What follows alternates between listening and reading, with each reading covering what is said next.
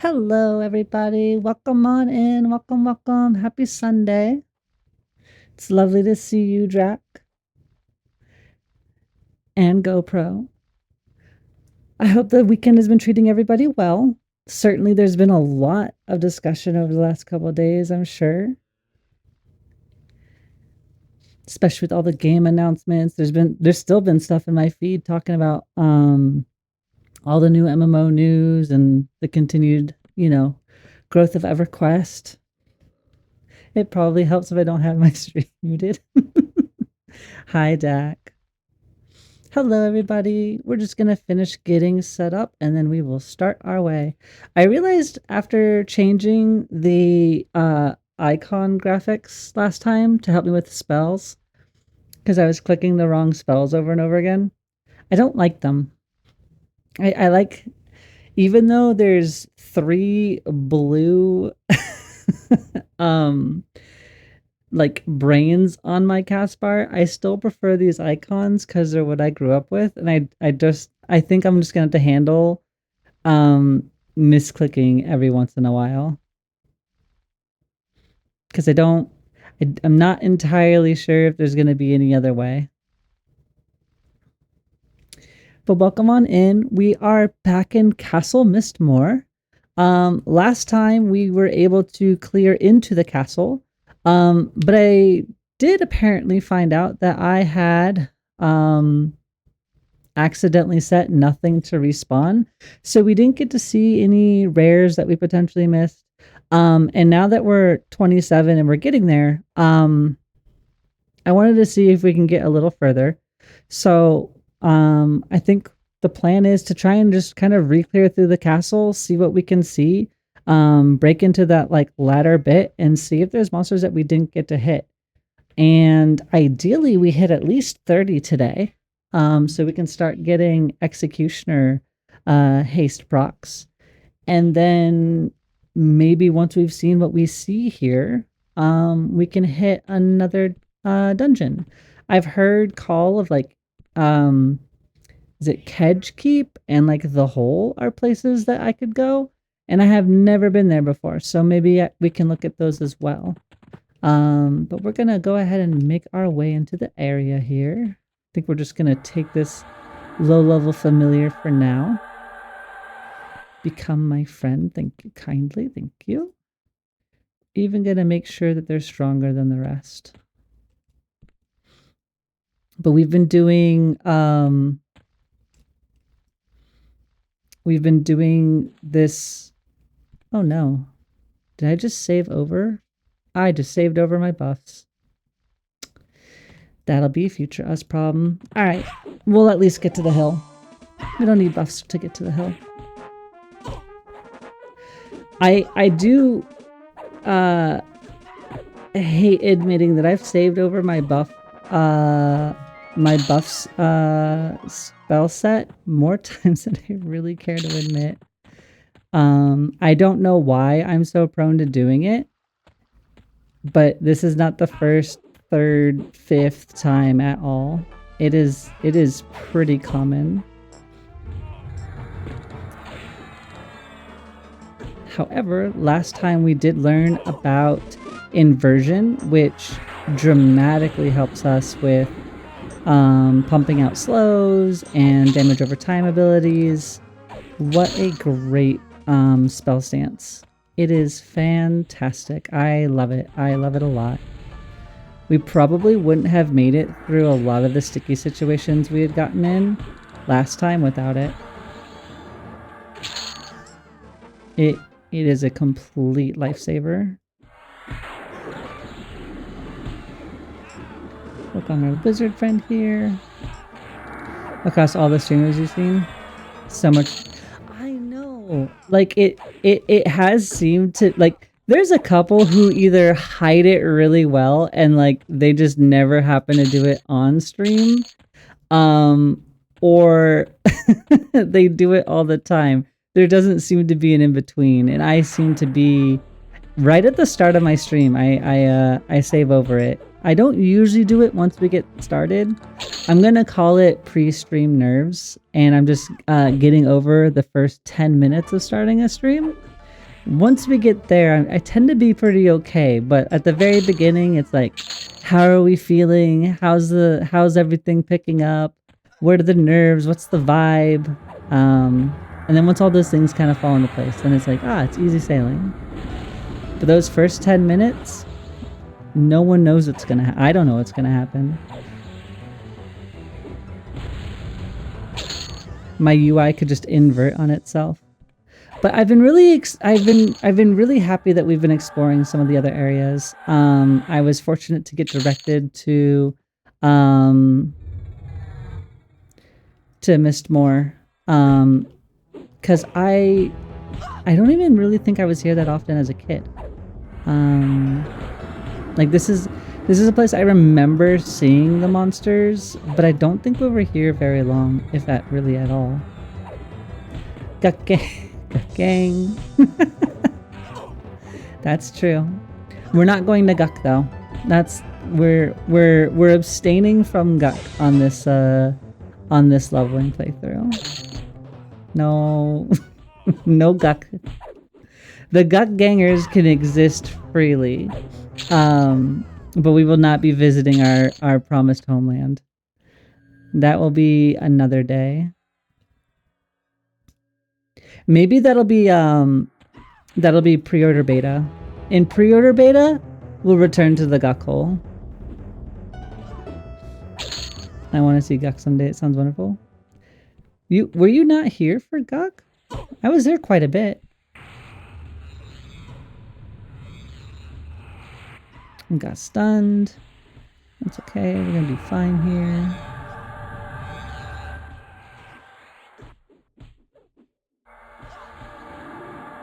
Okay. We're gonna work on this cleric. They've killed a friend of ours. That's okay. What we will do is we'll suffocate this one once we get unstunned. We're gonna beguile this one.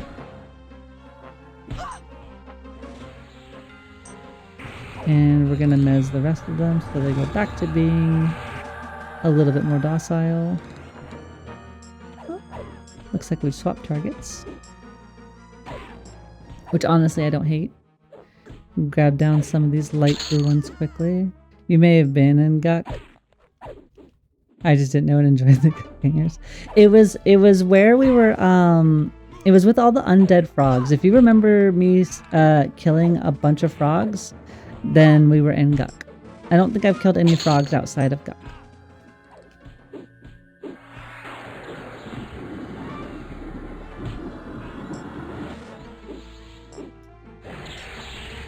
Load them up on some dots here just to make them a little less resilient. Those clerics just last forever. We full cleared basically everything up into and through the castle, so we're just gonna be a little bit more direct today. Just so we can kind of re-hit where we were. Calm. That's a spell I want. And let's make you calm too.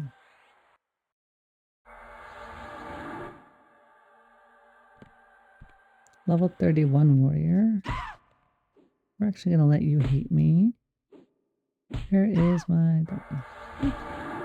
Come be my friend.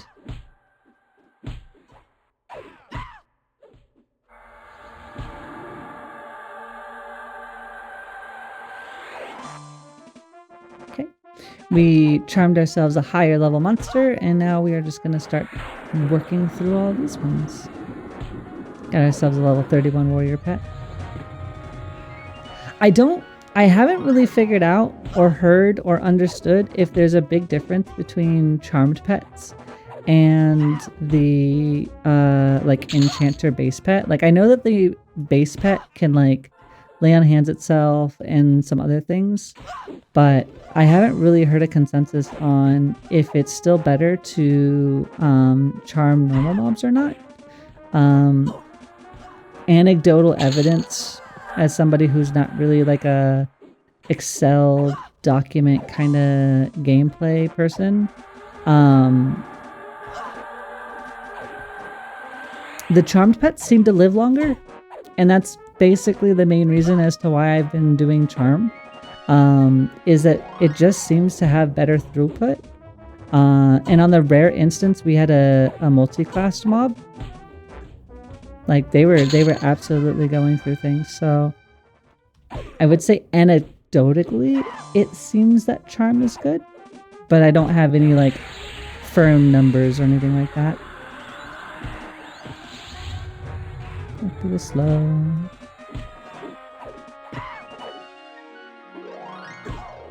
You're gonna be the one driving.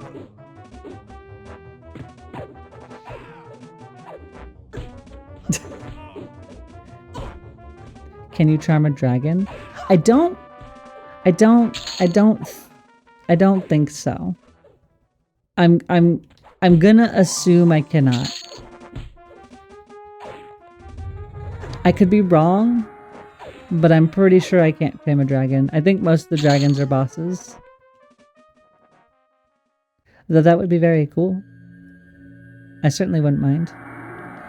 Big old dragon friend, go rawr, breathe fire. The most high quality stompies in all of the land. Alright. We're almost to our spot, and then we can remem all of our buff spells.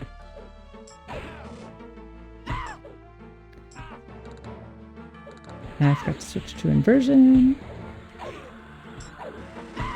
Go rawr. How about, I've already got an NPC to fight for me. I got this one. She's the plated up gal right here. She's helping me through all these monsters. She's level 31. She's punching things real strong.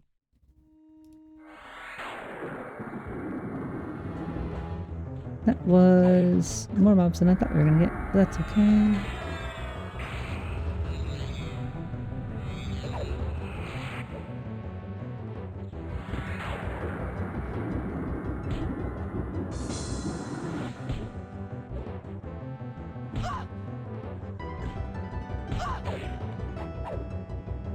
Let's do this one while our pet handles the other.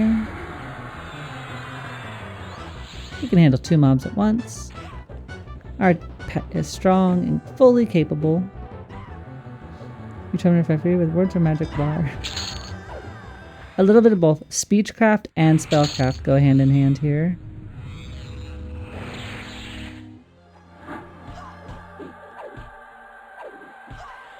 And suffocate.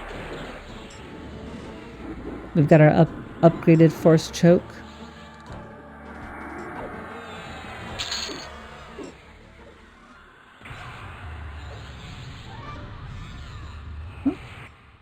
Our pet has died in service to us, but that's okay. We were about to replace her anyway. I know that there was, when we were in here last, it was always like, try to keep your pet low so that way when it breaks you can just kill it and maximize your DPS. I do find that it's rather, at my experience level, it feels really difficult to get that to happen. It's a lot to line up. So I've basically settled on if it dies, and we move on. We already get a pretty high amount of experience rate anyway. I'm not entirely sure if like quote-unquote maximizing your experience is super like worth it and or important. You have a weapon, but you're 3 levels higher. Do we still have weapons on us? We do. If I beguile you, will you come? You will. And you failed. Perfect. Let's try this again.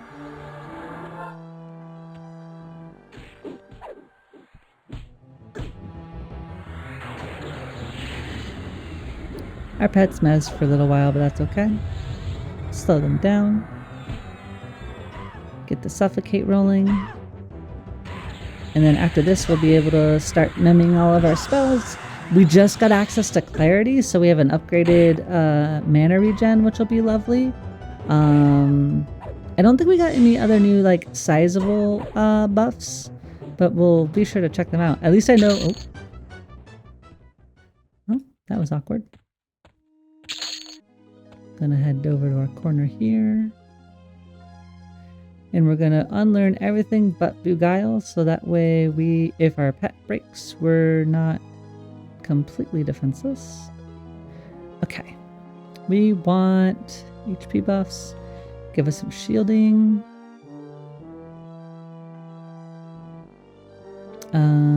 We have a regeneration spell. See, this is why we kept it. We're gonna overchannel our Beguile. Clarity is lovely. I still remember it's mana crack, right? Like, always need it. Okay, so agility, armor class,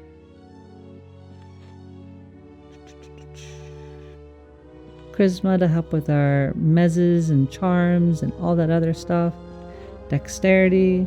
I just understand that Dex is good. Everybody is really praising Dex. Don't really know if we need resist fire right now. Throw in some stamina. And then of course we want strength.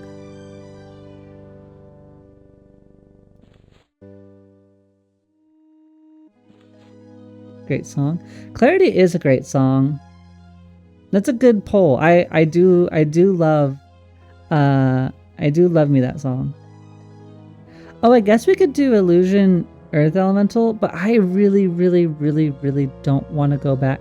Like, being illusioned as a wolf when we were doing our first trio was really terrible. So I don't necessarily think that that's something we're going to be able to do. Give ourselves some haste. Haste is important. Damage shield. Oh, I didn't know we had a damage shield.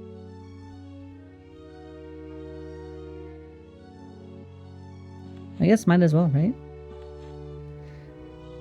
And we will save this as buffs. Boom, boom. I didn't even put on clarity. Hold on. I did not put on clarity. I'm just gonna hard cast Spirit of Wolf. I was talking about it for so long, and then I was like, I'm so excited for this ability. Regen, mana, clarity. I cannot cast Fireball now.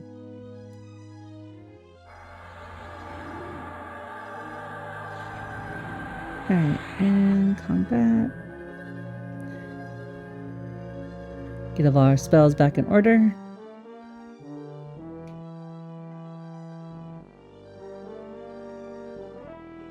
So Drac, I assume that you've been watching a bunch of streams. Are you any more like certain on the first classes that you want to like level, like your trio? Do you have a leveling plan already worked out?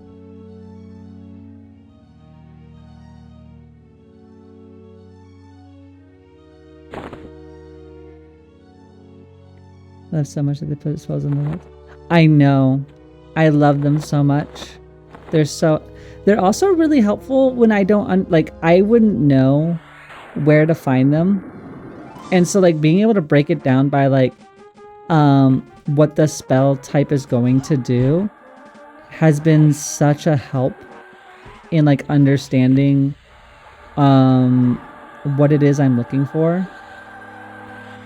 Because like I don't know what blur does. Like if you're like, hey, do blur, I'm like, I don't know what blur is, and then I can look it up. I'm like, oh, it's an armor class spell. Perfect, fantastic. Having all of those just extra bits has been so extraordinarily helpful. I still find that itemization is really hard for me to understand, especially when you're like looking at the keyring. I really wish that it would give you the pop out that tells you about the oh, we lost our friend here. Hold on. Come back. There we go. I wish that it would tell you the stats of whatever you're highlighting, like it does in your equipment or your inventory screen.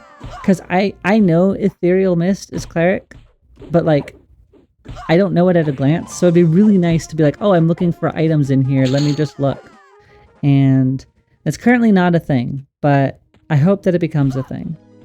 Especially for like newer players and like just, I don't even know if it's necessarily just a newer player thing. Like I'm sure that there's a lot of players that like have a good grasp on the items and they'll keep only what's needed and stuff like that. But when I'm leveling through different classes and maybe playing things that I haven't played before, just being able to glance at them to know immediately like, oh, this is beneficial for me to pull out would be helpful. Skills. Welcome back to the Guckhole gang. How are you, friend? Did you enjoy your time with Variety? I saw you over there earlier. Being able to see what the stats are on the Horde. Don't know anything about the game anymore. Yeah, right? That would be... It would be so incredibly helpful. And I just think, like, universally beneficial. Like, I do think people do know it, but I don't see why it shouldn't be just immediately available. Hello, friend.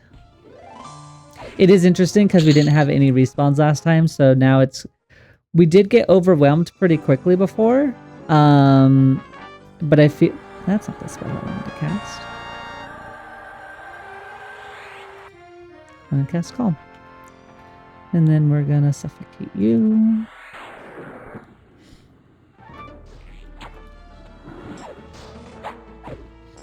You were watching VV2? I'm horrible, but we're still here. Oh, I'm sorry that things aren't going well. I hope that there is a light at the end of that tunnel. I understand the feeling. Hey, I hope things look up soon. I can definitely understand not being in the best of places.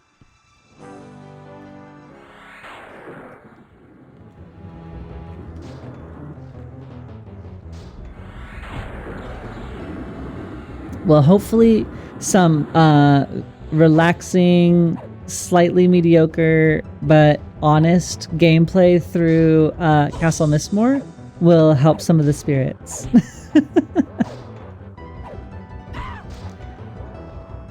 Skills, you're a person of knowledge and you know, as the name says, skills.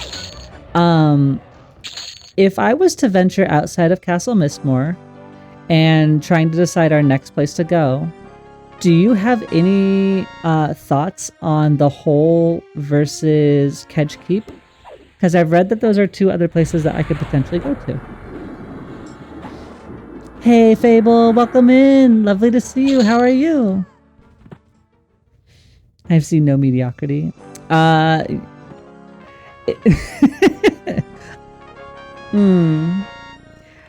While very kind, I don't believe you.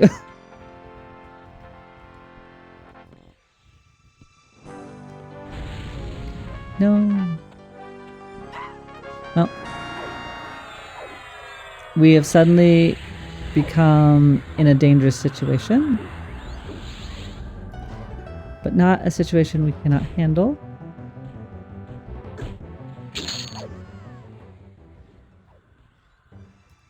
You're working on the scribe that I cannot see, and I am rooted.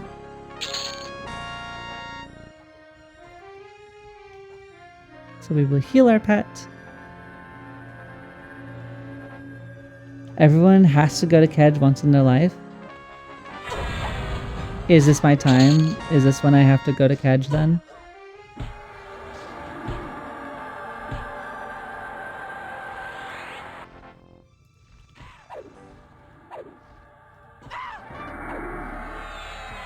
You've made all the friends.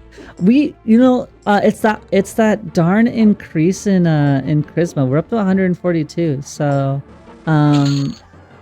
it's like the new girl in town. There's a lot of dark elves here, and then you know, there's a high elf. So it's like clearly I'm from out of town, and everybody wants to be my friend.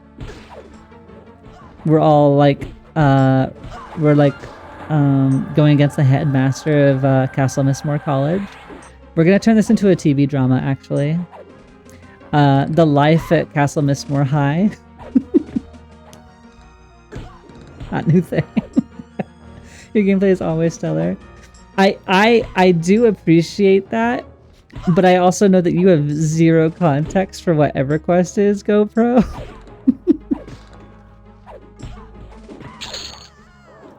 We've been summer cleaning now that my son and my wife are off for the school year and pooped. Oh, I could imagine. Well, hopefully, you're gonna get some treats here soon, right?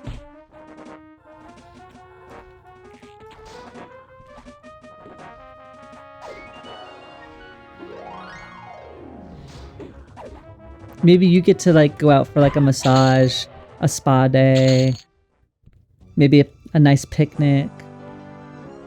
I don't know how hot it is where you live right now, but we actually have some moderate temperature for like the last 2 days, which has been lovely.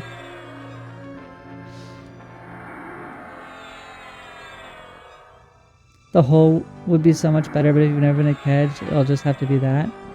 Listen, we could go, but hold on. Skills. If the hole is so much better, do you mean like it's a better experience, or do you mean like it's just better because it's not Kedge Keep?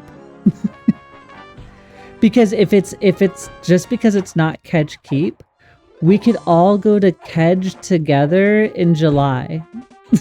And then it could be a group outing. And then I could just go to the hole now.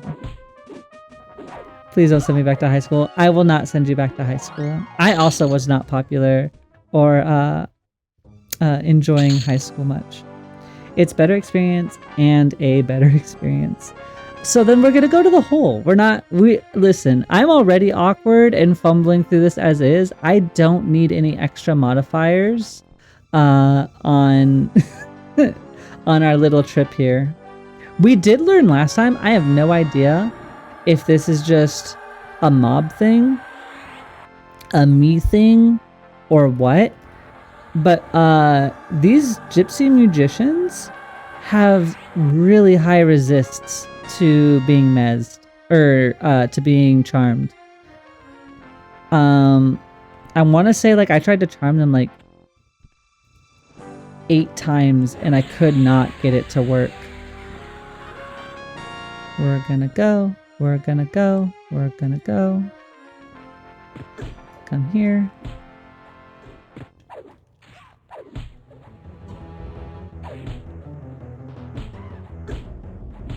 We're just gonna focus on these ones real quick. Because I wanted to charm them because, well, Fable also wanted them charmed because they kind of have like a unique model and they have like a really unique look, but I'm in Southern California. We haven't broken 80 yet.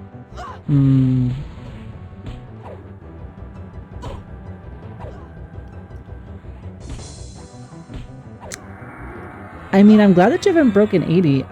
I feel like just the weather there would absolutely blow me away. I am too fragile for California weather, I feel like. Our pet is just going through the named mob though. Need to get a hit in before it dies.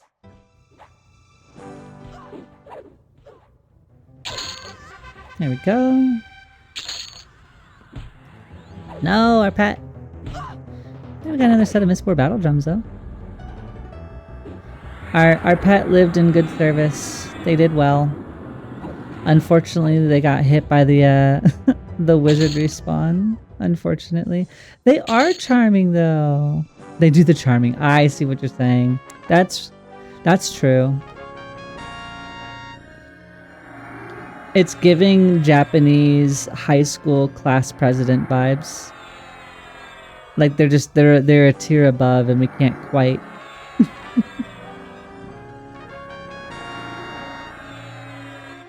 Oh, I'm sure you're already gone, but thanks for coming in.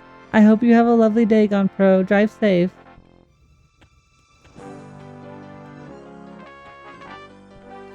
Gone Pro is one of my in real life friends. They're nice. They were one of the first few people I met where I live. When I moved from the West Coast, and they're very much so like golden retriever energy personified, like very much so golden retriever energy personified. Okay, we're gonna get you to work. So there's Tashani. We're on Overchannel. In theory. Are they just fully immune?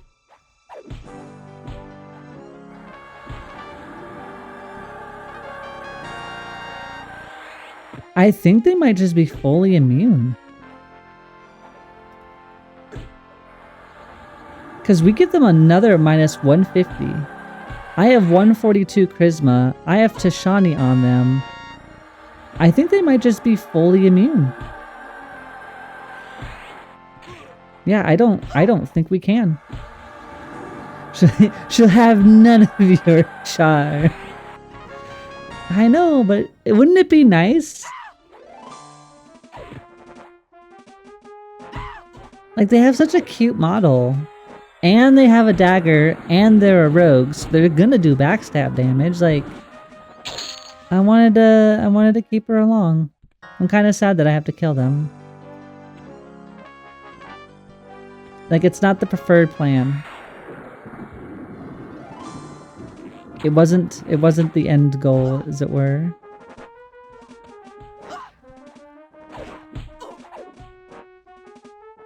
I wonder in the lore if they're already charmed. Oh.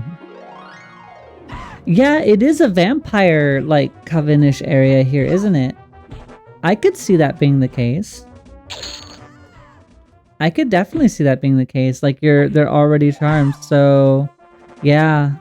No, that's a good thought. Like, maybe it's like a lore flavor thing. In which case, it has my absolute and full respect and support. I love good lore flavoring. I'm an RPer at heart, in my other MMOs. So like you give me good lore reasons and I'm an absolute sucker for it. Alright. Wow, these do respawn really quick. That's a little nerve-wracking, honestly. I'm kind of nervous that we're gonna just get overwhelmed by respawns. So we definitely had it set to things not respawning last time, I think, then.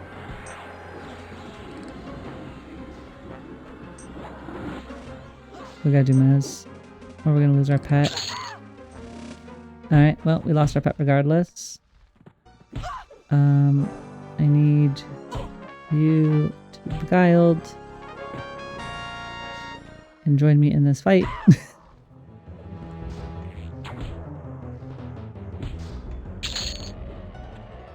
We're gonna work on the blue, because the blue should go down rather quickly, ideally.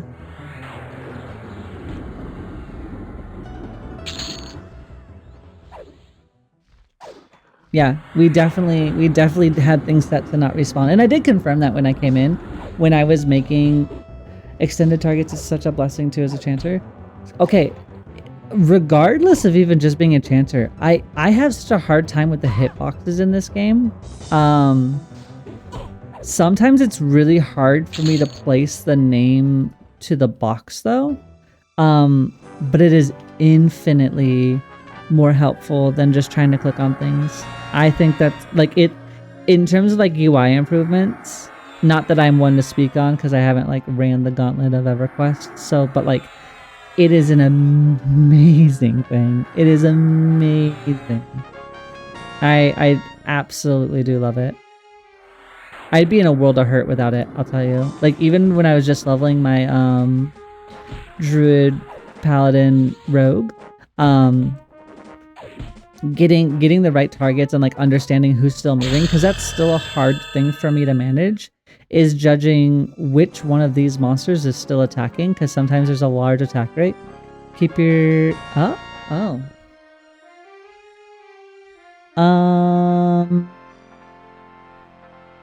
I don't know where my phone is. Give me 1 second.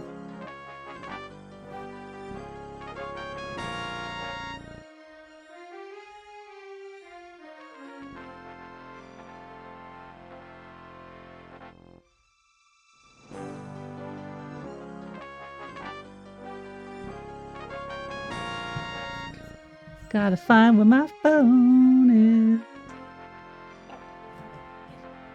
It was on top of my PC.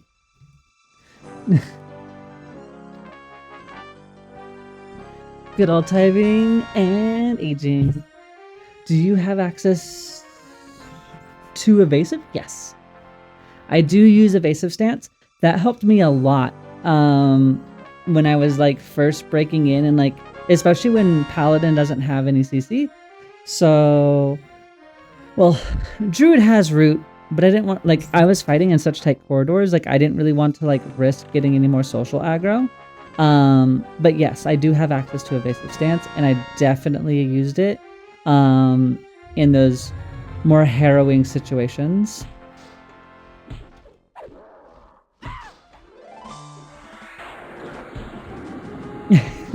Yeah, so Dak's not doing 100% today, so if there is a need, there will be brief pauses as necessary, as I want to make sure that she's doing okay. Oh, we lost access to our pet. We're gonna hit everybody with a quick mez. A leering gargoyle resisted. That's okay. And just quick cast that. Go back to the leering gargoyle. Get that settled. And then start working on the next one. I love inversion. I really, really do. Well, I love it in the sense that as a trio with a caster and not having a spell blade, I love it. If I was running a spell blade, there would probably be more dancing between spell blade and inversion. Because I originally was going to do the SK, and I still want to do the SK, but I think that to a degree, it would have been really, really similar to Paladin, and I wanted something just kind of completely new. I feel that's so hard, Skills. I recently had to get glasses for phone usage and reading. Type was abound when I'm too lazy. I have a question, Jack.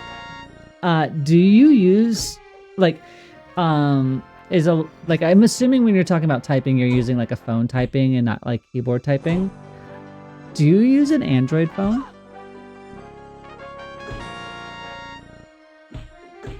Oh, I'm blind. You don't have spell. Yeah. Nope. Yeah, no, I wanted to. But I wanted something that felt a little bit different and unique from Paladin. So Enchanter, Warrior, Shaman instead of Rogue, Druid, Paladin was a pretty heavy swap, and I've really enjoyed the gameplay.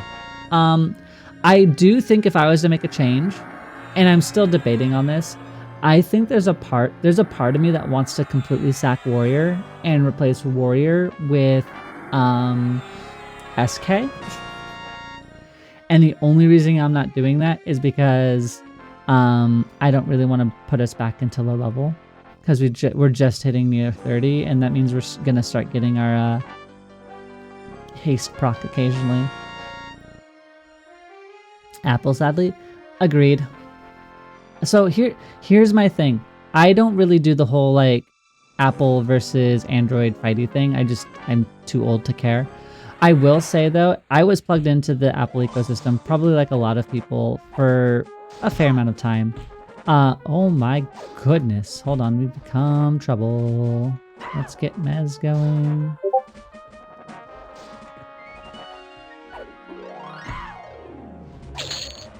Okay, and then...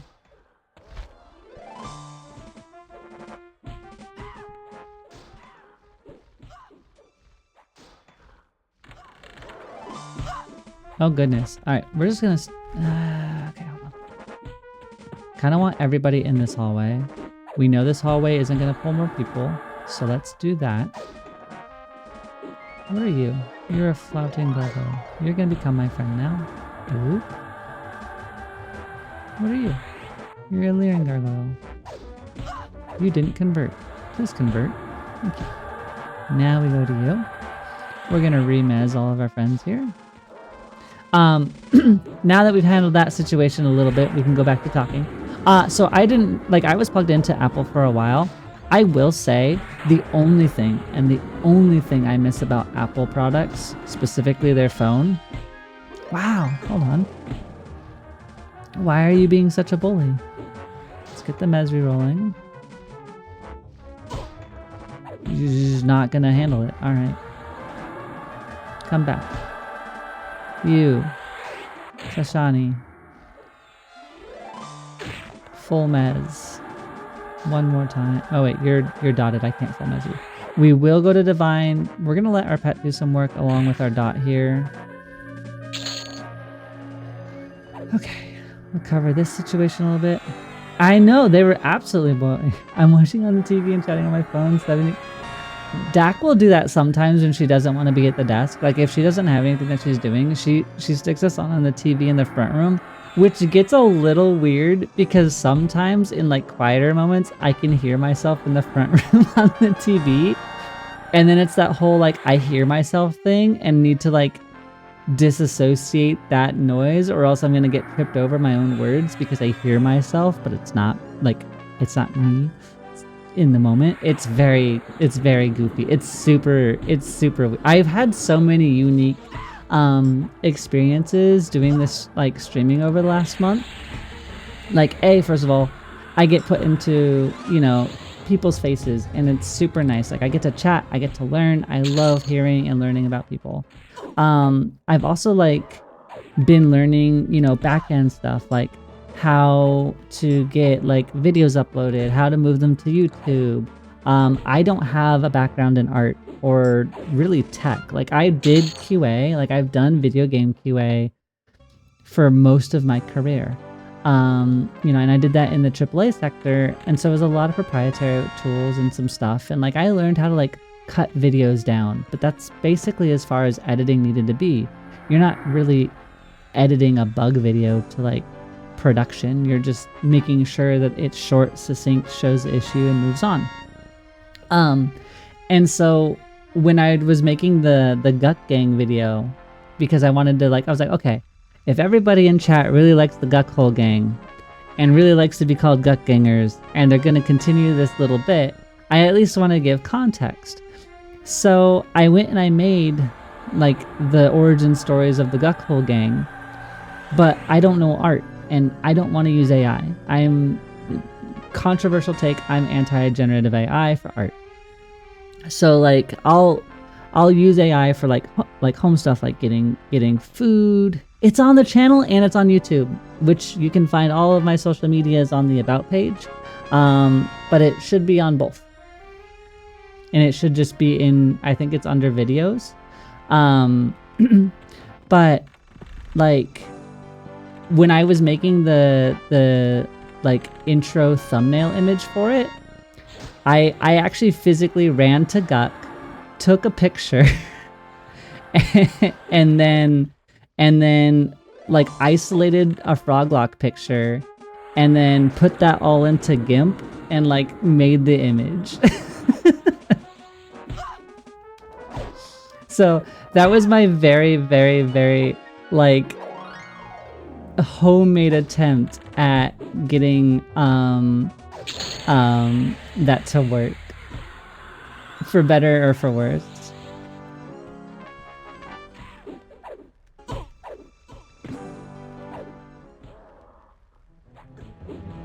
Having a bit is so fun. Community is best.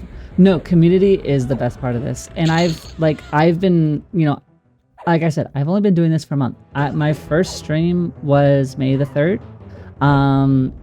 And that wasn't timed or anything. It was just when I was ready to do it. I was streaming SWOTOR at the time. And, gosh, it was super scary. But I had people come in even on my very first stream. I did a little bit of market research to make the decision. Because I am a research and numbers person to a degree. I try to keep like things in mind. And so my first like 5, that was not great. Mez is our savior, and it's going to keep me alive forever. All right. So I was doing those first videos, and like I had a lot of fun with them. And then when I was able to get a key for EQL, I was like, okay, obviously I want to do this. But I've had people pretty much every step of the way, like really stupid luck, because so many, like, I don't know how common knowledge it is, but looking at Twitch's channel data, apparently, take this with a grain of salt, apparently, if you average like 15 viewers in a stream, you're technically in the top 3% of Twitch, which it's a big fancy way to say like there's a lot of accounts on Twitch and not everybody streams, so those numbers obviously get jostled around. But the fact is like I got to do what a lot of people don't get to do, which is I had a couple people viewing me darn near out the get-go. Yeah, no, it is crazy. Like looking at the numbers and like just because I've been curious, like I've never really been into like the Twitch ecosystem. I've never like I've watched stuff here and there, but over the years Twitch has gotten a little less friendly. For like, unless you're subbed, you're getting hit by like 10 ads every 10 minutes or something. So like it can get kind of hard to like just casually view it for content unless you're like subscribing or like have the Twitch Pro Nitro thingy.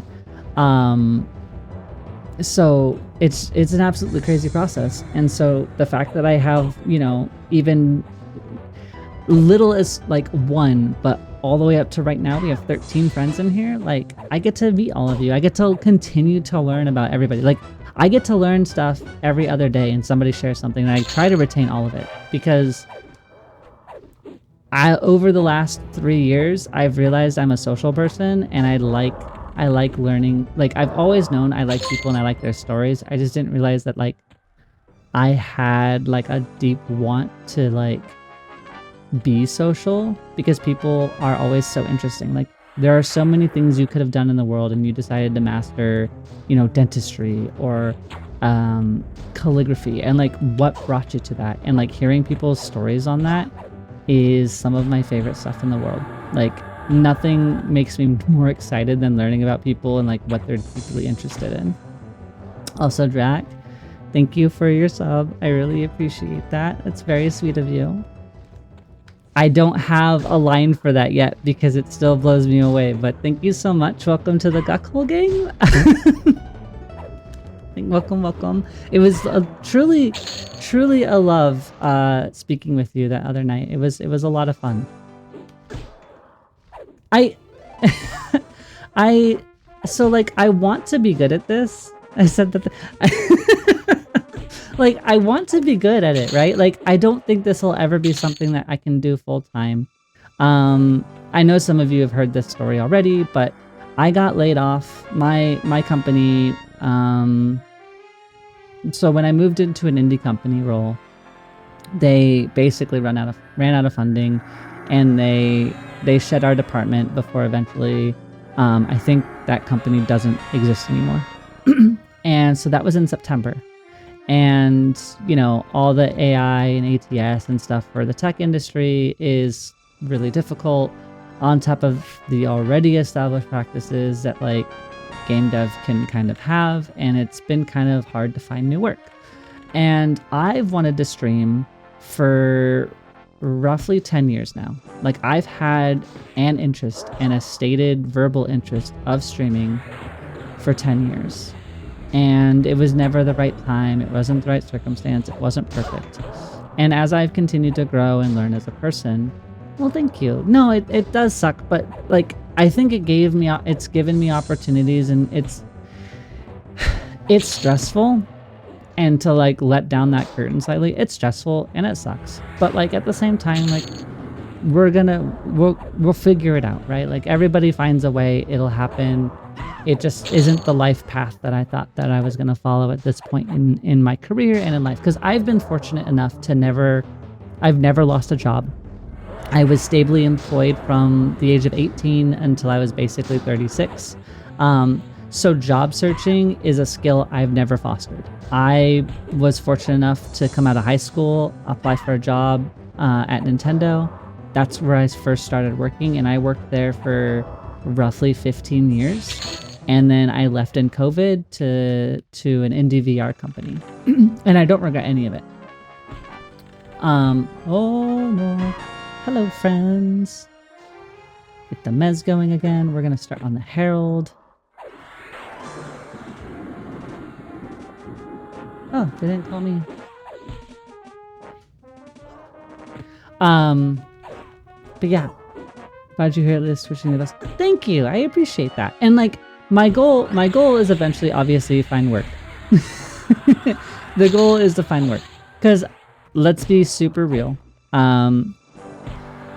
Very few are going to be able to like make careers out of Twitch and stuff. And I'm not that kind of social media person. Like I have a X or Twitter, whatever the hell it's called. I have a Twitter, I have a Blue Sky, I have a YouTube, and I post on them, but you're not going to see me posting on there like all the time. Like I'm not that kind of social media wizard. I didn't grow up in I grew up in social media, but I wasn't on it, right? Like I had a Facebook, I didn't post. I barely had a MySpace. I was never that kind of person. Like, what the fuck? Blue Sky is like Twitter, but different. It's just different. It's just different Twitter.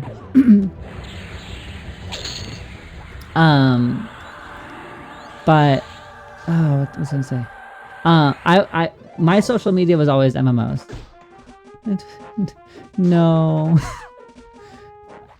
No, I think, well, I mean, all of them have that, but no.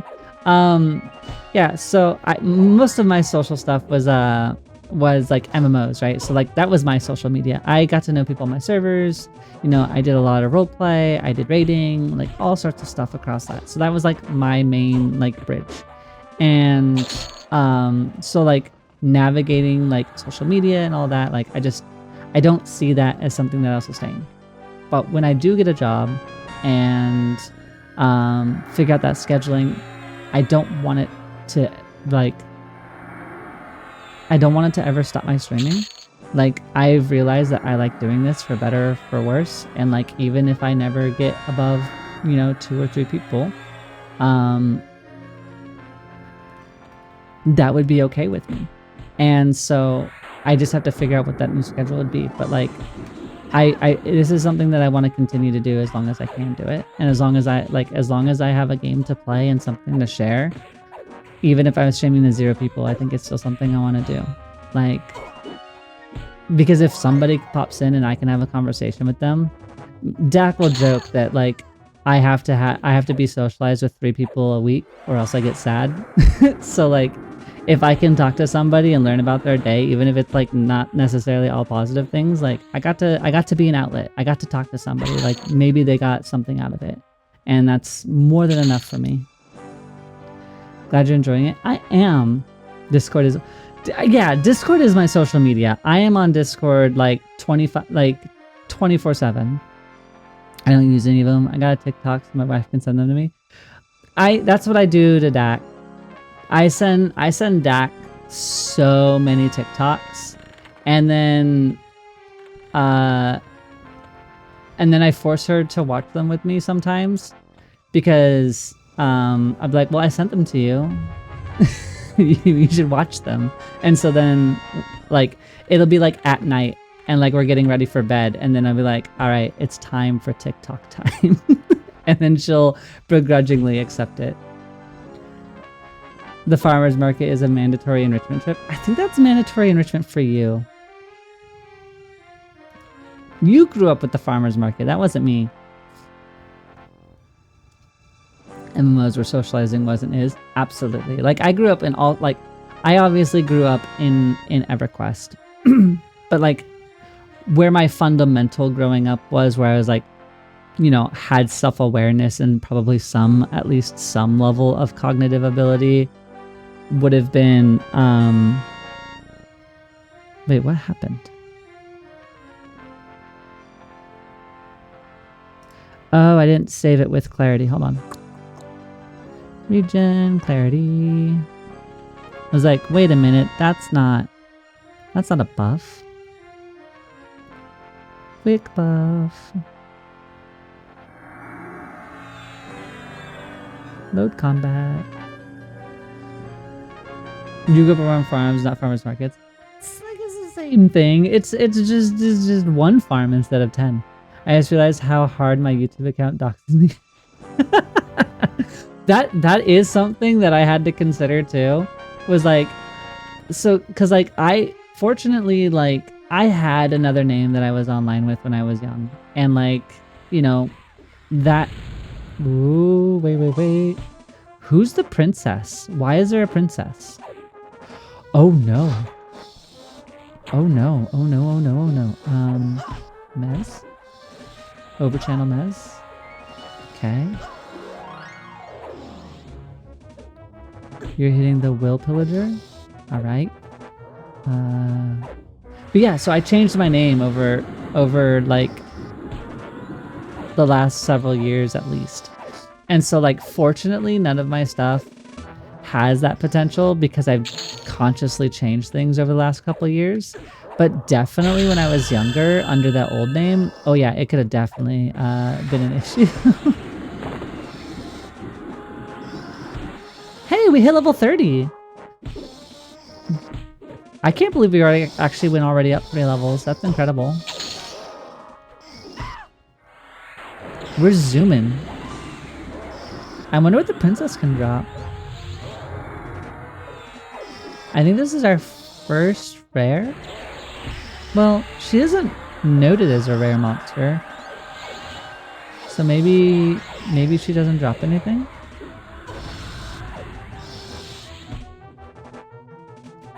Never seen the princess? Well, she dropped a pearl. Let me see if the wiki has anything. Princess Shurista. Oh, okay. So she can technically drop a gem-encrusted scepter or a diamond earring, which is AC, strength, and HP, and the scepter's damage and wisdom. That would have been a really, really lucky drop if we would have got it. That earring would be way better than what I have. So, I have no idea where she came from, though. Oh. Let's Lugalia. Turns out she was a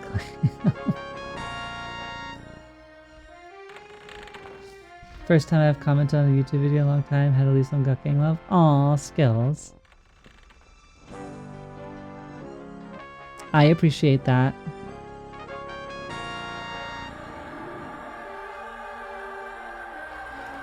Yeah, it is a weird thing to kind of like knowingly comment on things too. I'm also not somebody that really engages heavily.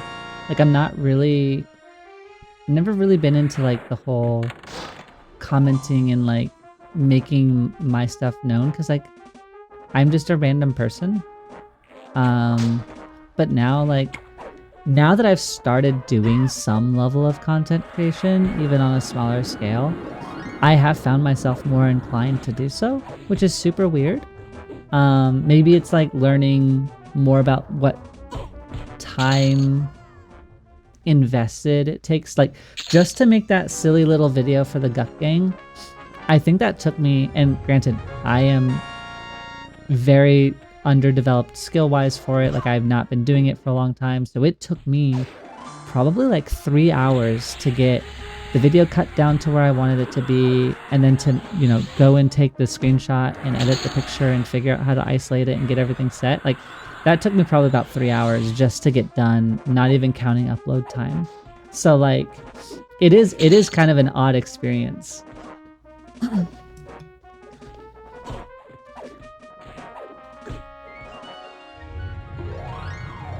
We will have an ad break, yes. So in roughly 45 seconds, we're gonna have an ad break. I'm sure you all have heard this spiel multiple times, but in order to make sure that everybody can kind of be on the same page and ideally not have an ad experience as soon as they hit the channel, and so that everybody is kind of on the same ad break and they're not missing anything, we do a 3-minute ad. So hopefully during that time, people can get up, maybe stretch, move their legs, get some food, close your eyes, whatever it is that you decide that you need in order to feel a little bit better. During that time, I am also going to stretch and make sure that I'm okay. And hopefully our pet here will keep us safe. But I will see you all in roughly 3 minutes. So take care. See you soon. Hello, hello. Got some stretches in. I hope, because I didn't. I wanted to stretch. I got some hydration and found out that I have been gifted a milkshake. So I have a milkshake later, which is exciting. We got attacked by our gargoyle friend quite a few times, so that was rude as I was going in and talking to Dak. Thank you, thank you. You stretched and watered? Heck yeah, I'm proud of you. I'm at least watered. We're doing a little bit better on our injury recovery though. We are starting to not really have much like daily pain, so that's been really big news. Okay, wait.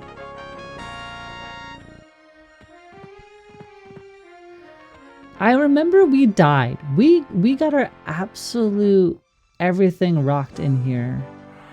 That one stream. And there was like a troll, and there was like an angry person. There was also like a vampire lady. I don't know where that room is. I want to find it. Oh, that's a lot of friends.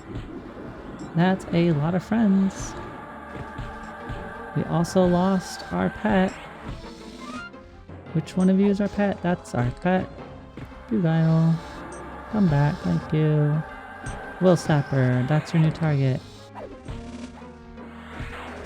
Yeah, like, so I'm a martial artist, and I've been lucky in life to never really have physical injuries. I get sick all the time. Like, constitution's my dump stat. So me and sick are like begrudgingly best pals. But injuries, like I've fallen out of trees, I've jumped off of third story apartments, like when I was a kid. Never really had an issue. Like I've never broken anything, I've never sprained anything. But in January, I ended up injuring my knee, and it pulled a bunch of ligaments, and it was not great, which then, due to inactivity and some other things, I think, like the body was like overcompensating with the right side. It actually started causing like some back pain and a small bit of a back injury. So been having to nurse both of those things. And as somebody who has never done PT or recovery before, that was a very hard experience. Knees are so bad, yes. So I primarily practice Taekwondo. I practiced Taekwondo starting when I was 4, and I ran under the same school, so I had the same master for basically until I was like 13 or 14. And then when he left, he went to go start a studio in California, and his son took over the dojo. And so then I trained under his son. So I was under one family for a very long time, basically up until COVID happened, in which case then COVID kind of prevented in-person stuff, and so eventually the school ended up closing. But yeah. Yeah, no, it was really awesome. I'm super thankful. I basically got adopted in to a second family growing up, and so I got I've had a lot of Korean influence in my life, and then like the Pacific Northwest has a lot of Asian influence and population, so like there was already a lot of like being half Japanese, there was already like Japanese influence in my life, and so like I've always had like a lot of just Asian influence and like a lot of like my food and culture. Legend Calvert, thank you so much for the follow. Welcome in. Welcome, welcome. I hope the day is treating you well. We are struggling through Castle Mistmoore and exploring. How's the day treating you? Are you waiting for EQL? Are you an active EverQuest player? What's your story? If you don't mind me asking or sharing. Yeah, teriyaki. I will scream about PNW, teriyaki, until my lungs give out. It is the one food that I think like makes me like desperately homesick is the food. Active EQ and waiting for EQL. That's awesome. Have you been in EverQuest for a long time, or have you like played / taken a break and like Legends is bringing you back? Since 99. Goodness. Well, that's awesome. No pressure to me. I am a returner. So I also started playing in 1999. But I use that term really loosely. I was very young when I was introduced into EverQuest. My dad was the one that got me into it. And so I was basically his pocket warrior. And so while I played the game, I don't think I really processed the game at that age. So it's been... EQL's been like rediscovering places that I had been, because like I have snapshots of the world in my head. Like I know that I've been to Guck, I knew that I've been to Unrest, and like I vaguely remembered how to get there, and I remember certain things. But in terms of like gameplay, execution, knowledge, all of that is basically mediocre and effectively being like a new player to the game. So it's been a really, really, really fun experience, and I know I've had like that whole, oh, I wish I could go experience X game again for the first time. I am literally getting to do that with EverQuest, and it's been super cool. And I've also had the unique pleasure of having people in chat be like, oh yeah, do this. And I've had so many tips and tricks, and it's been super, super helpful and awesome at the same time. What do you play in Live EQ?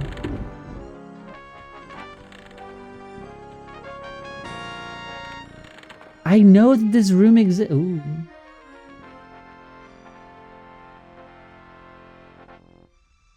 Those are different spawns than before. I don't... But isn't that just the same? Isn't that just this room? I don't know where that room is. Did you aggro through the wall? Okay.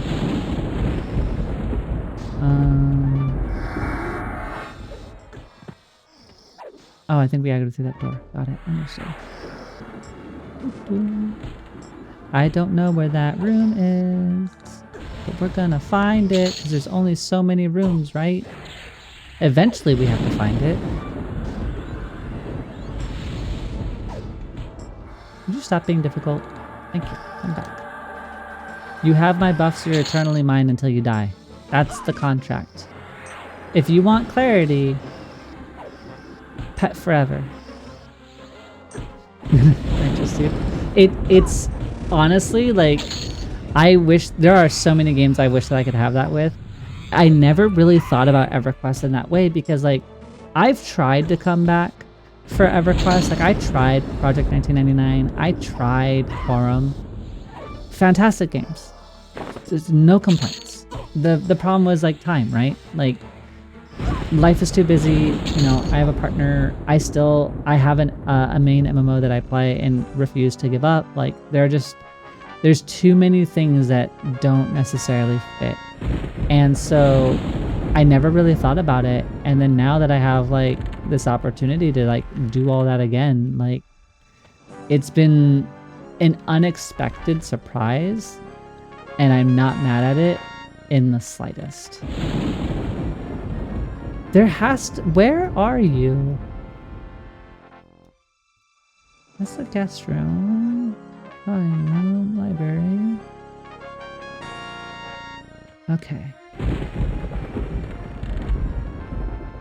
Oh, the pool room. Okay, nope. It's on the other side. I was like, there's no way we're missing it so many times, right? Oh, we pulled them. Okay. Mez. Over channel Mez.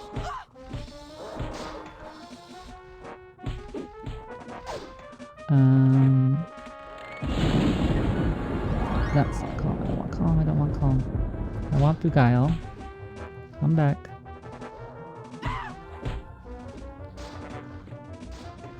One more mez. Divine, our pet, heal. We're figuring it out. We're figuring it out. We're figuring it out. You played a paladin and beastmaster? Or beastlord? That's awesome. So my first character that I played in EQL was also a paladin. I played paladin rogue druid, and I had so much fun with it. I was avoiding any class that I already kind of played. So for me, like, it was basically I was avoiding warrior.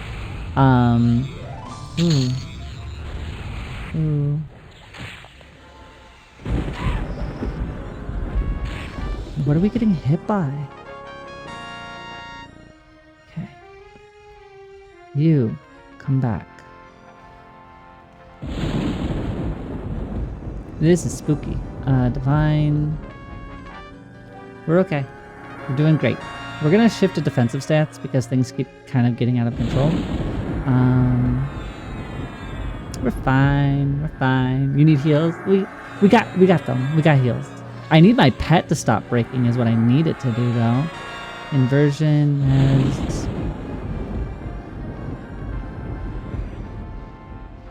over channel, beguile.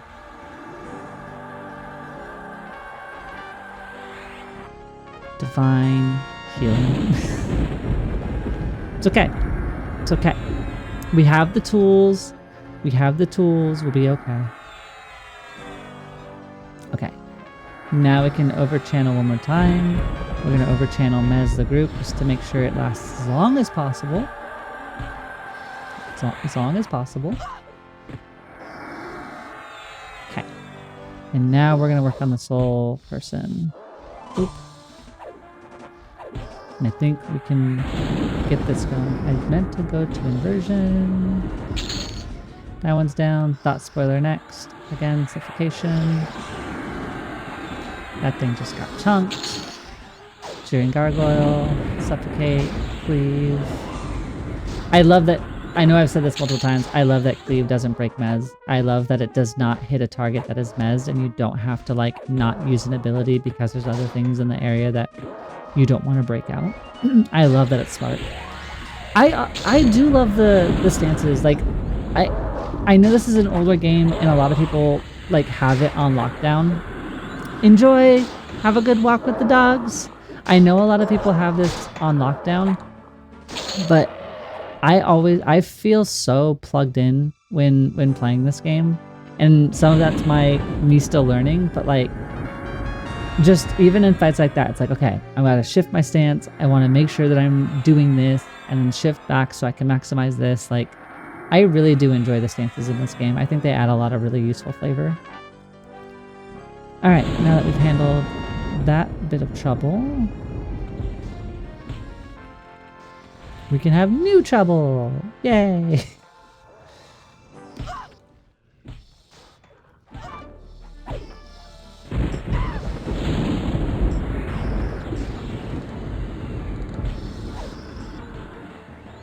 No Man's Break is awesome. It is awesome. It really, really is.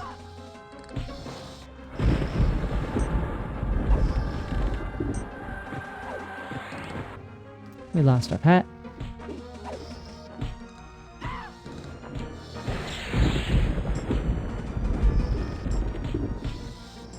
I was wondering why I was getting hit by things I couldn't see.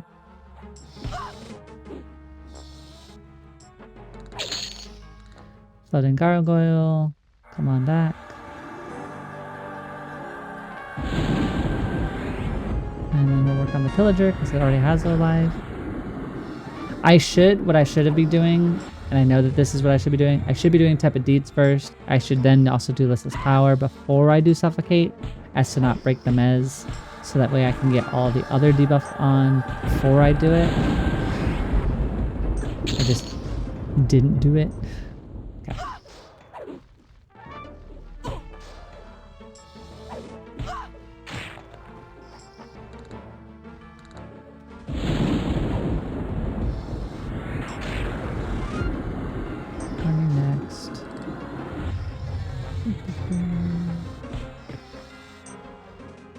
Actually, a little bit more meleeable.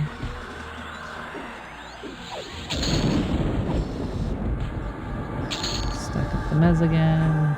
Go back to divine.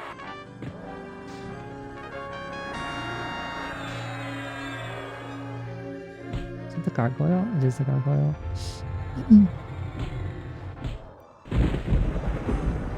But it is like cozy. Like I've noticed that like my streams on Sunday are more like cozy, low-key vibes, and I'm kind of here for it.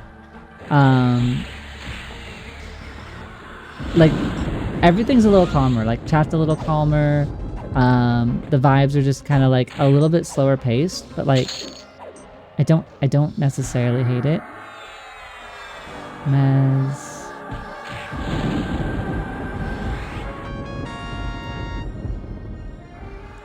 Guile. We're really low. We're really, really low.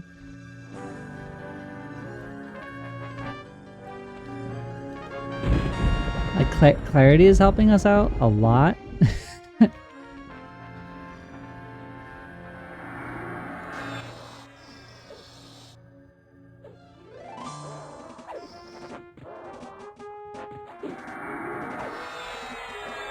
I think we're fine now. I think we've got this closed out.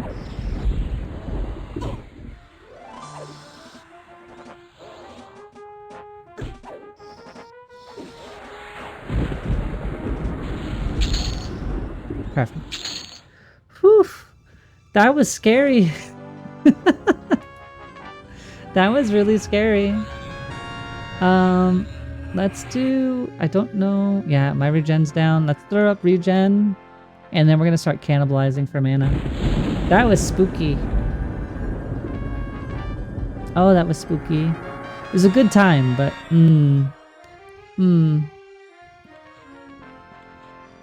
0 out of 10 would not recommend.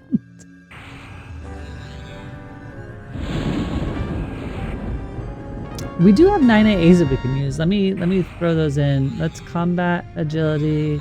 Let's get that done.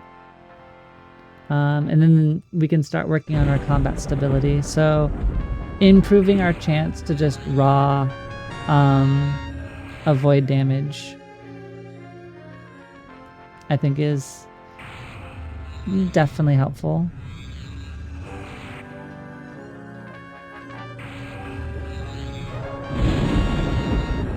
I was waiting for this gargoyle friend.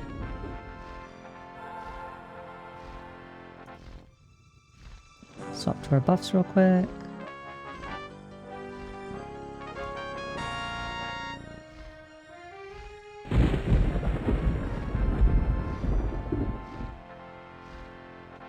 We're about to lose clarity in some of our other buffs, so I just want to get these cycled through. Might as well get them done now rather than later, because we're gonna need them if we're fighting any big bads in that room. Although I think we have a new healing spell. I think we got it a little bit ago. Now I'm thinking about it. Heals? Yeah, we got heals last level, and I didn't register that. Friend.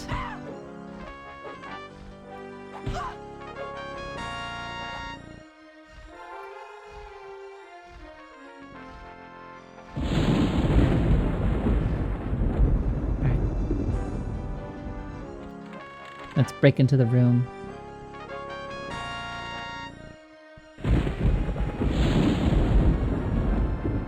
Can we calm you? Can. We'll work on the corruptor first. Get our inversion up. Suffocate. We don't really need like a lot of debuffs right now, which I think is kind of nice. Like on some of the more melee or denser melee characters, I tried to like throw at least tepid deeds out. But with kind of how fast some of these fights go, I think suffocation is kind of more than enough. If they're like, for whatever reason, tanky, I'll throw listless power on them, so that way like their armor class is degraded a bit.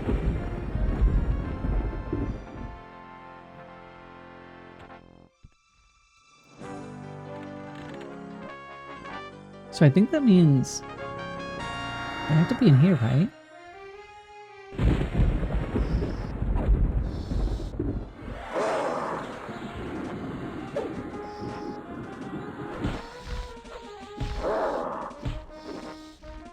Our friend has decided to betray us.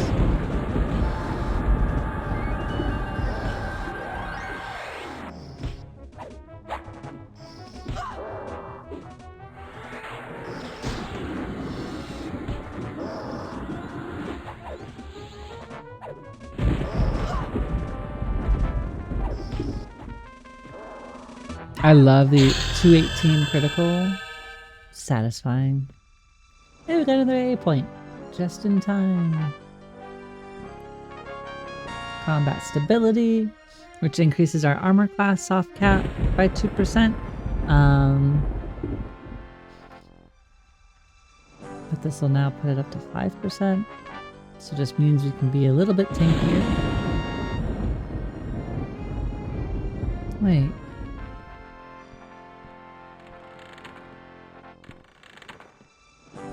So this is the bedroom. Oh, this is the room.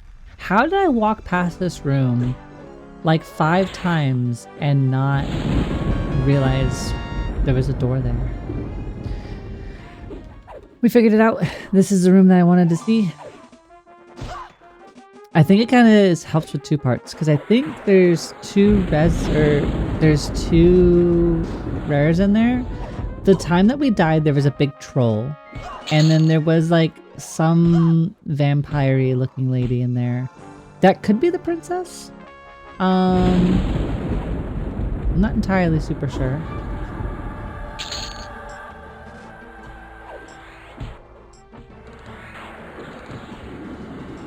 Resisted R supplicate. But you can't resist axes. Axes are forever. I'm gonna hit you with tepid.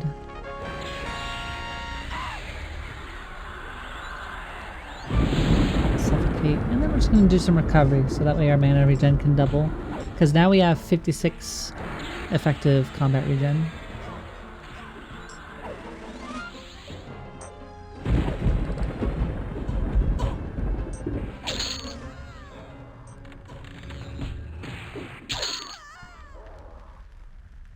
Ooh, dark elf parts. Not entirely sure if I want dark elf parts, but that was the gift we were given.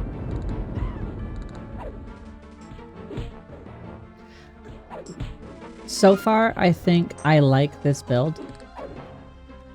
I still don't know enough about what the warrior necessarily adds in QL.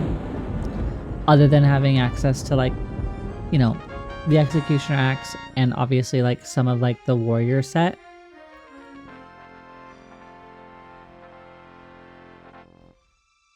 But from like a raw skill perspective, I don't know how sold I am on them.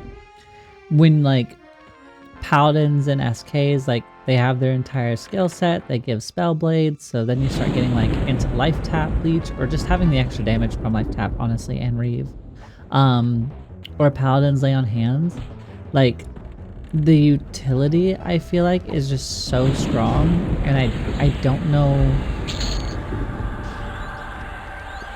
I don't know what warrior gives to kind of help close that gap, I guess. War really brings 5% higher mitigation gaps, cleave, and vastly superior melee gear with no disciplines its meh. Disciplines are like the rogue poisons and smite and reeve, right? Like, are those disciplines?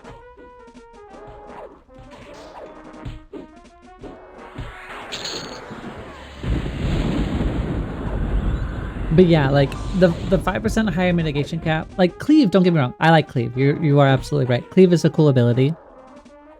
But I do think, why am I? Oh, I don't even get to use haste because alacrity is stronger. That's kind of a big bummer.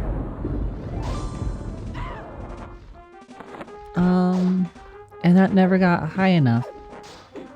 Ah, bully. Alright. Really, it's just our big bonk sword. That's all we kind of got. Wait, why am I fighting my gargoyle? Become friend. They are 50 plus things, like 100% block for 15 seconds, 100% chance. Got it. Sorry, yeah, I had heard like people were calling the rogue poisons discipline skills or something. And with me not knowing anything, I'm just like, okay, that makes sense.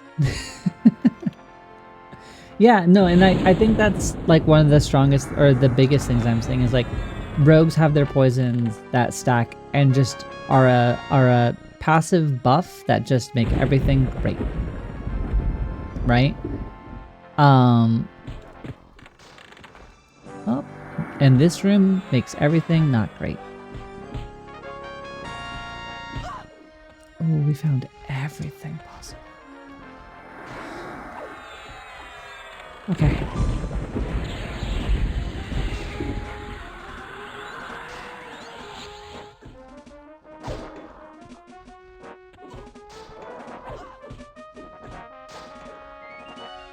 We're gonna lose our gargoyle.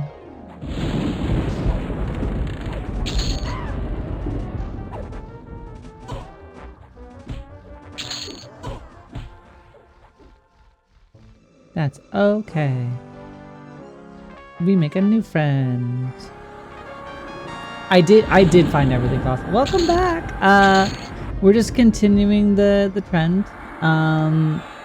Just you know, finding new friends to put myself in slightly mortal danger, but we're okay. We're okay. We're in inversion. We're gonna supplicate to kill that thing. We're gonna choose the shadowy scribe wherever you are in this whole mess because you're a caster and you're annoying, which means we need to get rid of you because you are strong and spooky. Things are attacking, so we need to make them stop doing that. Perfect.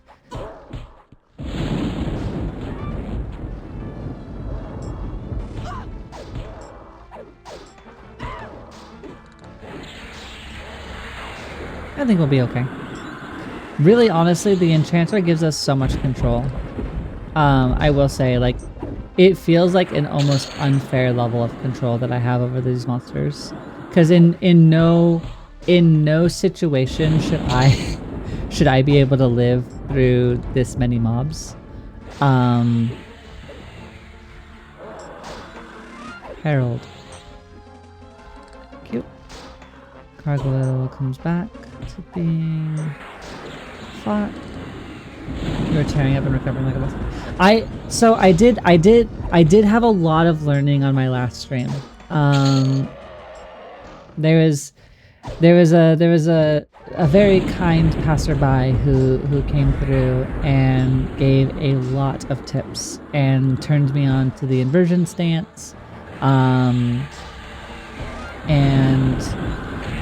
like I got to learn embarrassingly but very quickly in front of everybody, which is something that I'm getting used to. Is like, you know, in private learning a game and then coming on, you're like, okay, well, you know, you're learning in private. No one gets to judge your mistakes or the fact that you didn't swap stances or do a thing. Like, but here it's very much so like you get to see every mistake.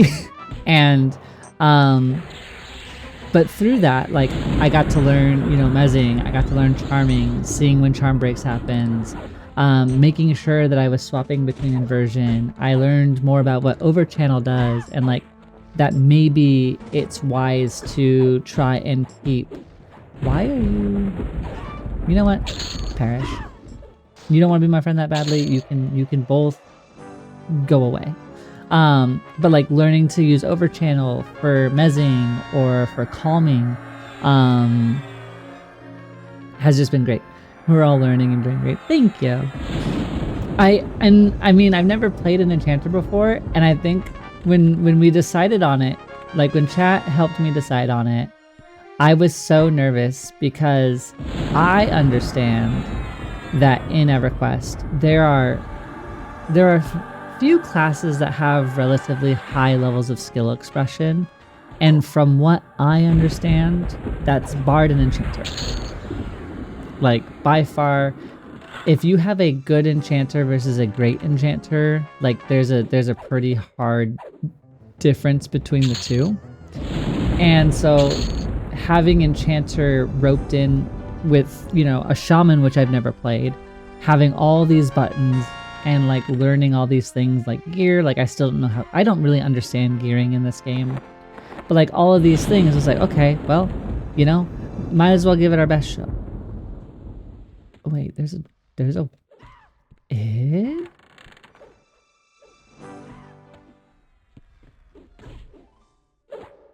I was like, which one of these is mine? It's not you.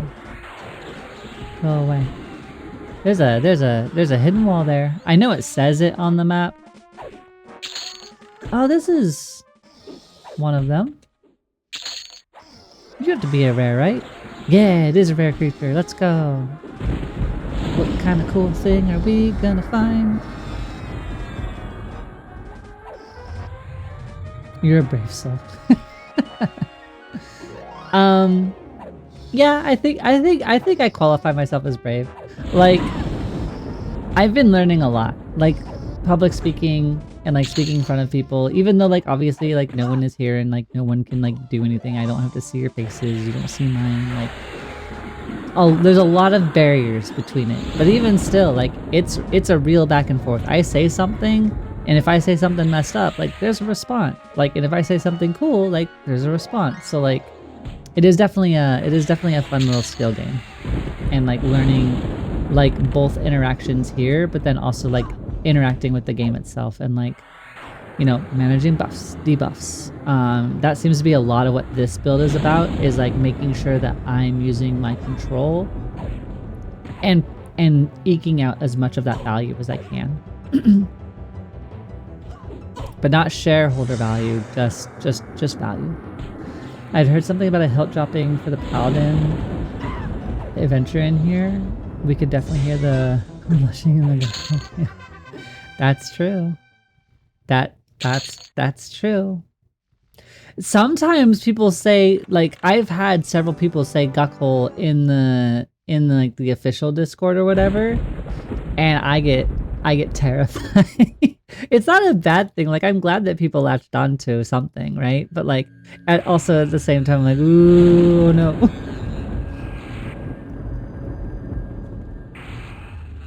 We did get a new ring though, or earring. I think this is one that's actually an upgrade for us. This is the one I was reading about, right? Yeah, AC, HP, and strength. Hey friend, gonna need you to come on over, baby. Alright, so we're gonna get really? We're gonna get rid of the 6H AC ring, or earring, because it's not as good as this. This has stats, and stats make everything better. Get the Jeering Gargoyles. We lost our pet again. Fine.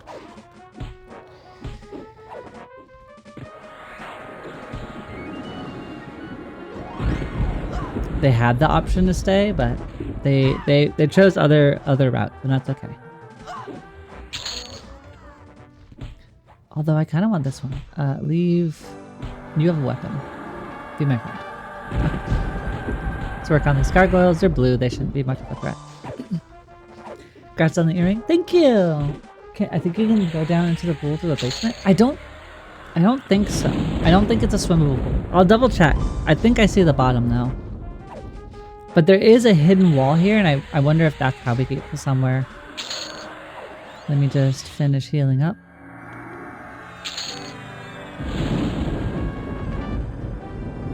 Yeah, unfortunately there's no swimming in here, but there is a hidden wall here, so we should definitely explore this. I didn't even know this was an area. All right. Spooky thing on the wall. Thing on the wall. I know that I have a map up. I'm just gonna turn it off. I'm not using it anyway. I can't really divert my attention that well. We lost our pet as soon as we pulled into the room.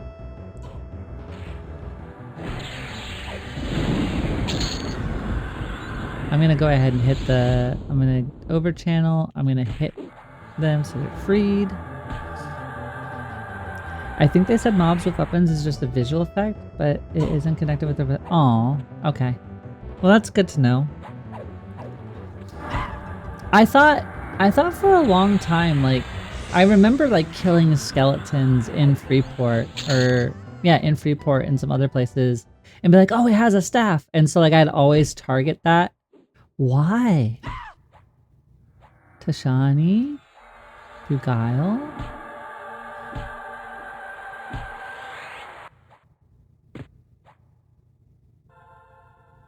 Is there a stronger charm? Hold on.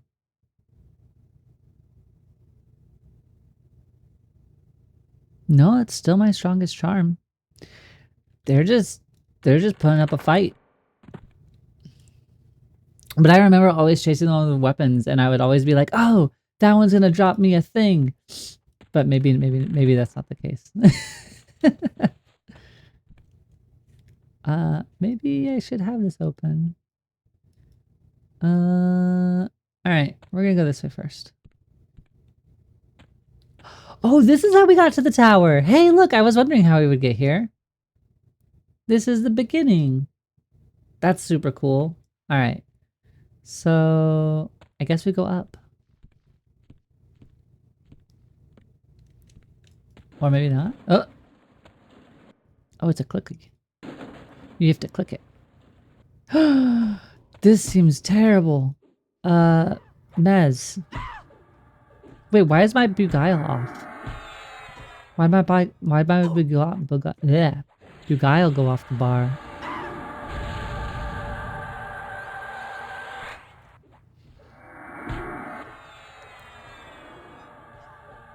I'm trying to mez everyone.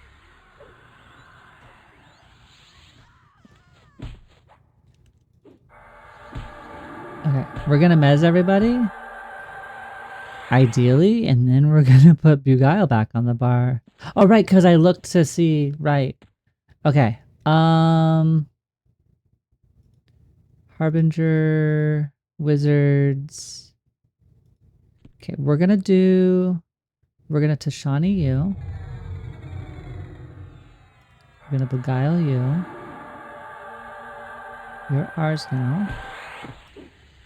And then we're gonna mez everybody else. Switch to inversion. Work on the Herald. Alright, we got the room under control.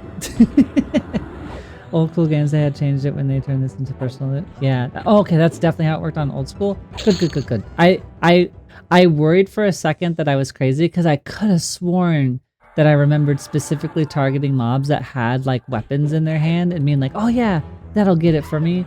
And then yeah, I guess you are right, Fable, because I do distinctly remember like episode 1 of my like Everquest Legends journey. I found like a couple skeletons that had like staves and they definitely didn't drop them, and I saw like a couple crushbone orcs that had weapons and they definitely didn't drop them. So yeah, I think, yeah, you're definitely right on that.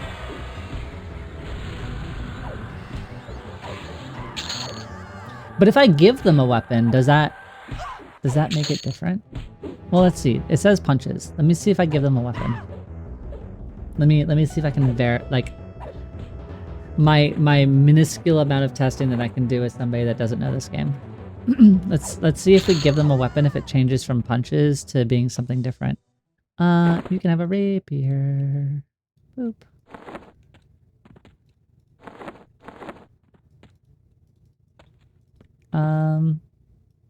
Well.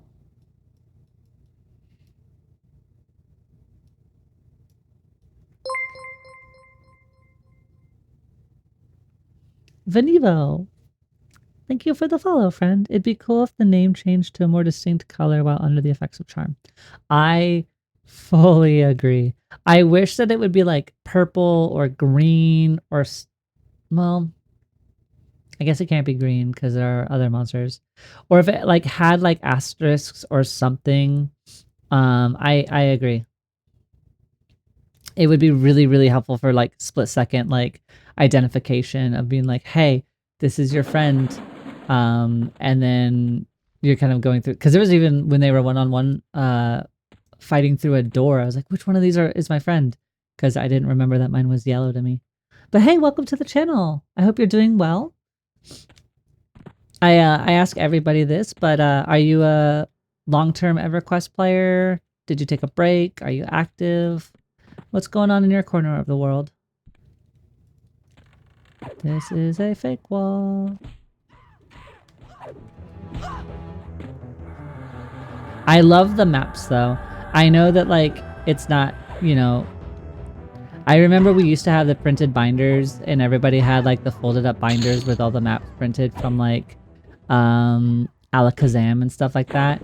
But I really like having it in game. I have grown directionally challenged in some of my games as I've gotten older, and it's really lovely to see. So it does say that it pierces. So as long as you physically give them a weapon, it does change it. But I guess what they if they initially spawn with an item, maybe they're not. We'll have to keep an eye out for that. See if that's the case both ways. You're psyched for Legends. Not active, started back in 99, played hardcore until like 2006, dabbled between EQ1 and EQ2 until roughly 2010, took a break, played the Kornov TLP for years, and now you're back. Well, my friend, you are in good company. First of all, that's an awesome little history. I love that you're coming back and getting to explore a game that I assume at least permeated a fair bit of your younger years, if not like mid years. I'm excited for that.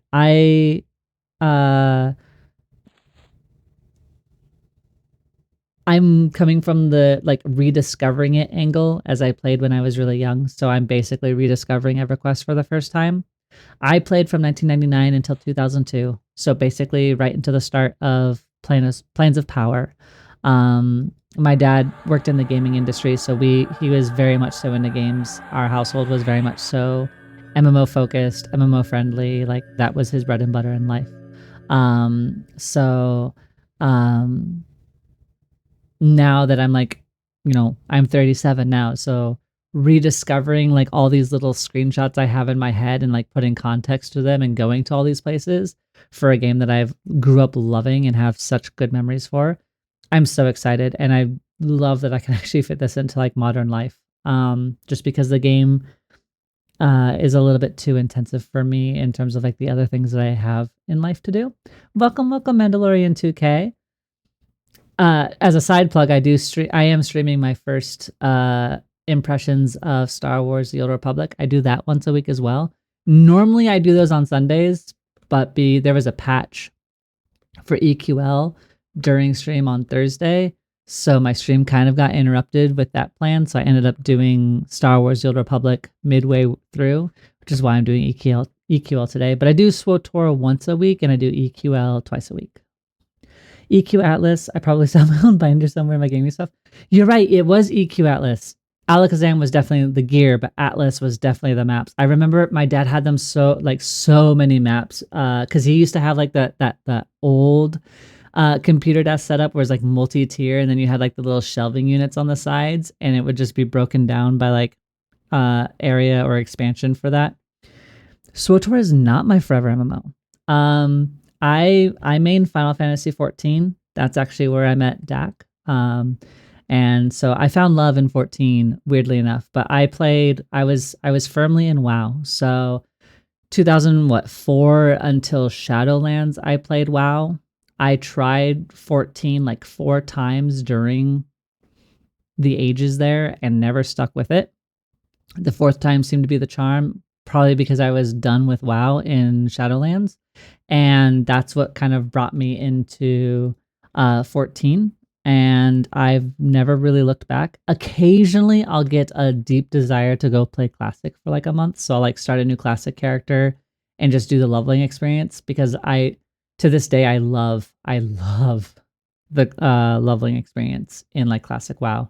But that's like a solo, just enjoy some music, enjoy some nostalgia for a month, and then I'll usually like drop out after that.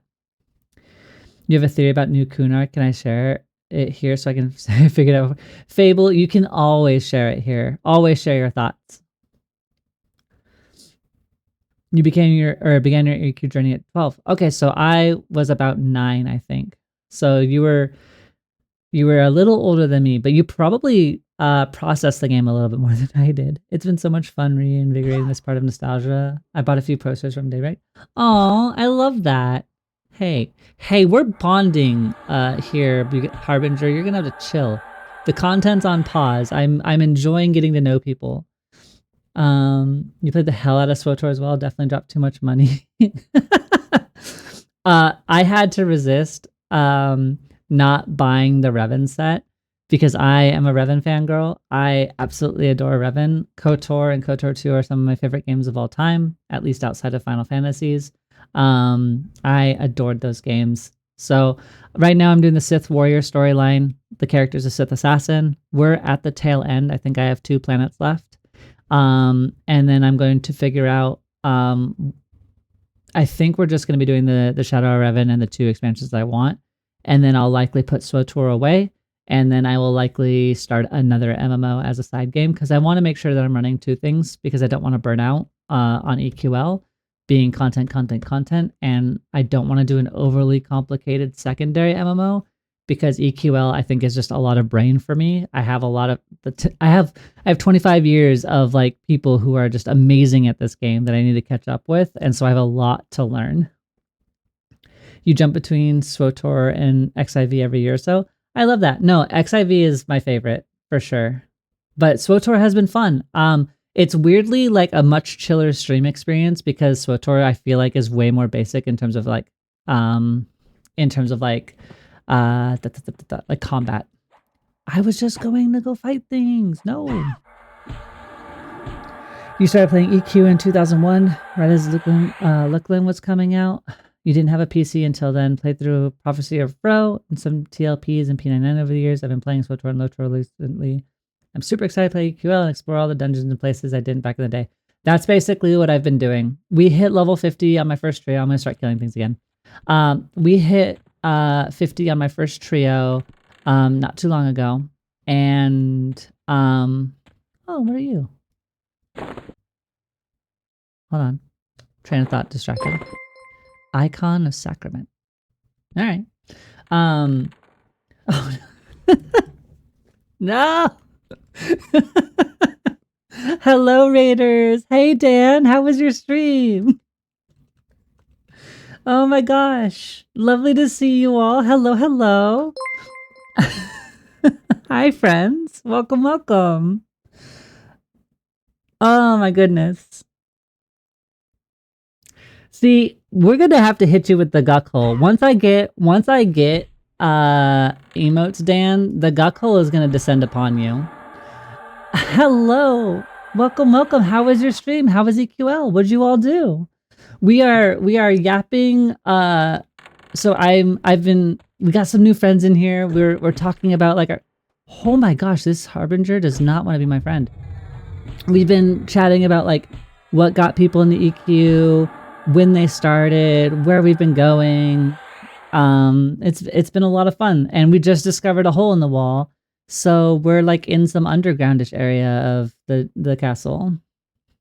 We went to Sol A for the first time and murdered gnomes. 10 of 10 experience. Wait, there's gnomes in Sol A?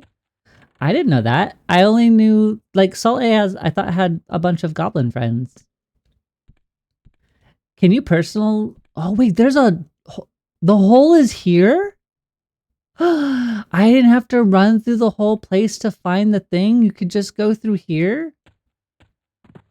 We're discovering so much.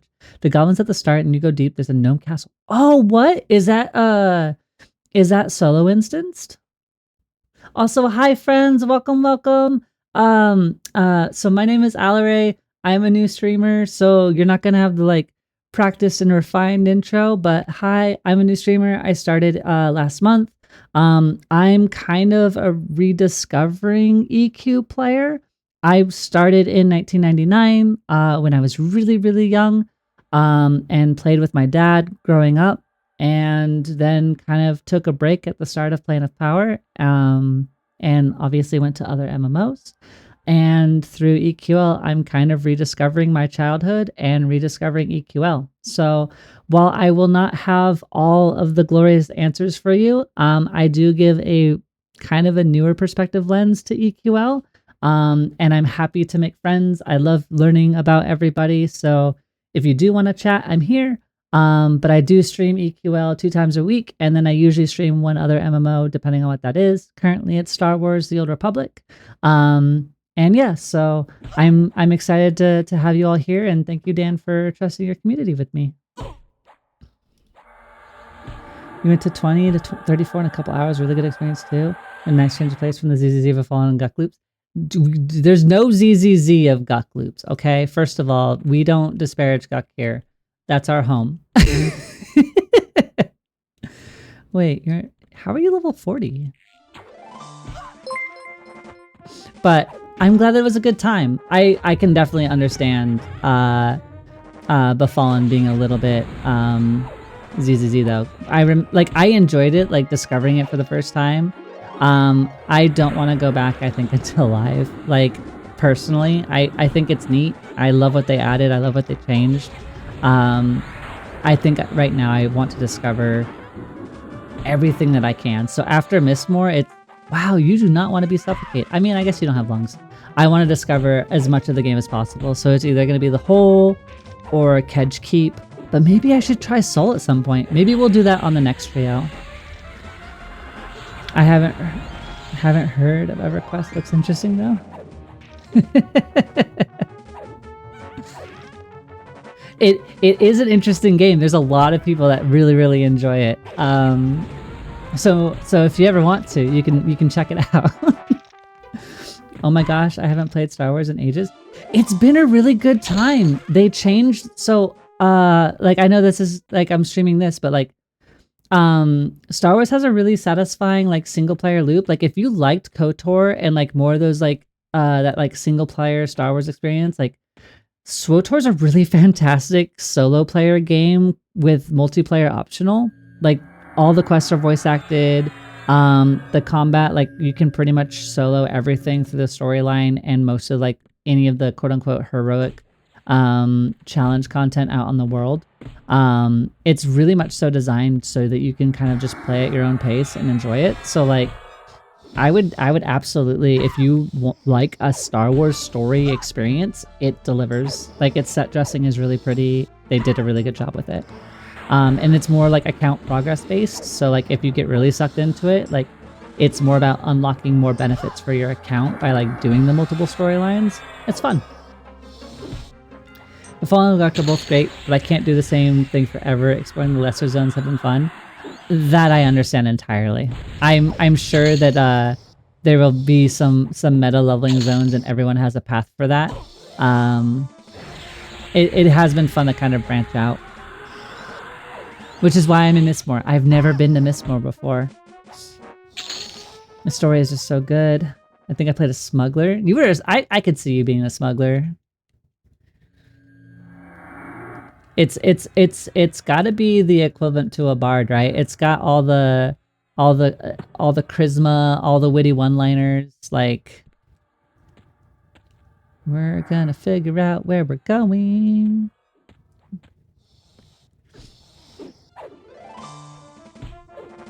I get lost really easily, so I do apologize, friends. I adored the storyline in SWTOR, especially the way you could be more evil heroic. I love that. Yeah, the light and dark system for it, like.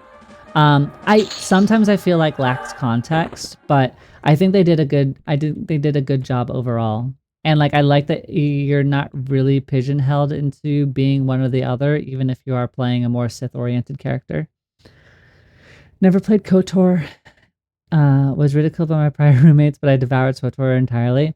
I'll never ridicule somebody for missing something, but I will say if you are into older BioWare games and older BioWare stories, and you like the kind of like old turn-based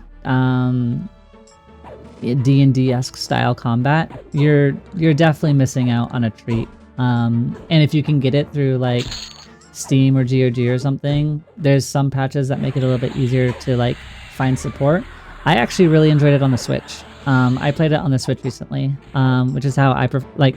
It doesn't require any patches or anything to set up, so like a console experience might be really good for it too. But I highly recommend it. It's a fantastic story. RP from the start. RP always. We are fully embracing RP culture here. As somebody who used to RP in MMOs pretty heavily, I do love me an RPer. Fable, you gave me a theory a while back, and I was telling stories. Okay, Fable's prediction. The Ixar Empire isn't in ruins. Instead, they are colonizing Antonica instead of how things played out in the original timeline.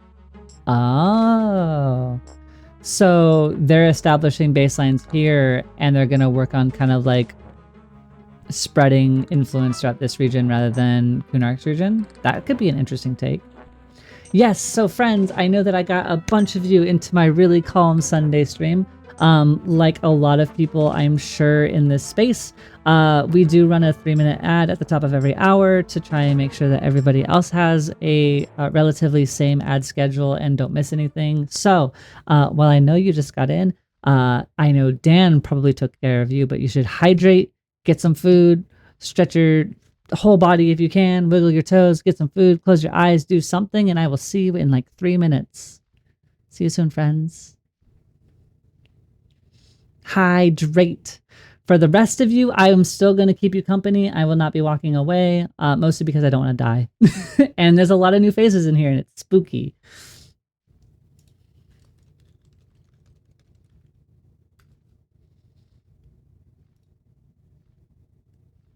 You know what? I'm redeeming this for all of you. This is your posture check. This is chat. It is spooky. Also, it's spooky to have so many new friends in here. I'm used to my chat being like an active like maybe 5 or so people, but when it gets to bigger than that, I'm like, oh my gosh, there are so many people. I want to like Sholia Games. I want to learn about you, but I'm like, oh, there are so many people. I appreciate your recommendation. I doubt I'll go back and play them at this point. EQ Legends will consume with a little free. Vainovo, I hope I pronounced your name right. Actually, I don't even know if you can hear me. I will reply to that later. Bum, bum, bum. All right, we're going to clear this tower. There shouldn't be anything in this tower. So let's... boop. There's a named... We're going to wait for our friends before we go up there. I didn't know there was a named up there. Let's get our regen back on while we wait.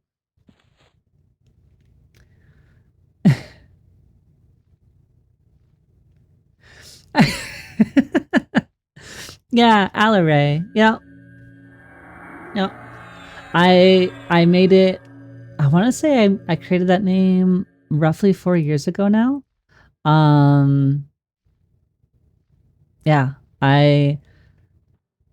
it means a lot to me, and she's actually the icon for the channel for the moment. So my character in 14 goes under the same name, and so my first ever piece of commissioned art was my Final Fantasy 14 character. Eventually someday I hope to get a VTuber model.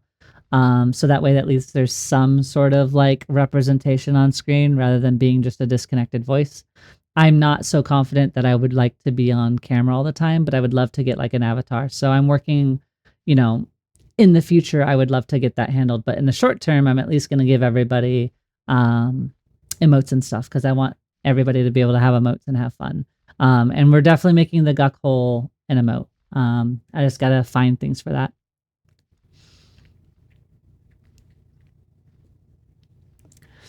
Churro! It warms my heart to see you here, my friend. Hi! It's the voice of the Guckhole gang. Good morning. Good morning.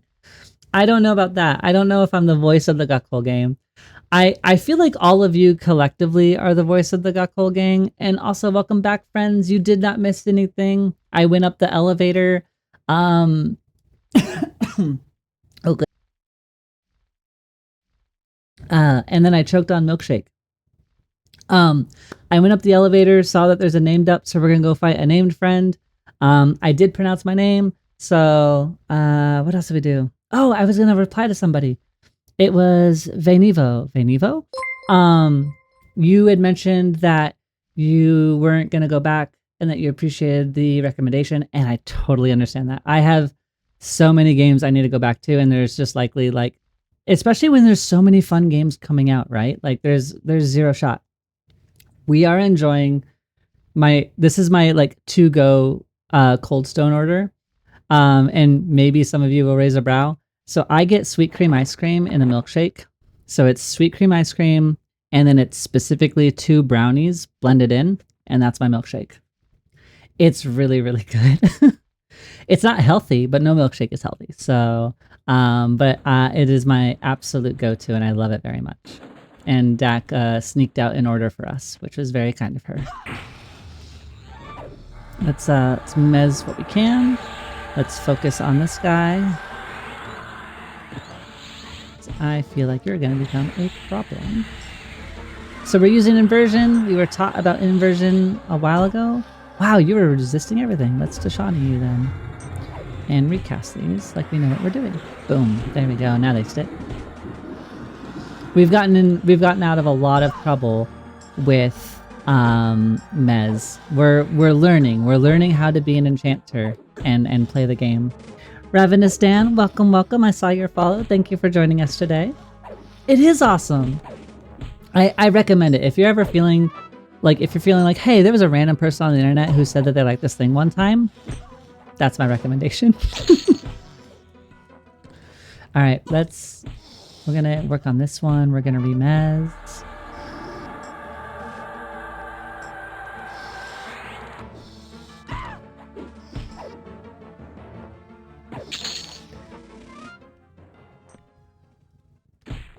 You may not have been democratically elected for this position, and we may have forced it upon you, but we are now your problem and you are our voice. Huh. I see what you're saying. I guess I agree. I guess I could be your problem. Or you're my problem. But I don't think any of you are problems. None of you have been problematic. I find you all to be really kind. Alright. You know what? We kind of made that look easy. I feel kind of proud of myself. First impressions, I can handle a group room.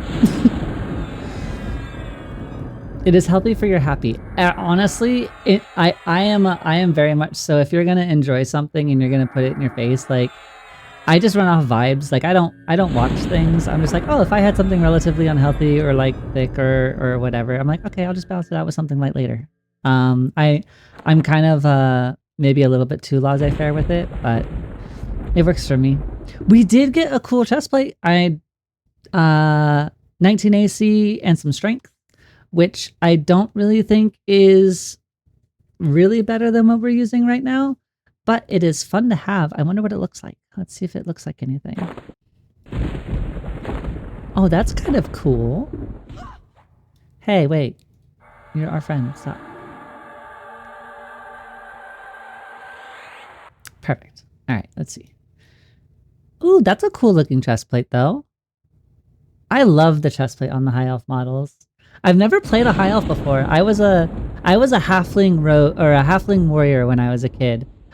So basically everything that I got to see in the game was the underneath of giant people's feet. Whether it was sand giants that I was tanking or bosses, it was always just you get to look at the bottom of a lot of creatures' feet. It's color shift on my bar. Color shift is on my bar. I don't use it that heavily. Admittedly, I should probably just...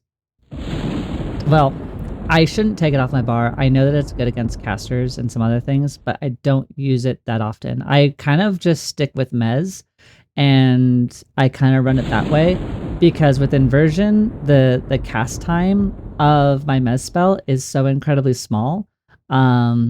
I just shut down everybody since I don't really have a lot of AoE damage throughput. If you said something a little earlier, I apologize if I haven't got back to it. I do try to make sure that I'm responding to everybody. Sholia games. I've been playing in FD4 lately for my rest to be angry. I really need to continue. Oh, do you play? So you play Diablo 4 then? How are you enjoying that? I tried Diablo 4 at launch and it didn't really stick with me in particular, but I've heard that it's gotten a lot of changes over the last like expansion or so and some patches. It's an excuse to drink peanut butter. Pro gamer. I don't know about that one. Maybe when I was younger I was a little bit more pro.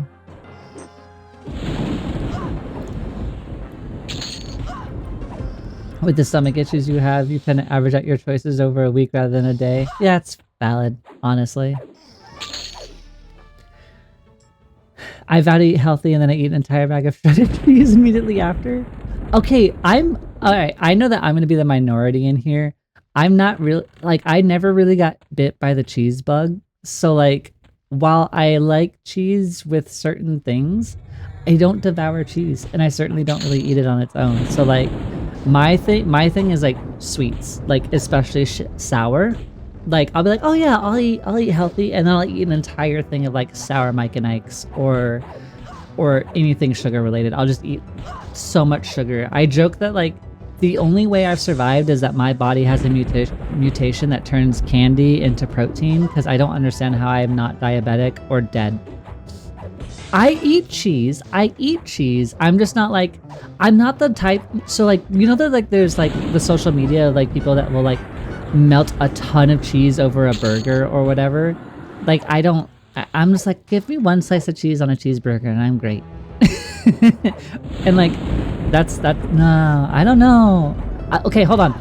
I'm also half Japanese, and I know that doesn't really sell a lot because there's a lot of cheese stuff still in Japan. But like, we don't process milk super good. So like it doesn't work. Oh, fair point about inversion at emails. My prior enchanter habit.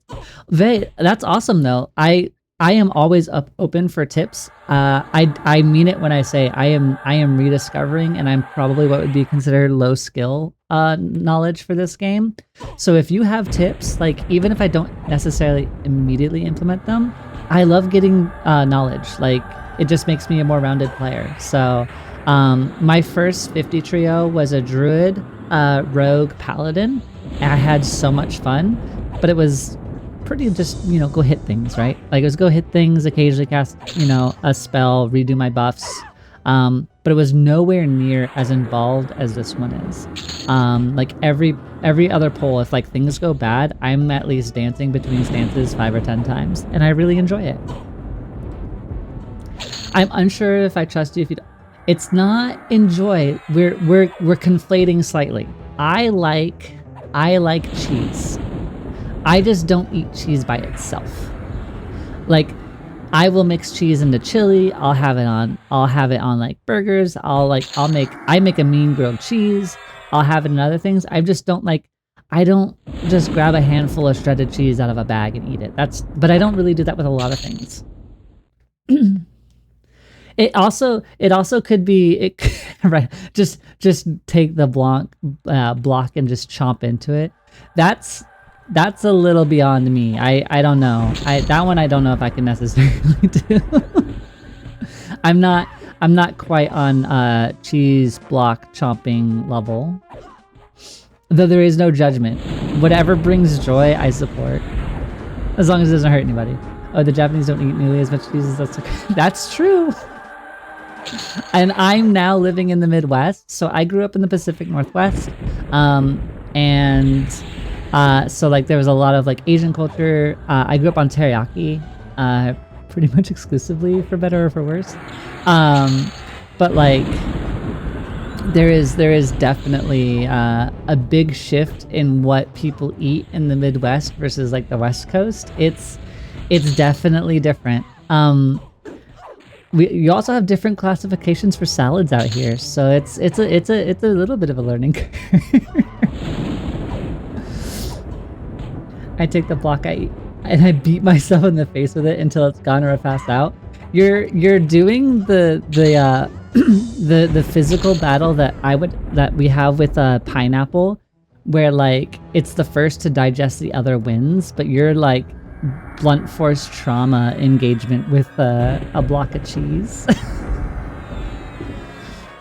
Can verify grilled cheese. See, Dak can say I do make good grilled cheese. All right. You can't beat an amazing. So I usually pair my grilled cheese with like a roasted red pepper tomato soup. That's the combo.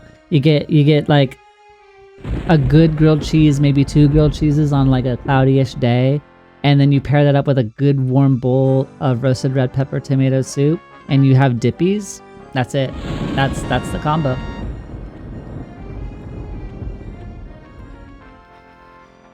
Yep, nope, that's the combo. Very tactful of you. I also disagree with some of those more lax-ended. Listen, I'm nothing if not... listen, I have a lexiconic mastery, and I try to use it when I can. I don't know if I survive all the cheese, or I didn't deserve it. I must come stronger. Goodness, everybody. I want to, like... Okay, hold on. From a gameplay point, maybe I can poke some of your brains. I see that this is supposed to be Meilong's room. Is there a name that spawns in this room?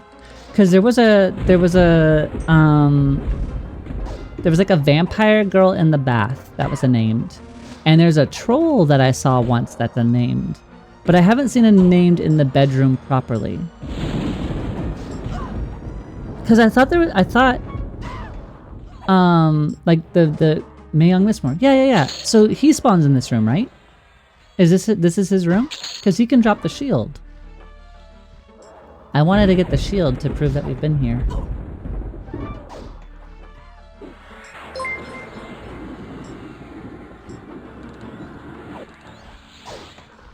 Oh, hey, we're at 130. That's awesome. Look at us growing. 130 followers. Thank you all so much for being here. I really appreciate you all. Thank you.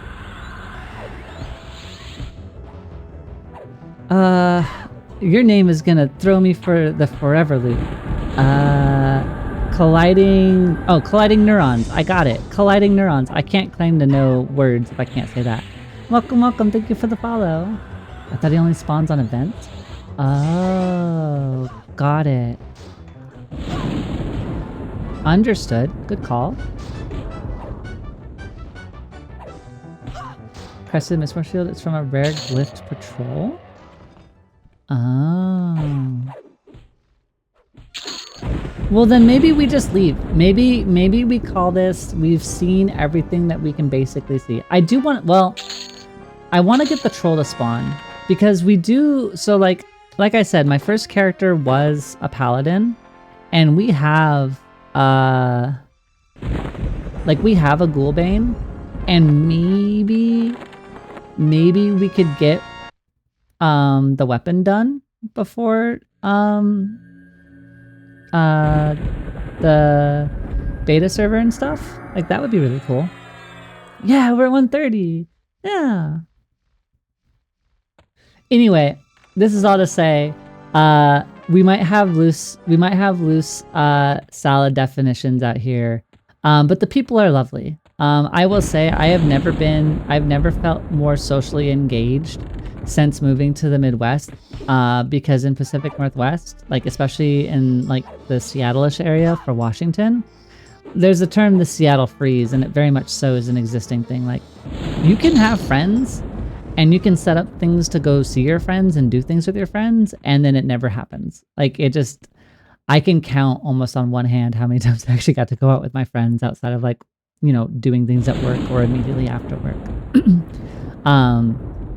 But since moving to the Midwest 2 years ago, I'm like busy every other weekend, and it's so nice feeling like I have a social circle and like getting to experience, like, I feel like I'm experiencing more of life now than I have ever.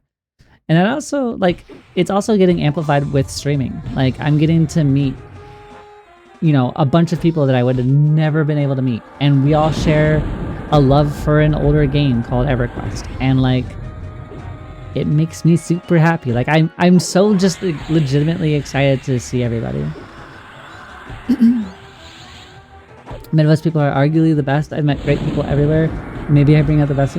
Maybe it's a you thing. Maybe you're the best and you bring out everybody's best sides.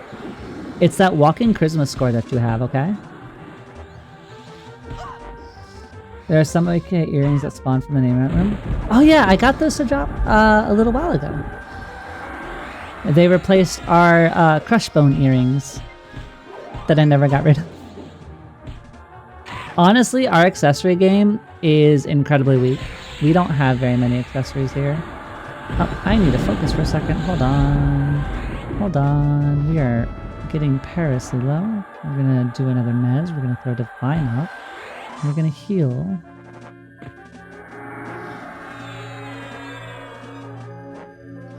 Gonna throw up another heal. I'm gonna hit him with another dot just because I don't like that he's not taking consistent damage. He's a little bit beefy. He's a strong boy. Alright. Over channel. Mez. Just to make sure that they stay like that for a second.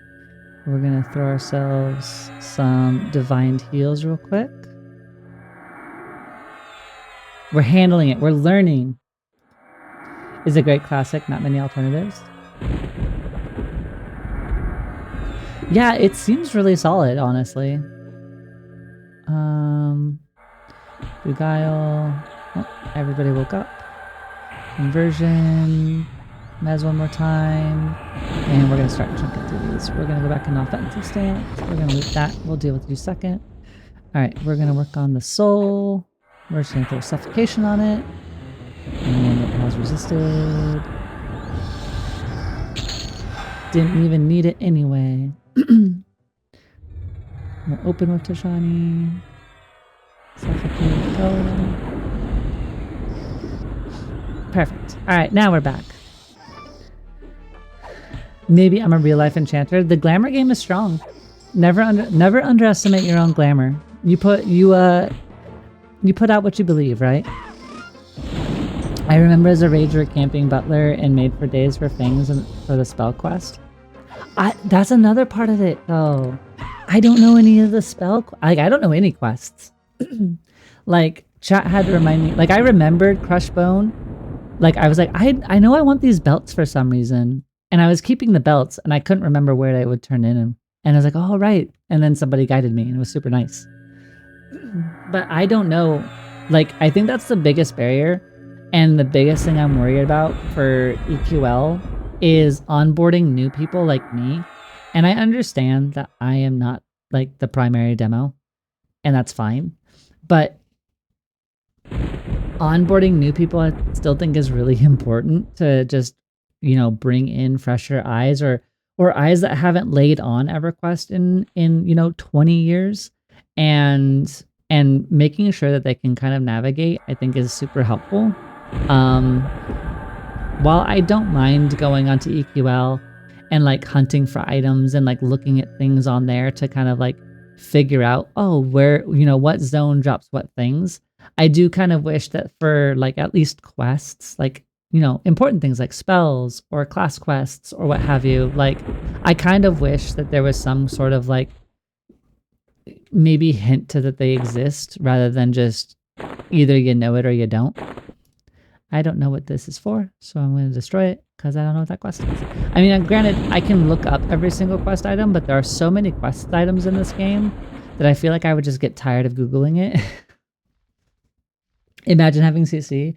Really liked your SK Chanter Wiz actually for Arcane Mastery Maxing. Honestly, so yeah, what are you running right now? Cause are you still doing your Bard, or did you switch up for a new trio? You're contemplating Bard Ranger Enchanter as one of my loadouts. Should be awesome. That actually sounds really good.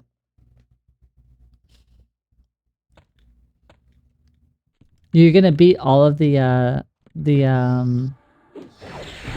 Ranger allegations. You're gonna tank with the best of them.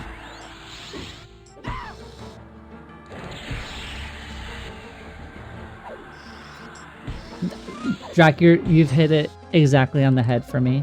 Community collaboration is awesome, and I think that like getting turned on to things and being told like, oh, if you go here, you can find this, or like, you know, I think it's like 3 or 4 streams ago when I randomly was like, when I was talking in general chat and I got pulled to go kill Nagy and somebody pushed me to go try and solo Veil. I would have never done those things. And it was really kind of cool to see. And then even in the chat here, so many of you like give me tips. Inversion was a huge tip for me.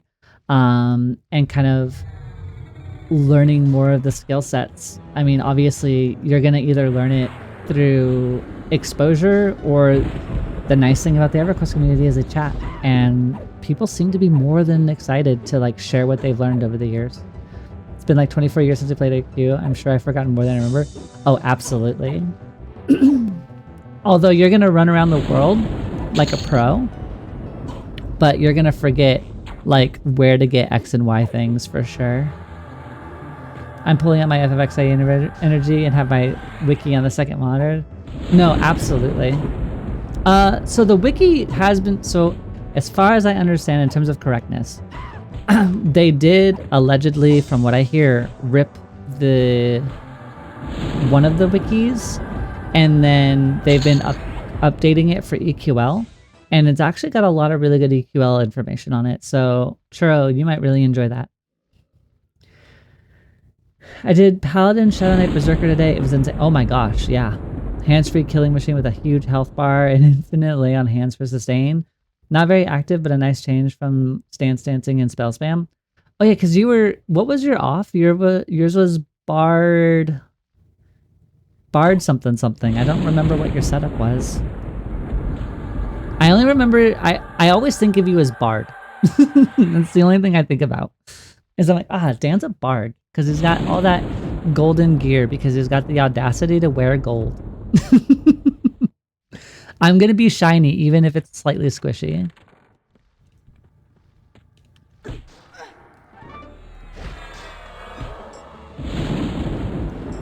I need a wiki update all the stances and invocations. That's what's missing from a bunch of bases. Oh. The stances and the invocations, etc. Like, I just call it spell stances and physical stances, since I know that I can have both of them at once. They make the game feel really, really engaging for me. I really like them a lot. Info dump professionals that can be, as long as it's actual, like, well-meaning. Sometimes I haven't had it done to me specifically yet, but I've seen a couple people be a little bit, unfortunately, a little bit mean with some of their stuff. Which, I mean, happens everywhere, but fortunately it seems like EQL is blossoming into a really beautiful community. Like, it does seem, broadly speaking, that everybody is incredibly kind. I know, we're absolutely killing it in here. I don't know what changed, but we are absolutely making all of the progress. I actually should probably look at my skills, but I'm having too much fun talking to everybody, so we're gonna keep going. We have 3 AAs. Next one is 6. Okay. Gonna make our way in here to a creepy room. Hello, creepy room. Oh. Mistmoore's coffin. Hello, coffin. That doesn't do anything. I'm pretty sure if I go down here, will I be able to get back up? I don't want to go in there. Kind until I need to be otherwise, but otherwise we should be fine. Private instances will do a lot to people. Yeah, that's from what I'm thinking too. That's the feeling I've had too. Is like when there's no longer camping. Right? Like you don't have to camp check, you don't have to compete with other players. Other players are no longer perceived as a threat. I think that's when the walls go down and like people are way more open to share what they know. Because at worst, what? They gear beside you and you have more aptly geared players to play with if you want to do group content. Yeah, no, I think it's almost nothing but wins. Yeah. I grew up on Terumar on original EverQuest, and I do remember there was like a big 3 for us on like the end game that I remember. It was like a guild called Black Company, Clan of Shadows, and Eternal or Enlightened Dark were our big guilds. And I remember seeing them for the a couple of the Enlightened Dark members, because I think they were ranked 1 above the others, though some made contentious that. Seeing them in their gear was always just so super cool. But I remember hearing about all of the drama with like the intentional trains to like steal spawns and stuff like that. Murder Hobo online? No. Hi, Dirk Knight. I'm not a murder hobo. I've been beating the allegations. I was in Terramar? Yeah, I was. Did you know a human monk named Shadowfist?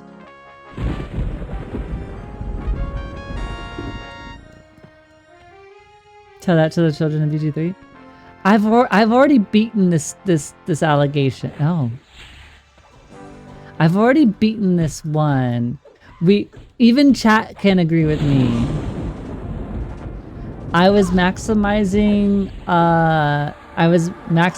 loot table appearance, and that's okay.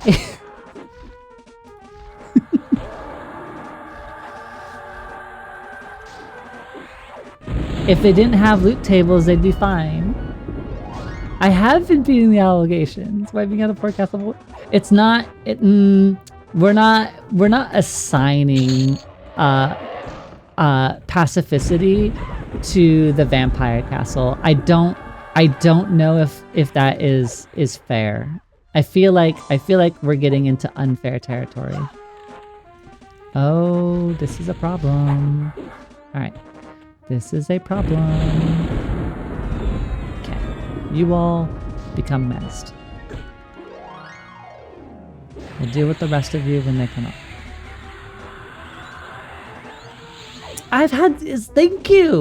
Thank you, Venivo. I have had no malicious intent. I appreciate that. I've had no malicious intent. I have only killed in self-defense.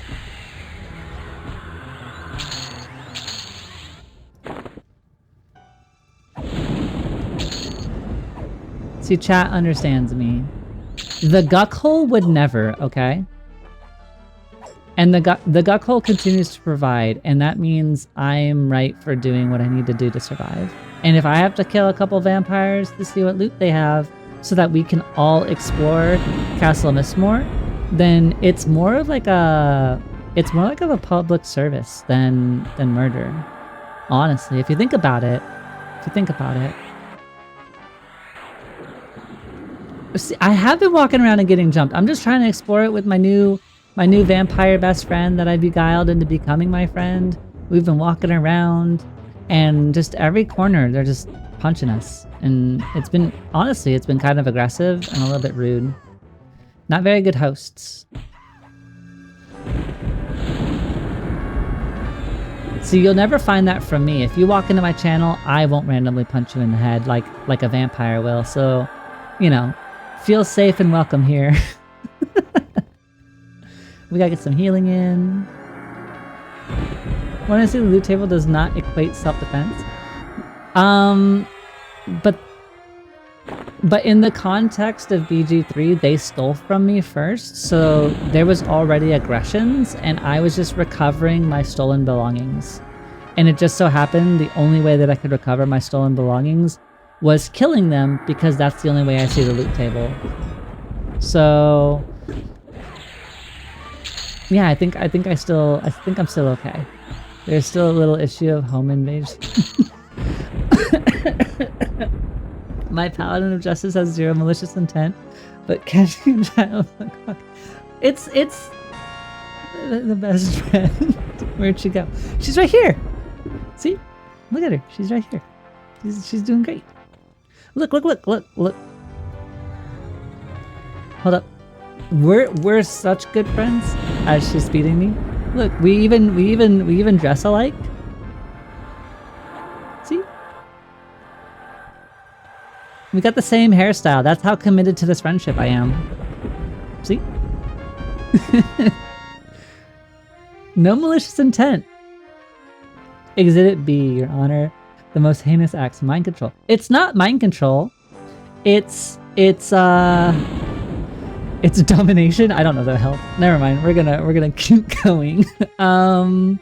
What's that here? We've been here before. Oh, it's the enealogist or whatever. I guess we'll see if the rare's up since we already had to clear most of this place. Oh, we made new friends. Okay. I do wish, I see like there was a couple people who were running like these builds that could do like really sustained AoE damage, and they're just going in and like killing tons of monsters at once. And while I think that's really cool, I feel like that's like an eventual dream of mine, is to be able to like feel as powerful as some of the other players. And I know it's a lot of it's like AA, game know-how, build stuff, and like a lot of it seems to surround like running a berserker, and I have not played a berserker yet.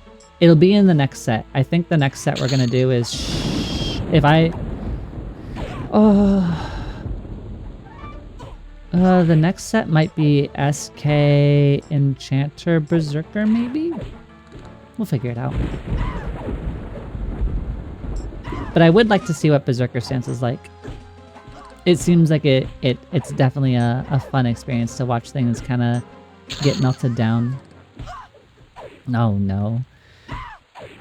I don't want to be that guy that thinks she's pretty and yours.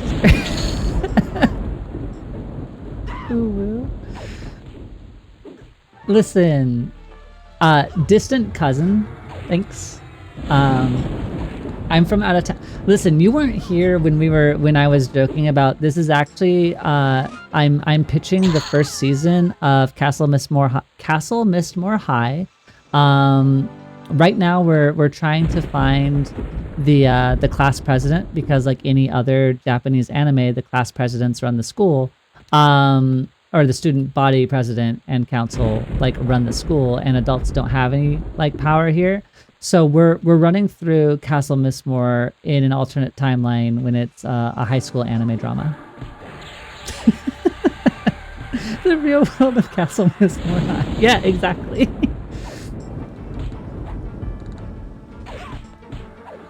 Listen, I can offer you all very little when it comes to giving all of you playable tips for EverQuest Legends. I am happy, more than happy, to answer the questions that I can. And like if you're like, hey, can you put something on screen or check out something, I will absolutely do it. But if you're looking for like functional information, I'm very, very sorry. You're probably not going to get that here. And I can give you some brilliant people, Danticipation included, to check out. But if you're here for vibes or wanting to share your knowledge, like, I hope that I can at least provide that. This all comes from a place of like genuine enjoyment, and I have so much fun getting to interact with all of you. Berserker stance was my one hope to make archery viable with Spellblade, but I don't think it will still. Why do you say that? I don't know anything about art. So the only time I've ever shot a bow in this game has been on this character. I have not done any archery, and I know that like rangers have that whole archery skill set thing, and like there's a stance for it, but I don't know anything else really beyond that. Let's go re-clear back to Mayong's room and see if anything's there. And if there's nothing there, I kind of want to stay here until the troll spawns. Once we get the troll, I think I want to head out to another place and see if we can see a new zone, because I have never been to the hole and I've never been to Kedge Keep. I'm here for witty bant, murder, hobo energy, and occasionally making fun of Dak. Making fun of Dak is one of my favorite pastimes. So for those of you that have, if you've ever played Final Fantasy XIV, or maybe even if you haven't, so I main a healer in Final Fantasy XIV, and there's a fun spell called Rescue. And what Rescue does is it lets you target one of your allies and you pull them directly to you. So what I like to do is I like to pull Dak into like tank mechanics, or if like a part of the boss arena like crumbles and there's like gaps in the floor, I'll stand on one side of the gap of the floor away from her, and then I'll pull her into the gap, and then I'll be like, wow, Dak's failing a lot of raid mechanics. That's crazy. Don't worry, I'm rezzing her. So we murder Dak a lot. It's good times. I'm sorry to hear that. Yeah, she's a little off today, so we do need to be kind to her.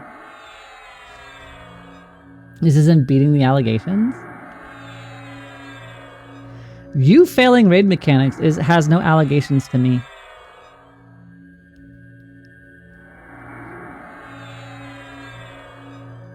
The cheese made you do it?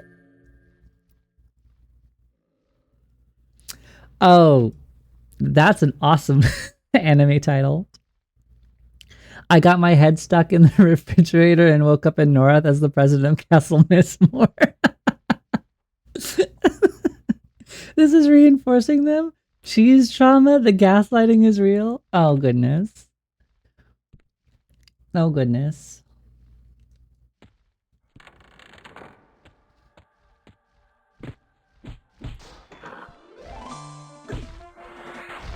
I don't want to be in divine. Yeah, supplicate. I will say, I did learn on this character that mashing crouch when you're casting instantly cancels it, so that way you're not stuck. I know that most people know that, but we are working on striving and improving, so we're learning slowly. I think my favorite zones in EverQuest so far have been number 1 is Lower Guck. I don't think I've actually really ever been in Upper Guck besides going to Lower Guck and getting the Ghoulbane. Lower Guck is probably one of my favorite zones in the game that I've experienced. If only because like it's predictably comfy and it's kind of low stress. Like you just kind of go through it. It's really homey. It has some really solid drops. But it's kind of quiet. Like you can break it up pretty well, and it's like very predictable content. And like it fits like a really chill vibe. And I've also been there the most, so like it's a place I actually am very confident in navigating. Where am I going? I'm not confident in navigating this though. Okay. I went the wrong way. I need to go this way, then I need to go in here. We did not get the troll to spawn. Alright. Let's get the mez going.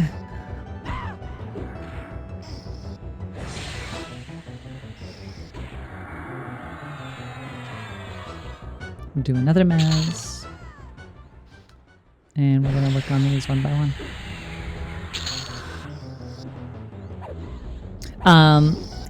I think the second favorite place that I've been to is Unrest. And I didn't even get to fully explore that.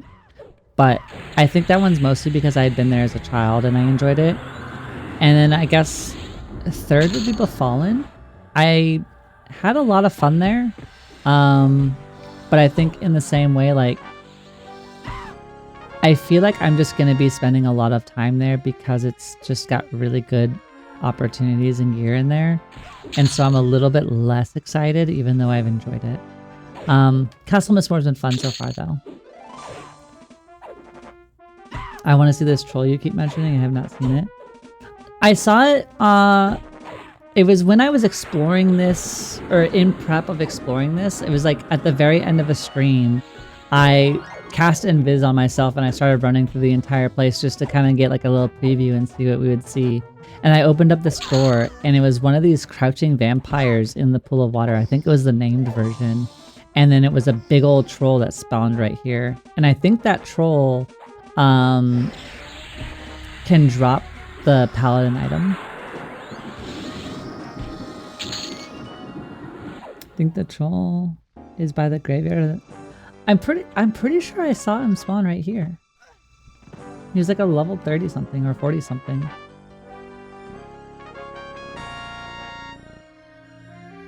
Just nonchalantly walks in on several women bathing.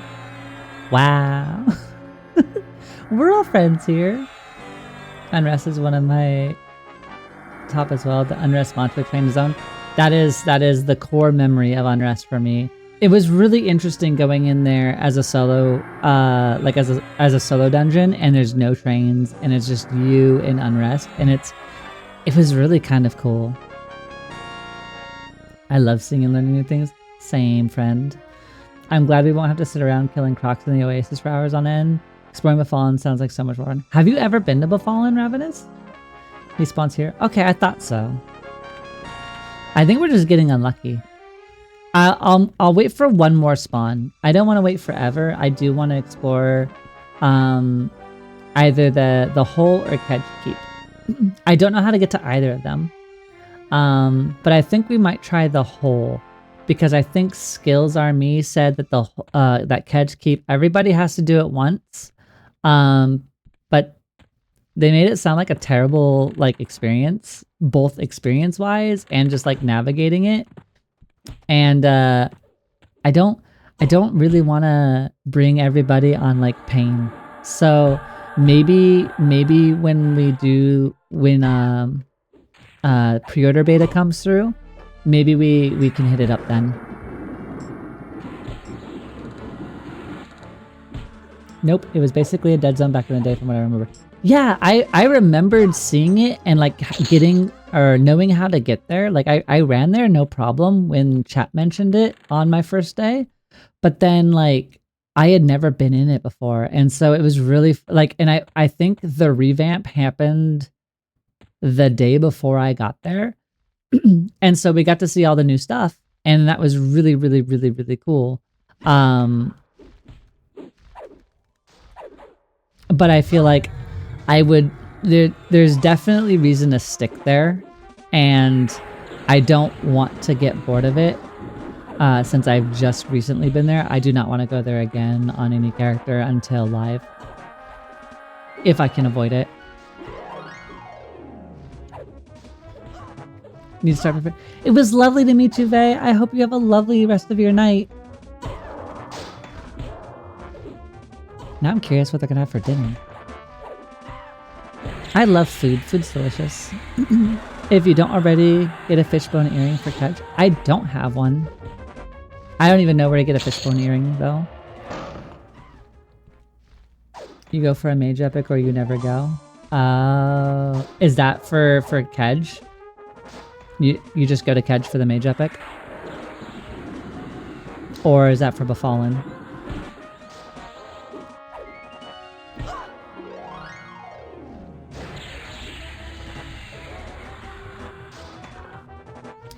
I don't know which one yeah goes to. I said two things.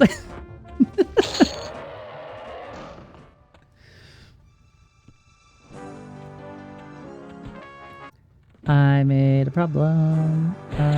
Forgot that's where that room went. Okay.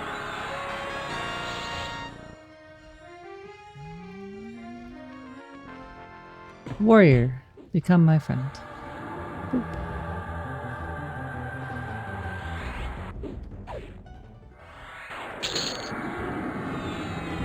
In Kinos Hills, easy spawn there, barbarian fisherman named Hayden. Oh. Kinos Hills. Kinos Hills. Is Kinos Hills by Surefall Glade?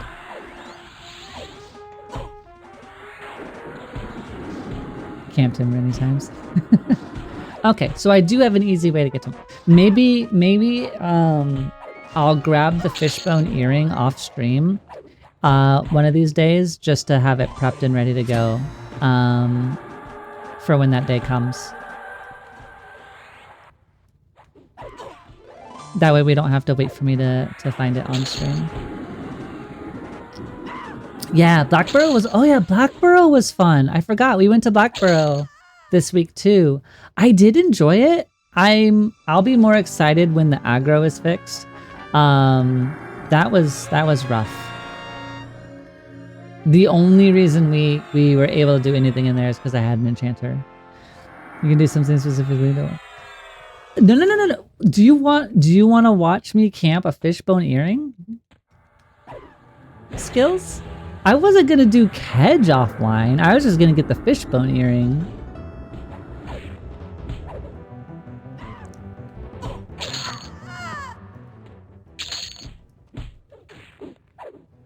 I'm not that monstrous. It's very quick. That's fair. Well, I don't know if other people are camping it or not. I need to get off of Divine. There we go. All right. All right.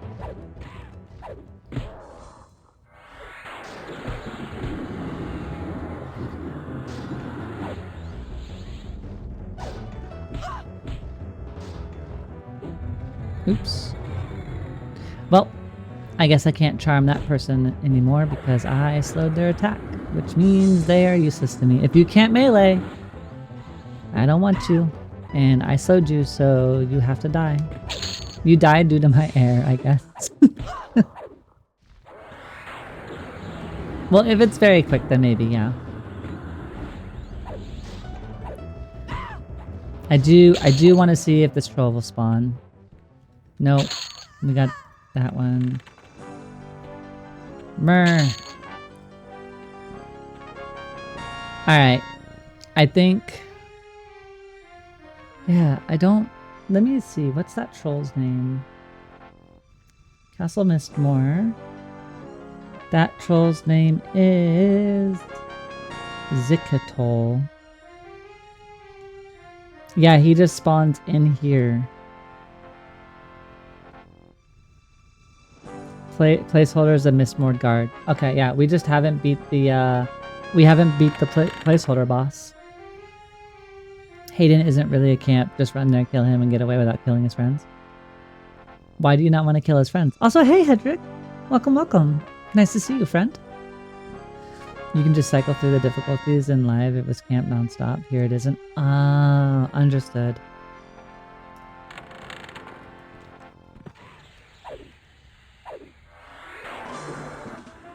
That's so to speak on that very briefly, I think that's also one of the main reasons why you haven't seen me in any of the later game dungeons. So,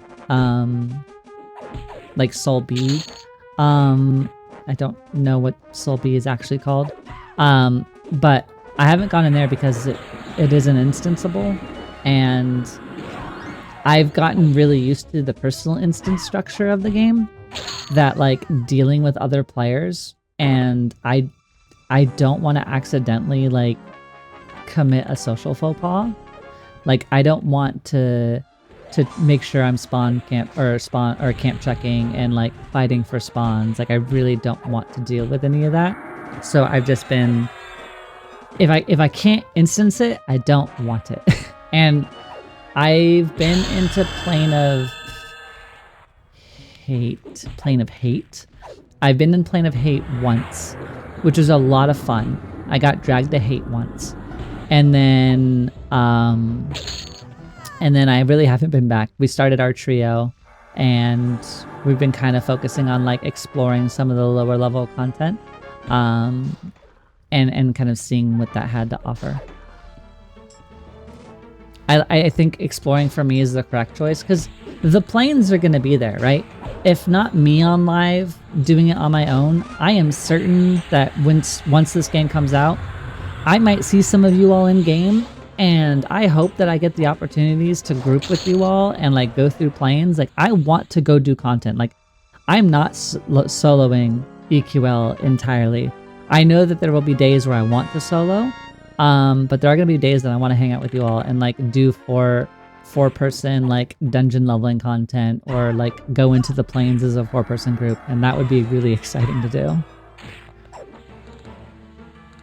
Oh, it is now its last patch. Oh, I didn't hear about that. That's good to know. Well, that gives me another avenue on this little leveling adventure. All right.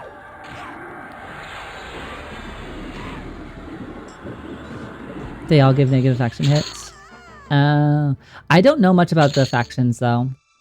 I'll be really honest with you. That that was not something that I ever engaged in. So I'm a big crafter and reputation, like in WoW, before reputations got like account wide and everything, I had 100+ exalted factions on one character. I loved rep grinding. In Final Fantasy 14, I'm an Omni crafter and Omni gatherer. I love doing I love doing crafting to a degree. Less so in 14 than I did enjoy it in WoW.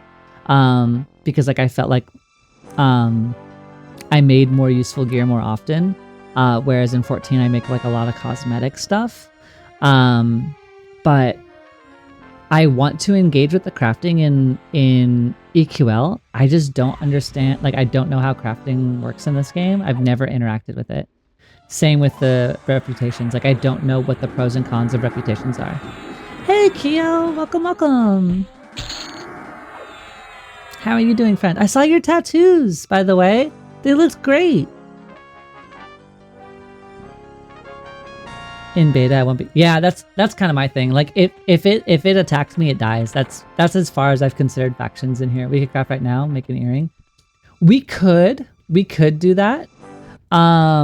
I was thinking that the Paladin epic would give me the see it's the troll. The troll's here. I wasn't lying. It exists.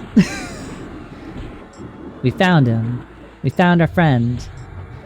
Maybe we'll get the drop. We're gonna slow you. Huzzah! Exactly. Huzzah, troll.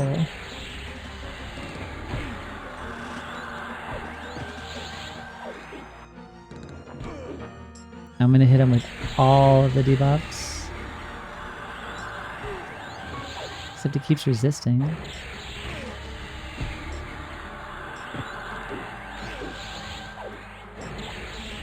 He's really good at resisting poison. Alright, we'll stop casting that. Crafting, get the trade school kit, put components in the kit, hit combine. So, yes. I do think that's what I vaguely remember seeing my dad do. Most important key to success for surveillance and the ability to can't mind numbing cannons for hours. Valid. Hey, glowing sword hilt. I think that's the quest we need. Glowing sword hilt. And that's for Soulfire. Perfect. So once we ever go down that route, we have it. Alright. I stored it in my dragon sword. We can leave this area now. We did it! Alright. That's for the eventual Soulfire. As you were saying, I think that it is that simple. The problem is I'm really used to let's go to Surefall. And I don't want to be a dark elf because I think they'll hit me. I'm used to like a UI, right? Like you have a bunch of different things that you can craft. It's in a UI, it tells you the materials, and then you switch to the class, you gather the materials, you hit combine, right? And then either in WoW, it's just you made the item, or in 14, you're using a bunch of skills to craft the item, and then boom, you made the item. Where in EverQuest, as far as I know, there isn't like a profession page that tells you all the things you can make. And I think you have to like go by, yeah, exactly. And so like that's the part that's a little bit intimidating because I don't know what those are. And again, I can look it up on the wiki and I'm not too concerned about eventually figuring it out. But in the short term, it's like, it's another one of those like things that I need to set up a building block for and get used to. They've added the recipes? What do you mean they've added the recipes skills? Explain yourself, my friend.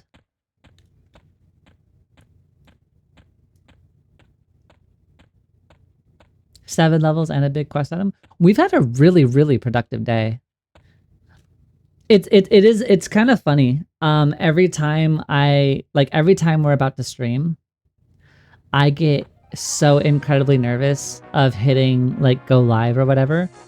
And then like the first like 10 minutes is just me being absolutely terrified and like I'm watching my little countdown happen, and we're going to live as I let like the ad play before the stream starts. And you know, I might have some people in chat come in early, and then sometimes I don't, and sometimes it's still 0, which is completely fine.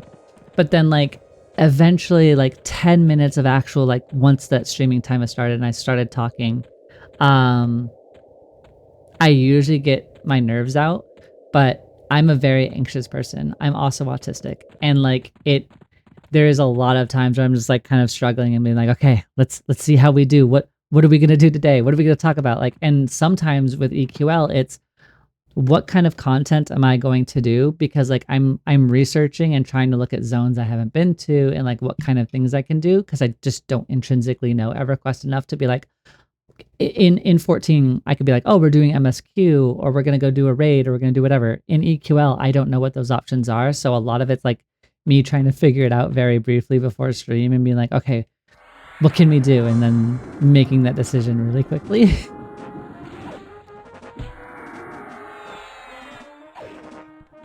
Oh, his friend came. That's okay.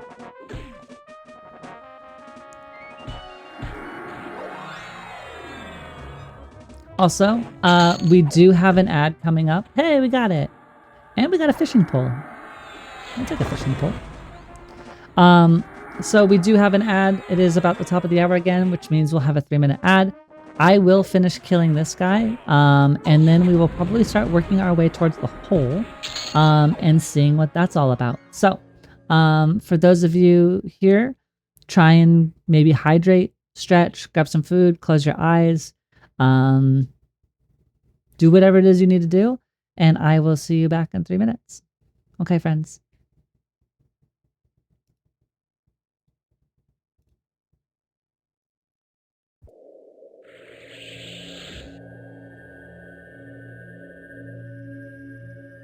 Hello, we're back. Oh, hey Envy, welcome, welcome. Lovely to see you. I am trying to figure out how to get back to the frog locks. We just finished messing around in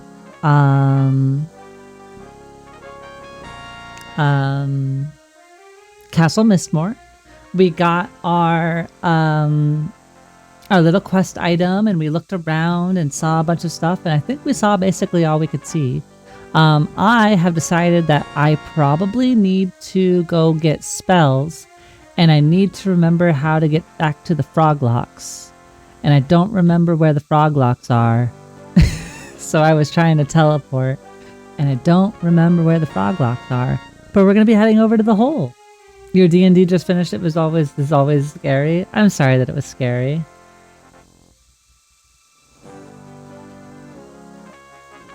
Where are the frog locks?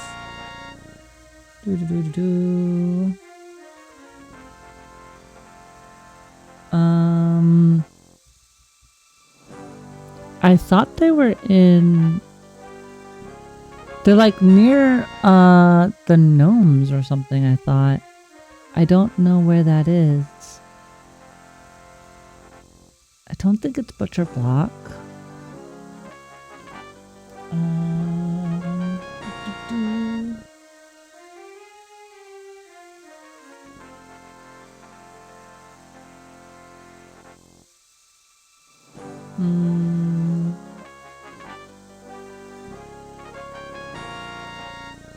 Trying to quickly look up where they might be.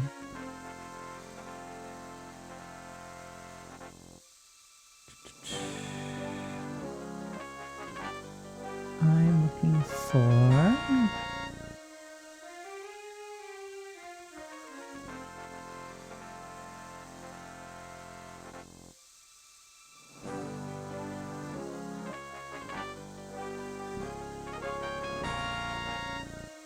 Farah?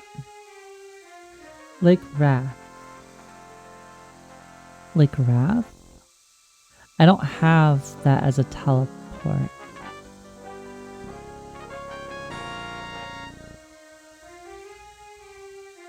I remembered that we teleported somewhere, and I just had to run one zone over.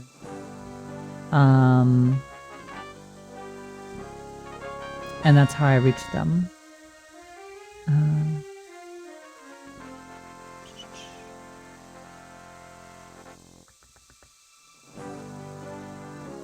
Steam font. Steam font. Isn't that where I am?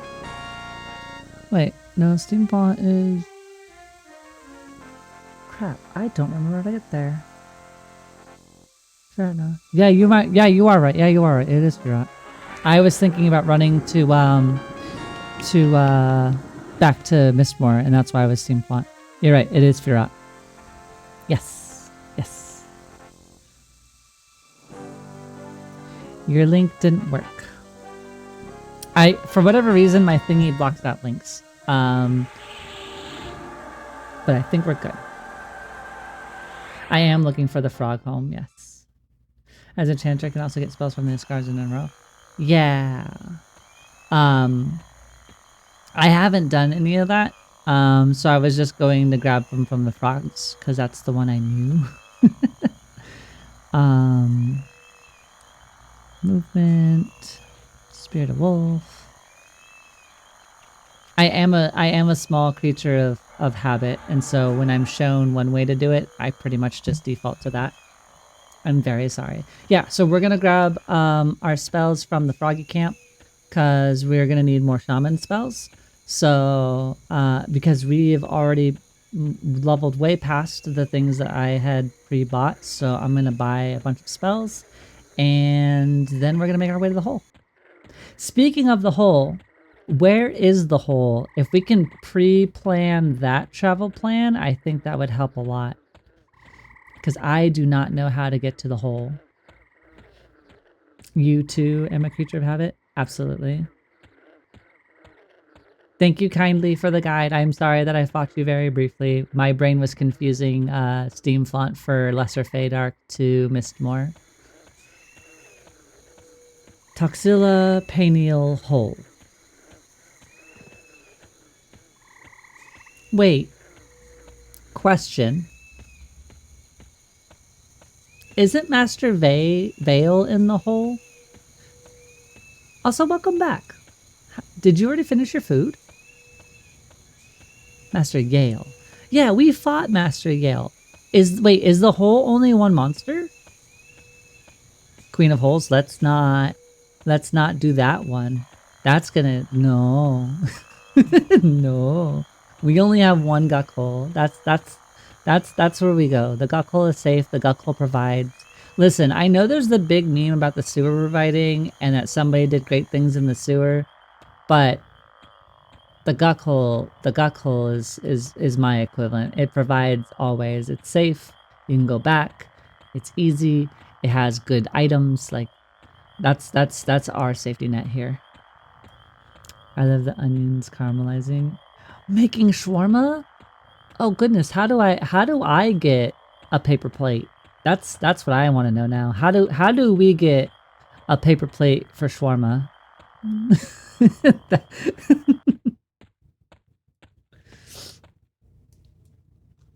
Coca-Cola's life. Oh goodness. That sounds really tasty. I hope that they turn out brilliantly, Vay. Are you okay if I shorten your name to Vay versus Vaynevo? I would have traded food for a beta key about a month or more ago. Unfortunately, I didn't have the means to do that. Vay is your preferred? Perfect. Funnily enough, I have another friend that I also call Vay, so very easy for me. I wish that I could have got you a beta key a month ago. I also wish that I could have gotten everybody else in here a beta key a month ago. Unfortunately, not in my power. I will enjoy the thought of shawarma though. Should have realities been different. Meanwhile, I'm being a degenerate and eating up broken taco shells with salsa. I do think that gently falls into a little bit of degenerate territory. I will not fight you on that one.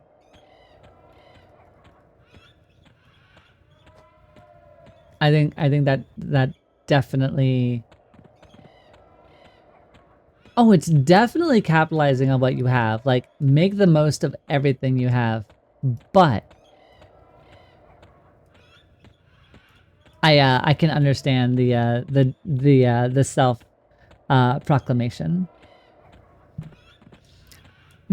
So we had a new Asia Mart open up near our or they call it the Asia Village, and so we had a new like Asian grocers slash like food venue hall open up near us, and like seeing some options that were akin to like the Awajimaya that I had in like in Washington, it made me so deeply happy. And they had some instant ramen that I can't get here, at least not in the flavors. And so they had Shin Ramen, and they had this like it's advertised as like a sweet and spicy kimchi flavored Shin Ramen. And so I bought that because I was like, of course I'm gonna buy it. It's Shin Ramen, and I love them, and I love kimchi. So like I make cucumber kimchi almost monthly. It's been about a month since I've made it, just because like I haven't had a huge want, but usually I keep up a pretty good stock of it. And I had it today, and I'm happy to report that it was very good. There was zero complaints on the performance. And I also threw in some of the we had some uh like Asian inspired pork that we made. So I threw that into it as well, and it was really, really tasty. It was really, really tasty. All right, let's get some of these spells. Sort by level. Don't want that. Don't care about that. We're level 34. I haven't really been using direct damage abilities.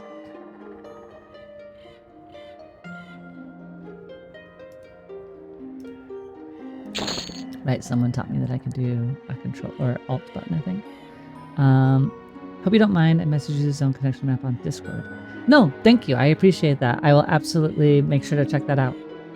I went through my kitchen and realized I have everything to make orange chicken and rice. Made me happy. I also need the Asian market and restock. Heck yeah! A giant pot of pho. Oh my god, I would mess up a good. See, okay. I am not. So I get flack for this a lot. I'm not a big soup person.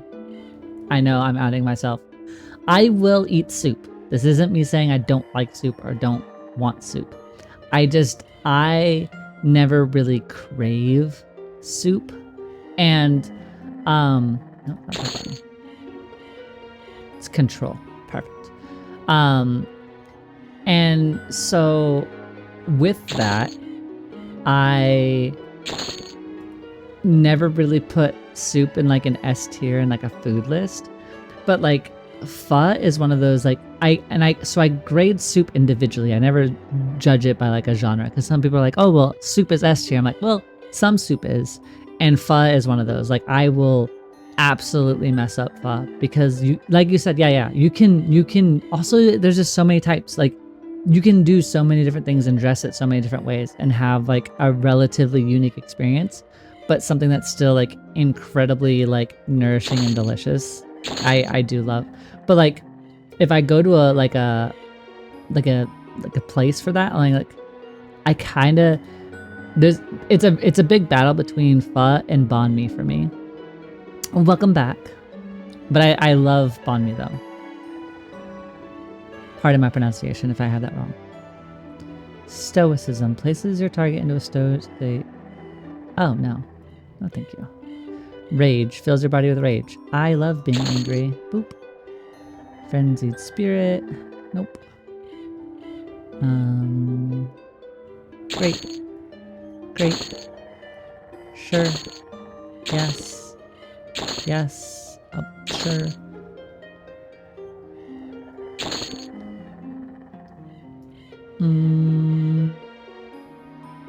Yeah. Take 2. Spiritual companion, no. Spirit of Puma. Oh, wait. Yes, I'll take that. Yeah, probably soul. And then disease, sure. Easy. Alright. Got a lot of spells to quickly learn. Shouldn't be too long. Just so that way we don't really have to come back and we can just kind of go through the motions. I love being able to scribe spells that even if I don't meet the level requirement. It's such a big quality of life.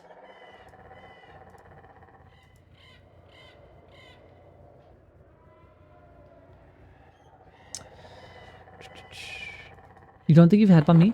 I would, if you go, I mean, there's a lot of, if you look it up locally, you should hopefully be able to find some.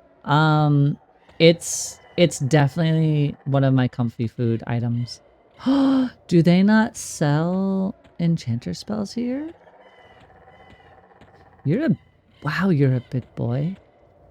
There's a big monk boy. I didn't know there was a big boy there. Alchemy. No? Can you not be? Okay, I guess not. We're just gonna have to return home real quick.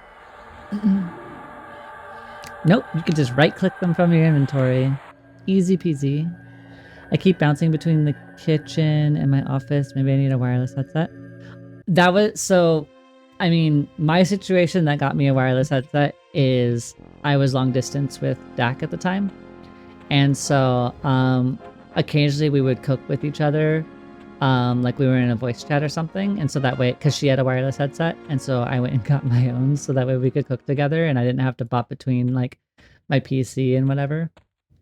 I do enjoy my wireless headset, but I found that like I think at this point I wish I had a different wireless headset because I bought an XLR mic. So now I don't really use the headset in my, or I don't use the microphone that's in my headset. So I kind of wish I had one that was like just meant for sound quality and only sound quality. I will check it out. I do a lot of home cooking. One of my favorite hobbies is exploring different markets and trying recipes. I love that. I grew up in a household that couldn't cook. So I tried to cook from a young age. Sometimes it's difficult, just with some of my neural processing stuff. But I do love the act of cooking.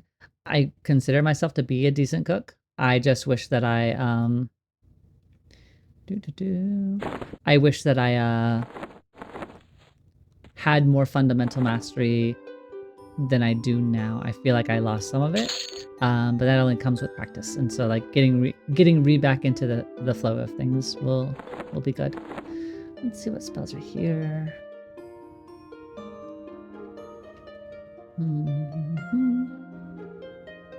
Weakens your opponent, lowering their strength. Increasing their mana pool.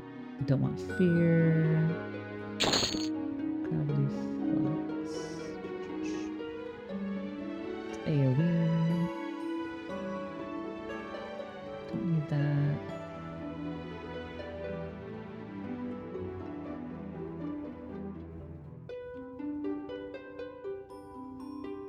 I have a pair of wired Sennheiser 660s, so they're, oh yeah, they are. That would be the brand that I would try and go. Like Sennheisers or like the Studio Sonys were ones that I would be interested in. I had the pleasure of working with an audiophile back at my office job, and he was one of the lead IT guys, so he was pretty securely there, and like he had like his own DAC and like everything set up. And occasionally like he would like Teams me and be like, hey, come listen to this, and like he would bring in like these multi-$1,000 headphones, because he was also doing headphone reviews, which was just absolutely wild to listen to some of the, like the differentials between like open back headphones and closed back headphones. Like I know nothing of that world, but it's fascinating to know how much goes into like solid headphones and like what audio quality can really look like. Hey, another dominant spell, aka make our friends. Blur is good. Wandering Mind. While also decreasing your agility. I don't know if I want that. Distill mana. Don't have that. Don't want that.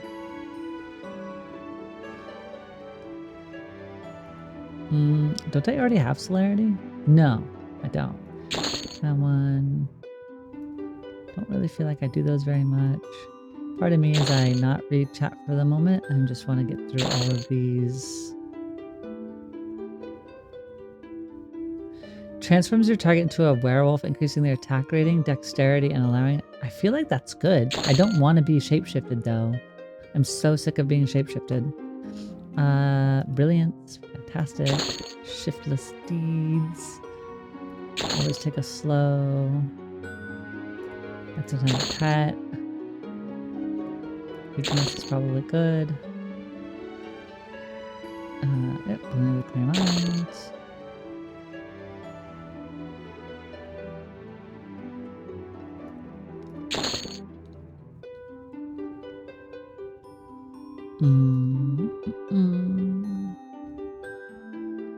Hey, a stun. Oh, bounces sounds cool. Interesting. Oh goodness, we're getting complicated here. What are we looking at? The smells and heat have kitchen and light are not good. Yeah, I can understand that. The overstimulation, especially if you have like sight and smell sensitivities, can be hard. Clinical OCD and ADHD, I get super obsessive and compulsory, so I often have to tell my brain I hear it, but cooking does not require the obsessive perfection. I love that for you though. That's a huge thing, and I feel like that's something that only like experience can kind of come through. I recommend everyone take up cooking as a serious hobby, as a life skill, getting those basics down and learning how to be derivative and creative. That's one of the reasons why I love cooking so much too.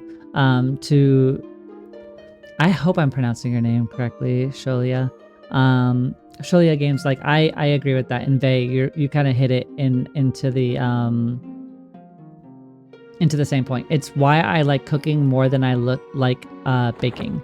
For me, and I know that there is some play on this, but generally speaking, the way that I describe the two, and to me, there's a massive difference between a cook and a baker. And a baker is scientific. It's very by the numbers. There's measurements for a reason. It's scientific. It's like the way things work together and like the way things go. You got to make sure the reactions and the ingredients are specific and do the thing. Great. Do your recipe boo-boo. For cooking, it's much more laissez-faire to a degree, right? Like you can have a general baseline and a general recipe, but if you don't get everything measured out to the nth degree, you're not screwed. And like happy accidents make food and new recipes all the time. I mean, that's happened with baking, but like you can be a lot more free form and look in the kitchen and go, oh, I've got some lettuce and some cabbage and I got some noodles and I've got like an Alfredo and I got some chicken, and like you can store it all together and make a thing. And so like learning what ingredients you have and throwing them together and like forming that confidence is an absolutely worthwhile skill, and it helps so much to have. I fully agree with you on that. I know that Garu is good. I bought it. I know that a lot of the Enchanter spells are good. I'm just looking at them very briefly, trying to like quickly read them and deciding on a very quick split-second decision if I want to have it. And then if I need to go back for it for like later things, I'll do so. I just want to get things scribed and then move on. Nope, don't care about that one. Don't care about that one. That seems good. I remember Dazzle. Shadow, cool. Another pet. Improved invis. That's good. Boop, boop, boo. Thank you for dealing with me while I get my spell scribed. I know it's not the most entertaining. I'm glad that I'm pronouncing it correctly. I was worried about that for a second. The axiomatic foundation, salt, fat, acid, heat. It's true.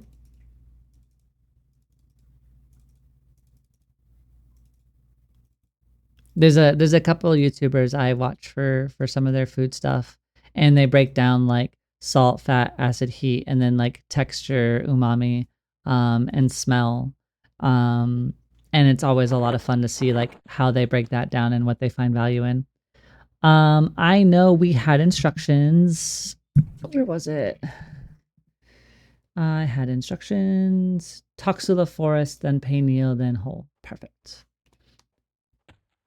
I can scroll up with the best of them. I need to get a walk. I keep saying the walk is a great tool if you can take care of it too. And like get it seasoned and ready. But a lot of people with like just normal convection stovetops, like it's great, but like convection is only going to do you so well with a rock. Not saying don't get it, but I think a wok really truly shines on like more of like a gas, like a flame stove. Is there a way to hide illusions? There is. I don't know about all of them, and I could test it with the elementals real quick. But when I was a druid, I had to wait till level 45 because there was an illusion component to the spell, and then there was the buff portion of the spell. Let's see real quick. I'm guessing unless it has a multi-component factor to the spell that you can't get it. So let's see. So this should give me a shimmering illusion that is a water elemental that also grants breathing.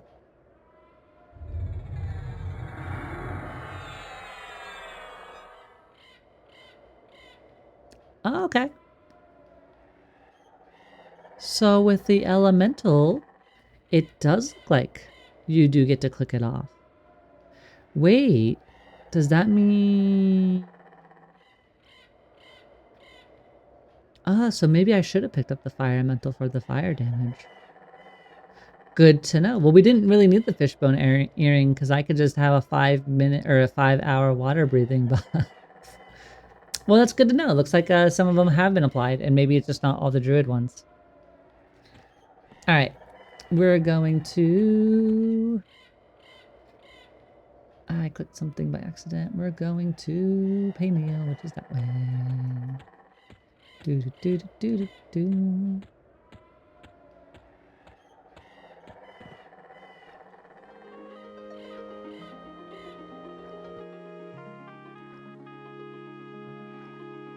Don't think I've ever been here before. I think I was teleported to Payneal the last time I was in that area.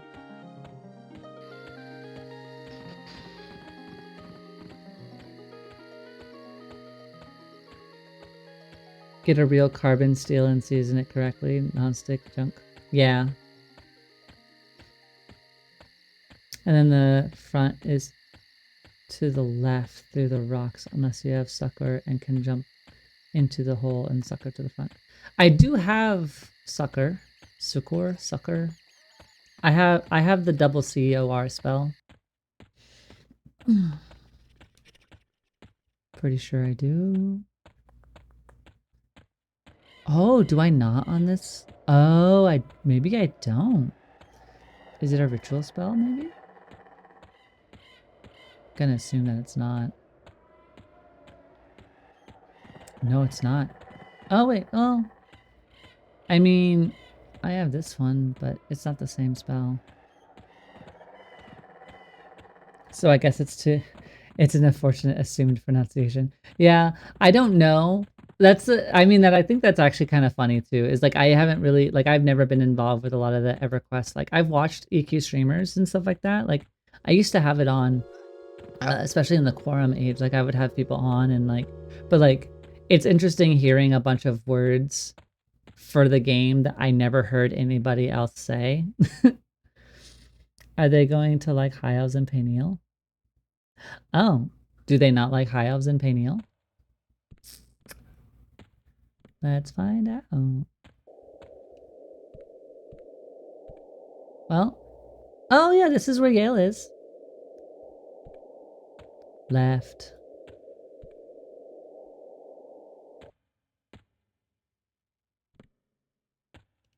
Wait, was that a left?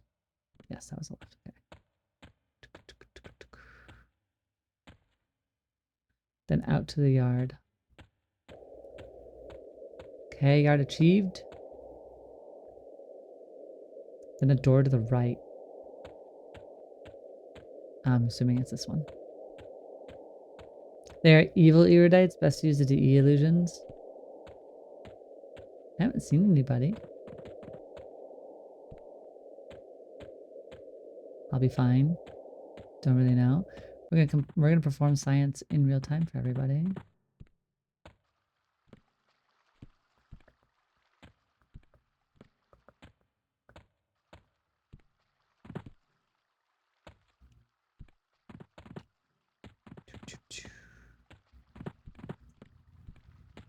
Down into the water. Ah, it's a rock. We did it.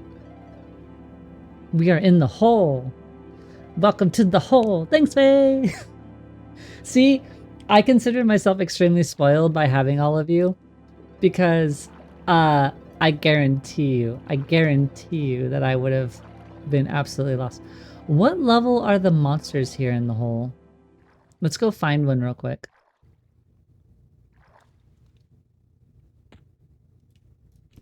I'm gonna see if I can find a monster. Don't go too far. Don't go too far. What do you mean? Oh, wait. 42.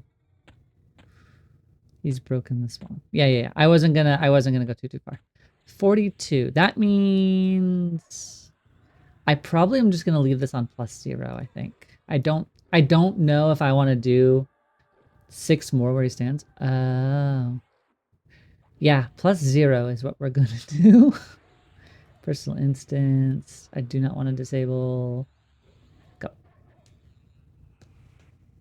Each tapestry in that hallway is a spawn location. Maybe we're overestimating how strong we are. I thought this was like mid-30s. Maybe we can't do the whole.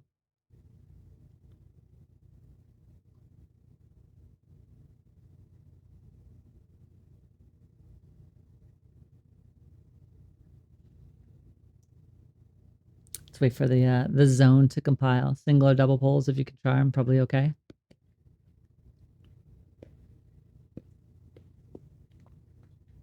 A disclaimer, I'm not in this beta. Oh, trust me, you're fine. Even if we do die, it's not like we have experience loss. All right. Let's look at our spells real quick. I apologize. This might be a little boring, but let's get set up.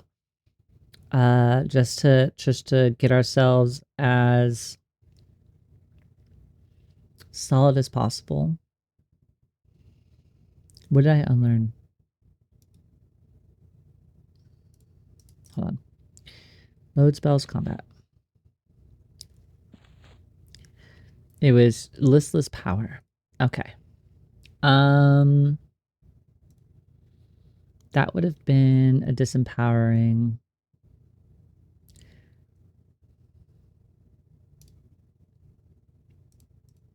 We'll do disempowering for that one.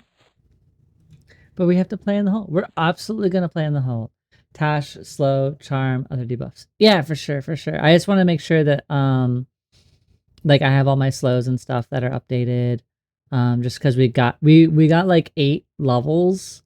And I haven't looked at any of them yet. And so I want to make sure that I have them all ready to go. Do I have a new mez? No, I don't. Okay.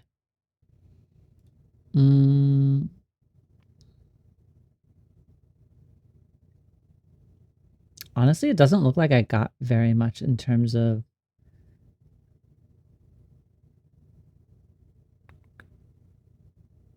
Yeah, I don't know what, like, weakness. Yeah, I was just making sure, because, like, again, I didn't check spells since, like, level 23 or 24 or so, besides, like, my healing, which apparently isn't updated.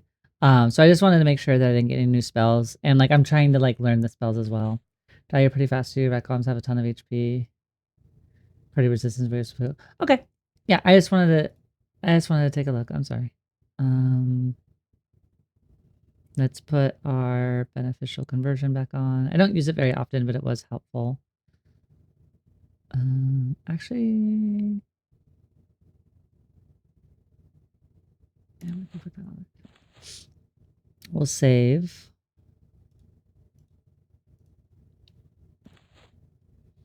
Backseat gaming, lol. I can't wait to play. No, and that's completely valid. Like I said, I am more than happy to have everybody's like input and like learning. There will be some slow periods just because I'm not as experienced as all of you, so I do need some moments to kind of intake what I'm looking at. So I do apologize that I might be a little bit slower than you are. Nimble. That's a big jump. I don't know if we have one for obscure. We do. Do we have one for charisma? No. Just tech dex, still the same. Don't need beguile for now. Gift of magic. Ox's stamina.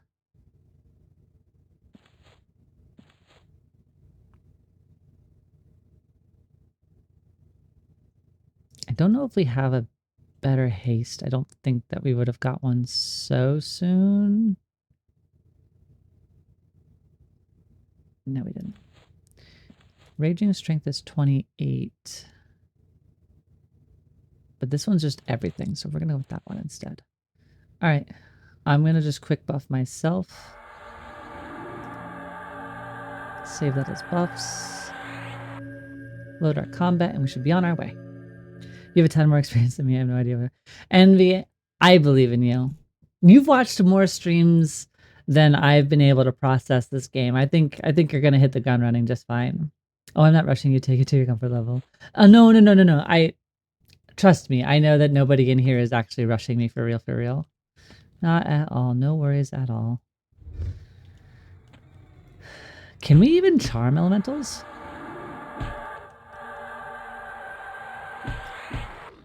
I meant to try the one that I did. Resisted. Let's try overchannel. Oh yeah, you're absolutely right. Level restricted. That's, yeah, they're 2 levels over.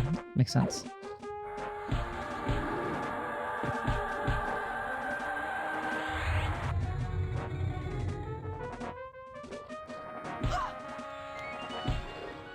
Nope, you're absolutely right on that.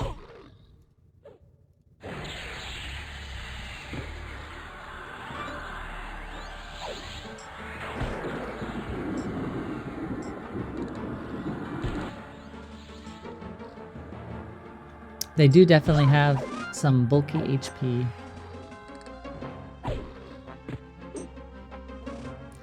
Bring out the pally pat. Yeah, you're right. Bring out the pally pat. That's a smart decision, since we can't do anything here. I'll have to mez that, or I'll have to mem that after I kill this one.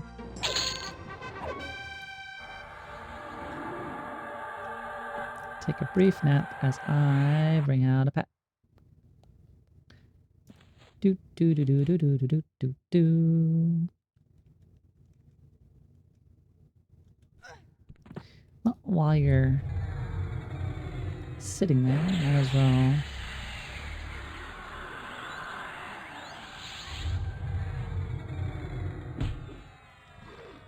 All right, pally pet. Garobatic, become our friend. Do what needs to be done. We need to go to our key ring. Aw, yeah, healing. Right? So supportive.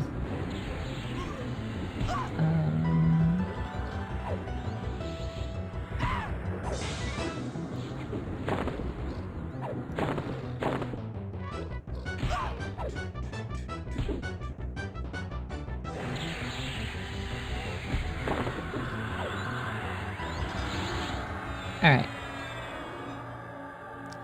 Well, fortunately, we do have some equipment for him. I don't know if it necessarily does anything, but we do have it. So, at the worst, it does nothing. At the best, we try to help them out a little bit. We'll buff our pet.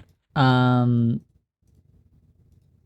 I should probably just keep it on there because he will definitely die. We'll buff our pet when we get him next.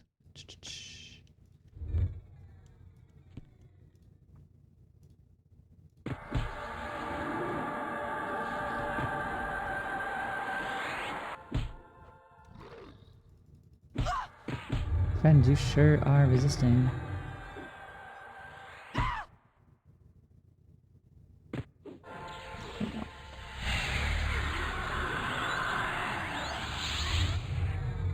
The gold-plated might have Dismiss Elemental. I think it's...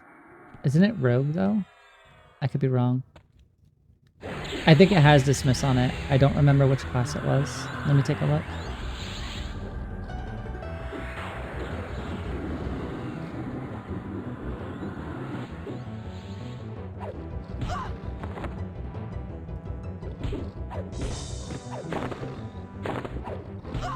Oh wait, it is all... Nope, absolutely correct. I thought it was, for whatever reason, I thought it was a dagger.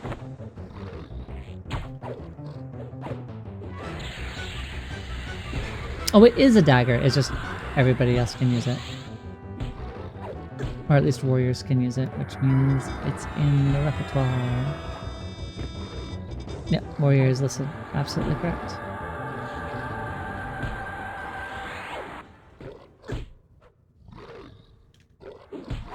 It would be something if it procs.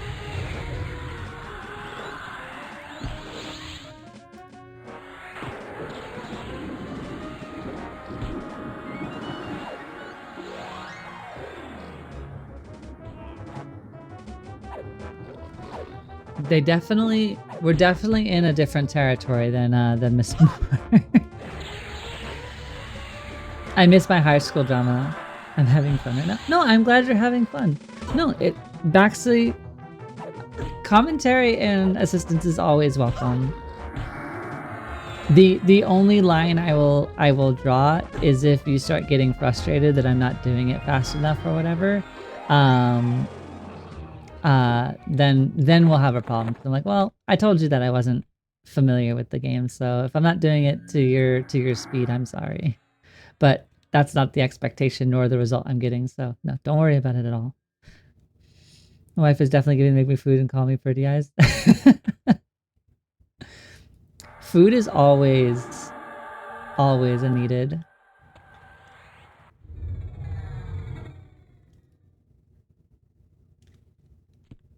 Go, pet, go.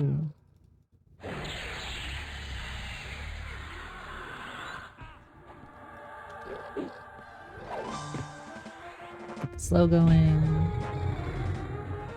Ugh, they are so resistant. There we go. Oh, never being helpful is the game. You are succeeding. You are absolutely succeeding. I am curious about... So is this entire dungeon, like, elemental related? Because I know Master Gale's an elemental. We had our one-on-one showdown with him and came out on top. But is this entire, like, theme of the dungeon, like, rampaging nature golems, ratmen, and elementals? No, not entirely, but the majority are summoned. Gotcha. I love learning the themes and like lore of dungeons. I'm a big lore nerd. I used to RP in World of Warcraft growing up. I have RP in 14. And so like I love like game lore. There's an undead side? How did I never come here as a paladin if there's an undead side? The only places that I went to as a paladin that had undead were Unrest and Lower Gok. Like a little cottage something? Oh. Camp it out for the weekend, I get it.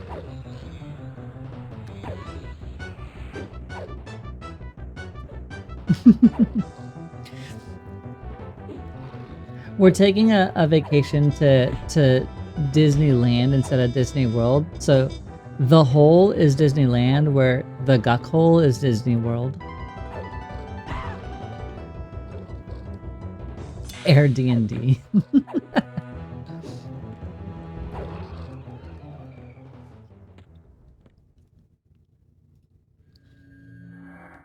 All right. Making our way down.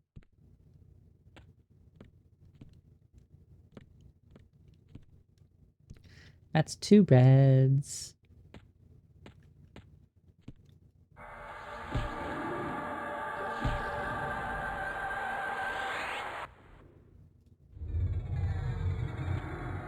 I do feel like I have to be a little bit more careful in here.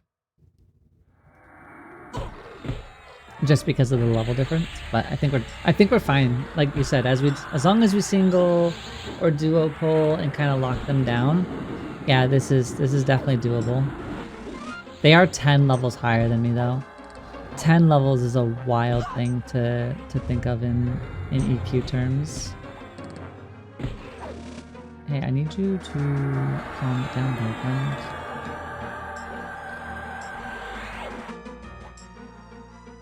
Thank you.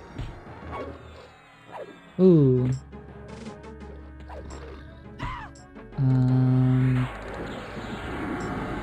Defensive stance, over channel. Let's try this again.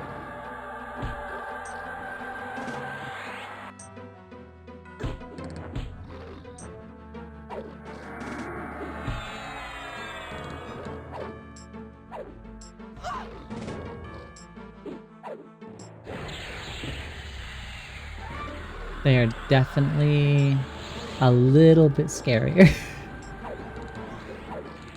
I'm just gonna hit him with all the dots we can.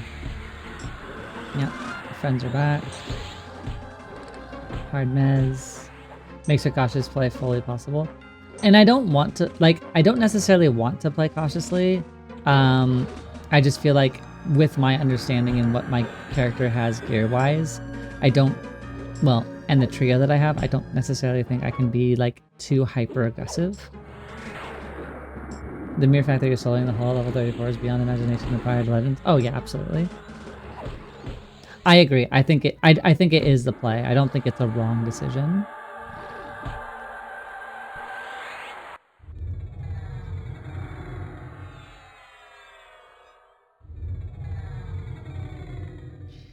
This over channel is extremely helpful though.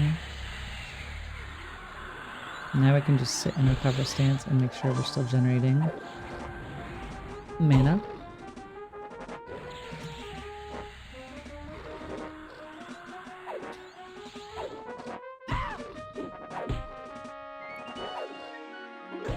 Inversion with the AE mez is amazing, no need for color shift.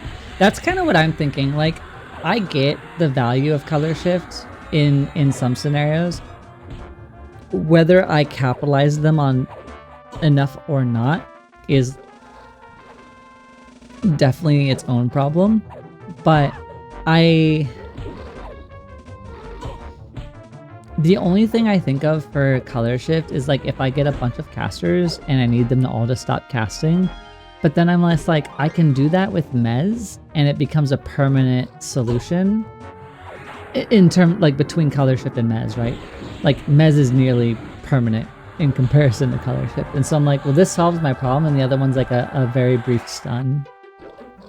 And I feel like mez just is my long-term solution for that problem. Exactly. I've actually been thinking about taking off my bar, and I think that I'm going to, because I don't think I've clicked it basically since I got mez. Or realized that I had mez to be more clear.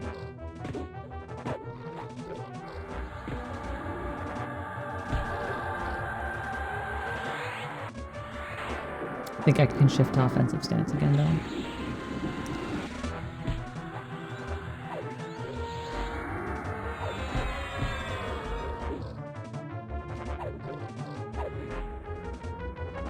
It very much so is an oh shit button. Yes, definitely, definitely. And it's weird having two really different flavors of like panic buttons. Because like my panic button before being the Druid Rogue Paladin was I had Lay on Hands. And Lay on Hands came up really often because of how Smite works.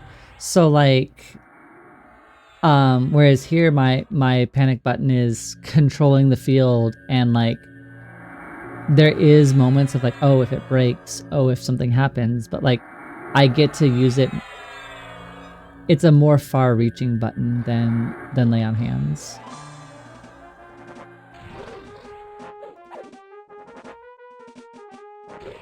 Yeah, I need to buff him. I just didn't have quick buff up, and once we get this cleared, I'm gonna swap it and then get the buff all. Give the pet the full range of improvements, which should help him a lot more too. That's not the spell I wanted to cast, but it's okay. Boom. I think we've got this. Enchanter gameplay has been a lot more involved, I think. And I think that's one thing that I really, really enjoy. And I wonder, because like a lot of the content that I've seen and a lot of the discussions that I've seen is mostly around people wanting to solo raid content, which I completely and totally get, and that is an objective of the game.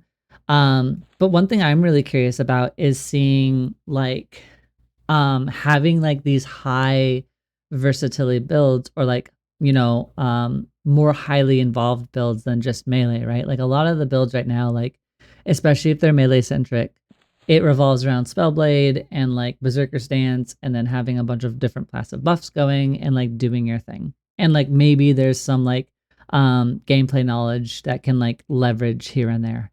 But with like this kind of class, I wonder what kind of builds we'll start seeing when it comes to like group play, and like how much build versatility you can have, like, you know, either being hyper specialized for a role in a group or just the different dynamics that the groups have. I'm really excited to see how that kind of comes out too, because I think the community is going to go absolutely wild with it, because we have a lot of very smart players. Exactly. I'm super excited for that. You mean there's another playstyle than watch your chat till the fight's over? And there's no shame. Like, I'm not out here. No, there's no shame to that. Like, honestly, like that was a really, really nice feature to have. I'm not gonna lie. Like, it was really nice being able to be able to, maybe to some degree, engage in a fight and then look at chat, right? Because I wanted, you know, I still want to learn and engage with chat.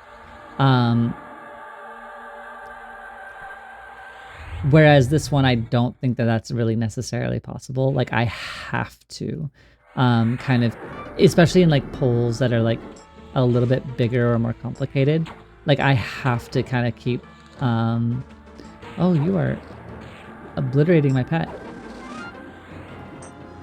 Leave my pet alone. Nope, okay.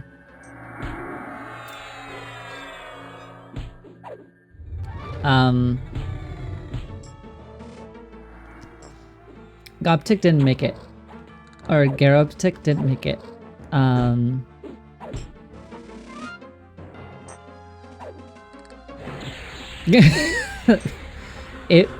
It wasn't really even a fight. That wasn't good. This is alright, we're in spooky territory. I mean, it is 18 levels higher than me, so alright, they go enjoy your food. Thank you for coming by. Yes, absolutely. I would do the same thing if I was hungry. Go enjoy your food. Thank you so much for coming by. I hope to see you again. Later. Alright. Let's see if we can... Ooh. I don't know if we're going to be able to beat the rock column. Going into lurk mode as I move to the couch and have a beverage. Enjoy your beverage.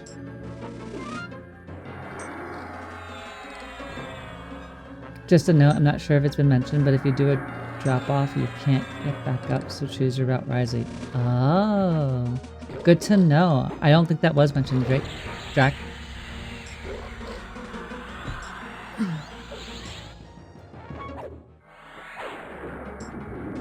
I feel like I'm fighting a boss.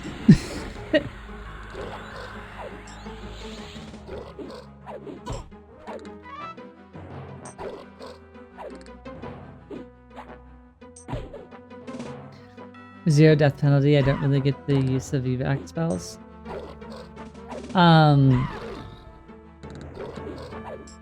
I don't think evac spells probably hold the same place, and it's more maneuvering or like getting access to things. Like if you're in a drop-off point, for example, and then you can't get back up, like I can see where that's like used for like really a reset purpose.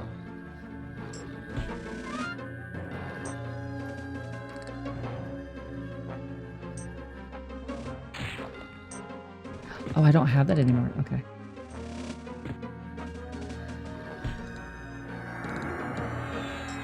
I was so used to having evasive stance. I guess I don't have that anymore. That was rogue. I miss you, evasive stance. You were one of my best friends.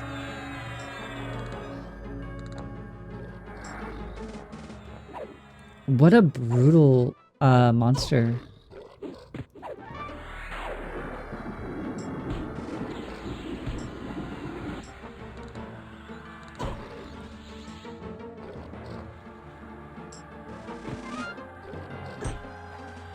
Welcome back. Hopefully your phone call went well. We are slogging against this level 52. I don't know if this is maybe someplace we should really be long term.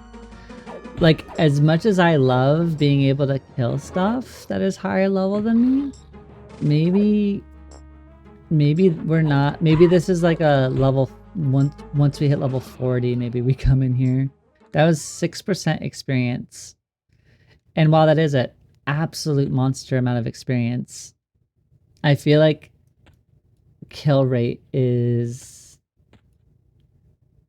would be more exceptional.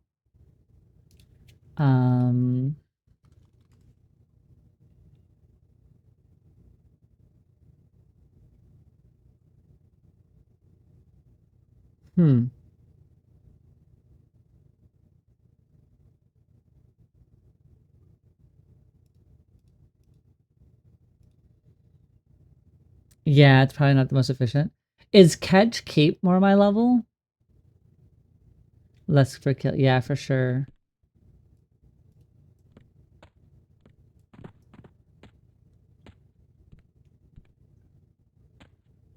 Like, this area looks neat.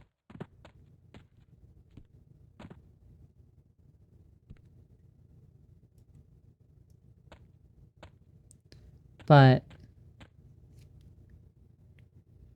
I never did it, so not sure. Kedge is 32 to 50.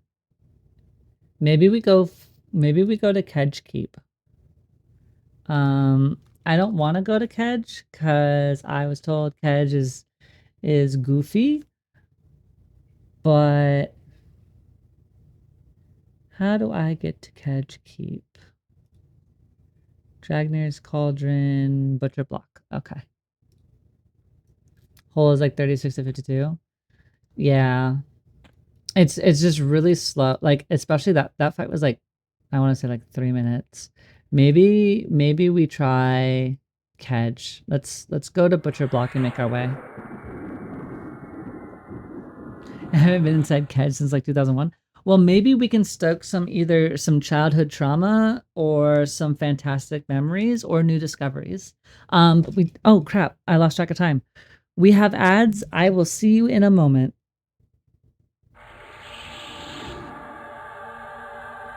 For those of you that don't have ads, hi. We're just gonna make our way over while the ad break is going, so they won't really miss anything. How do I get to where I need to go? Cauldron is this way. Oop. Hi.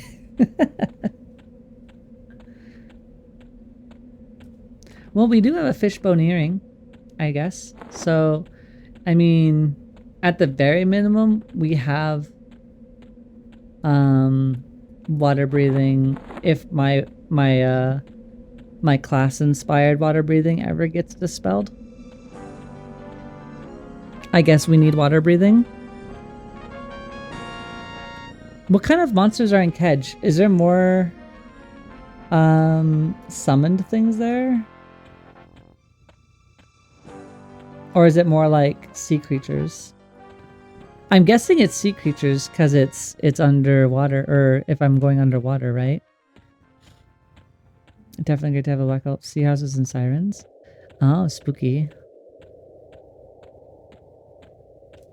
Okay. Well, that'll be exciting. I don't think I've ever been here either. We're speed running zone discovery.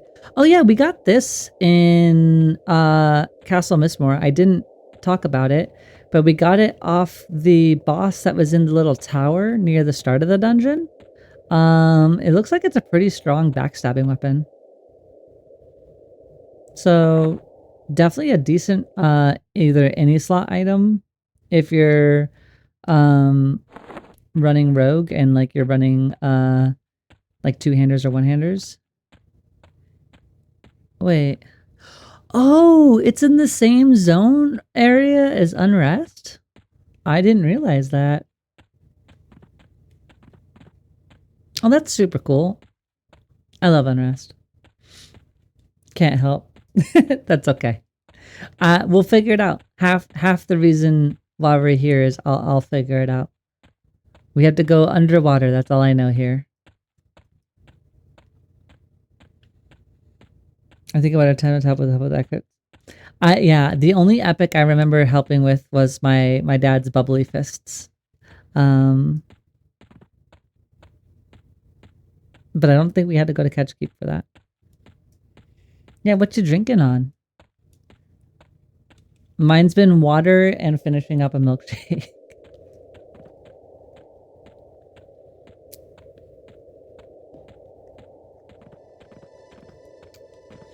The monk epic was a lot of fun, from what I remember. I don't remember any granular details about it, but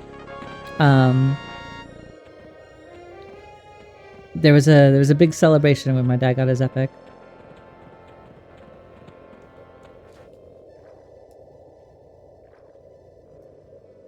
Starting on some fireball, being a bum. Everclear and iced tea, no judgment, please. No judgment here. This is a judgment-free zone in that regard. You enjoy what you enjoy. I could see where it would sound tasty. Exactly, that's not the vibe. Like I don't like beer of any sort. But it doesn't mean I'm gonna like judge somebody because they're drinking a beer. I've tried like 30 different beers across many different styles, and I've never found one that I like. So I don't drink a lot, but I have like Suntory whiskey, I have a Suntory gin, and then I have Empress gin, which I really enjoy. And then I'll usually like either I'll do those neat, or with the Empress gin I'll like throw in with like a ginger something.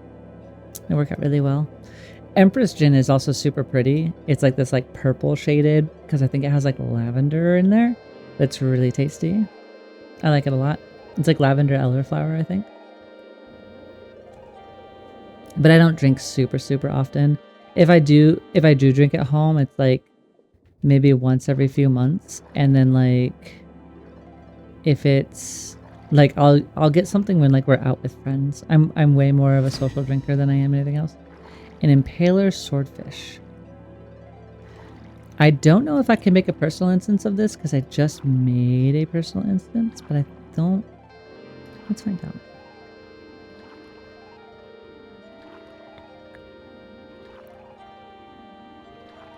I have 30 minutes before I can do another personal instance. So I guess we'll just poke around and do what we can. It doesn't look like there are many people here, right? Yeah, there's 0 players in Kedge Keep, so we can basically navigate this place as if it was our own. That does mean I can maybe make a pet though. Level 40, level 37.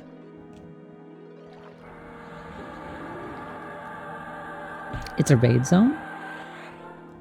Oh, is it? I didn't know Kedge Keep was a raid zone.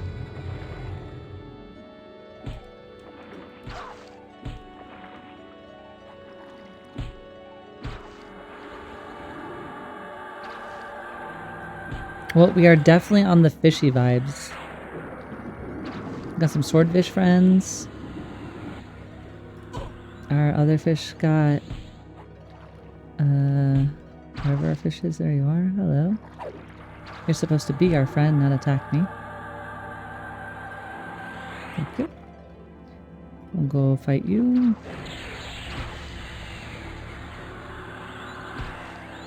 Easy. Finigal Atropos. Oh, I've heard of Finny. Okay. Oh, hey, wolves. Welcome, welcome, welcome.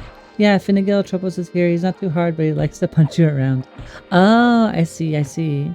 Welcome to the channel, friend. I hope that you're having a good day today. And thank you for your follow.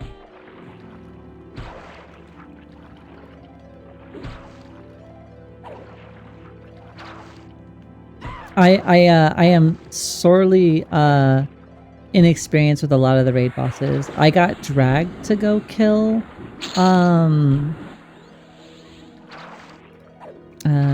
red dragon. I think everyone calls it Nagi.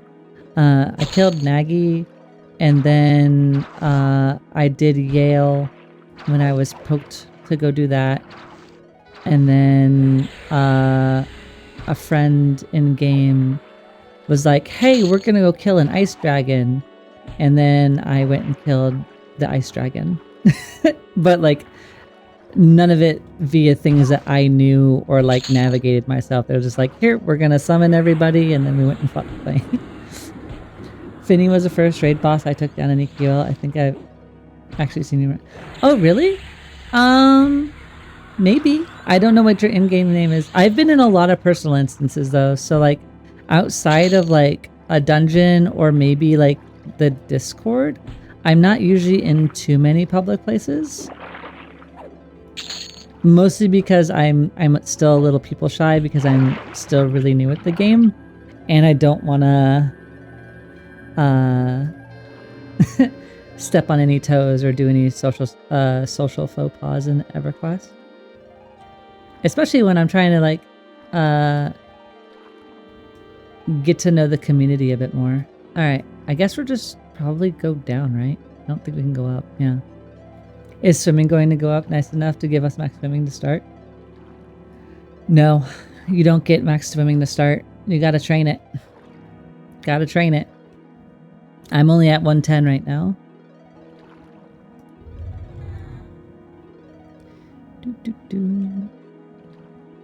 Bring up some fishy friends. Your name just looks familiar. I think I saw I was running through fellow.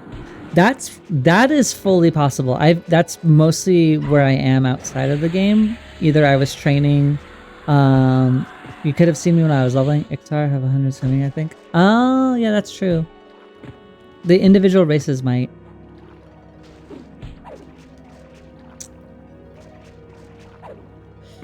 But this is the name I'll also be under when the game goes live. Which I'm just super excited for. I want to play with people. Like, I've been really lucky to meet so many people.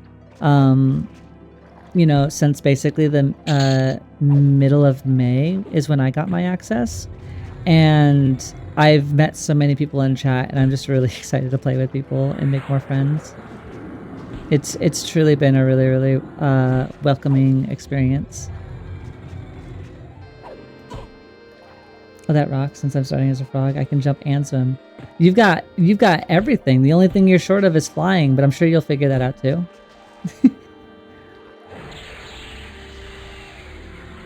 Just channel your inner bard and then you'll make Envy a little bit sad, but you'll be the avatar of movement. Figure out what server is going on. Yeah, I don't know anything about what server structures are looking like. I don't know if they've announced anything. I admittedly am a little bit woefully terrible at following some announcements just because it seems to be either information dense or spread. I try to look at like the dev post log and everything like that, but yeah, I don't know what the servers are looking like in terms of how many there are going to be. I can't imagine that there's going to be too many, but it's definitely something to keep in mind.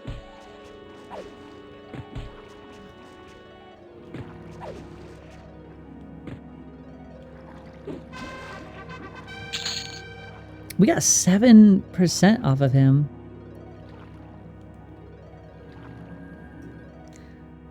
That was way easier than the elemental we had to fight, and we got more experience. So I think we won out. I think it was the correct decision to come here. Hey, wait, you're charmable. Come be my friend. And you're not my friend, so...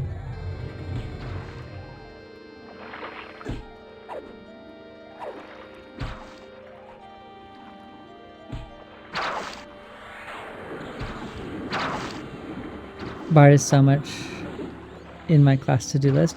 I want to try it. I've, you know, like many of the classes in this game, I just haven't played them. But everyone speaks really, really highly of Bard, which is one of the reasons I think I want to try it. But at the same time, the reason I haven't really tried Bard yet is because every streamer I've seen, like most of the streams I know, are using it. And so I was like, well, while I'm sure it's really good and it's really fun, I want to try other things that aren't like being played as often. Not to be different, but more just to see.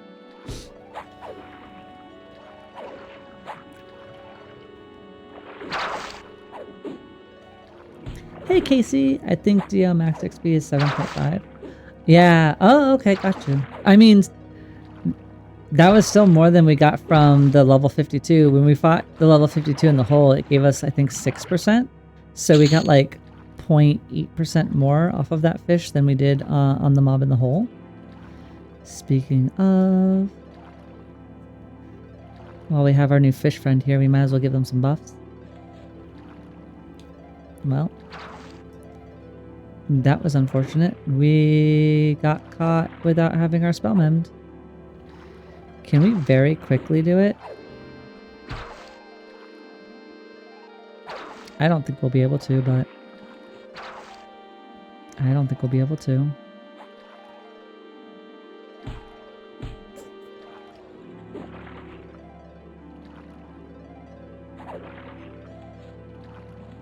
Oh, we got it. Whew. Just gotta time those auto attacks. That was close. That was close. We made it. It's fine. Oh my goodness. What's got us now? Oh, nothing. Okay. Quick buff. Load combat spells.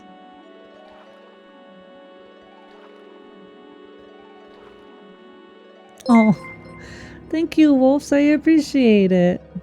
Wolf Hers, thank you for joining. Welcome to the Gakhol gang. That's what they call themselves, but I have to endorse it. I hope you enjoy your stay. I really do appreciate you coming about. I just want to take a moment and be amazed at the game design of the dungeon. This is vanilla first gen MMO and they had an underwater dungeon. I mean, for sure. Like, I mean, I think that's one of the things that always fascinates me about like the older style MMOs or just older style games in general is like there was no playbook for what was accepted versus not. And so there was less fear of maybe inconvenience and more willingness to kind of just have expression and be like, oh, we want an underwater zone, and then they just did it.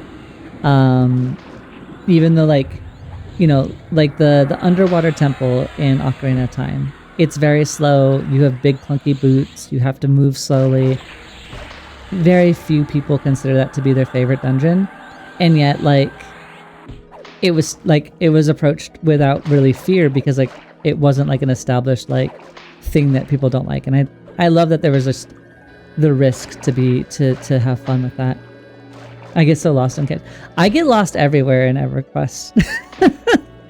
Like there are some areas I know, like I don't use common lands so well. But when it comes to like dungeon layouts, like I think the only one I can say, there's two places I think I know pretty well. I know Lower Guck Dead Side pretty well, and I think I know Unrest, the top half of the building, pretty well. Beyond that, I don't think I know much. Blackborough, I was in there for a couple hours this week. That place, no. Blackborough's confusing. I think I also know Crushbone pretty okay, I think. Crushbone, I think I also know pretty okay.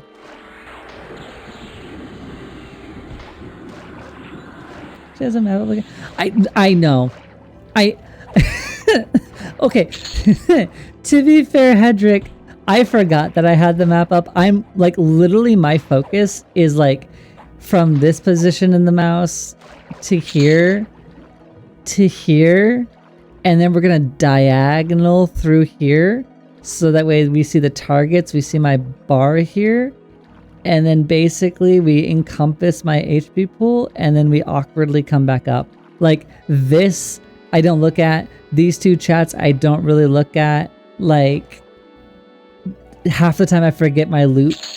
Like it's so weird. I have really good spatial awareness and UI awareness in like Final Fantasy 14, or like any RPG I'm playing. For whatever reason in EverQuest, like I'm so hard focused in this little box right here. Like I forget everything else. Thanks to Befallen and Backworld Loop Update System, Unrest is something I'm skipping at the moment. I have two thoughts on that. One, I agree with you slightly, right? Like I love that this loot is being touched up. There is no argument at all in any way, shape or form from me for that. The thing that makes me a little sad, ooh, is this mermaid because she's scary.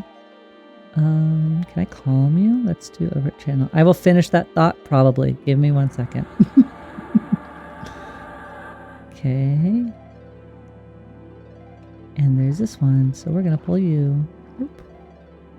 Look at that. I know how to pull. We've learned something over the last few weeks. We're getting there. We do Tashani. And then we do Tepid Deeds. We've already got our choking, and then we'll give her some weakness. Okay, I do think they'll update Unrest, even though Crushbone. Yeah, I do. I think so too. I think the only reason I'm a little sad is it just transfers where people are going, and it makes it gives almost right and wrong answers effectively to some of like the leveling path or like gearing paths, right? Like Befallen is right now de facto, you go there if you're a melee because it has literally the best melee stuff.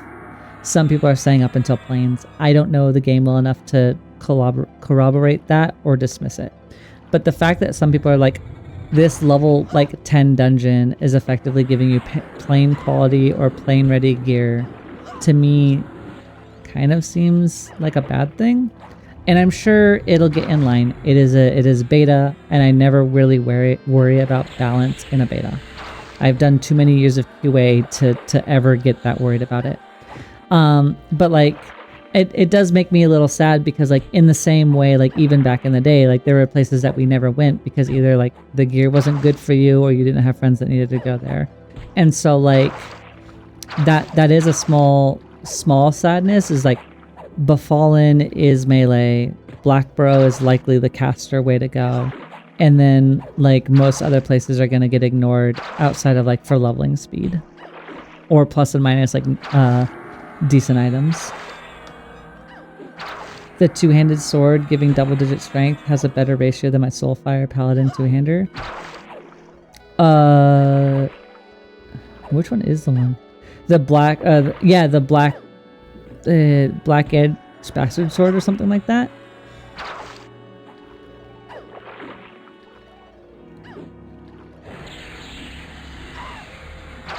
Stabbing her. She's stabbing to the lady. It's my little living dagger accessory. The swordfish is the true murder hobo.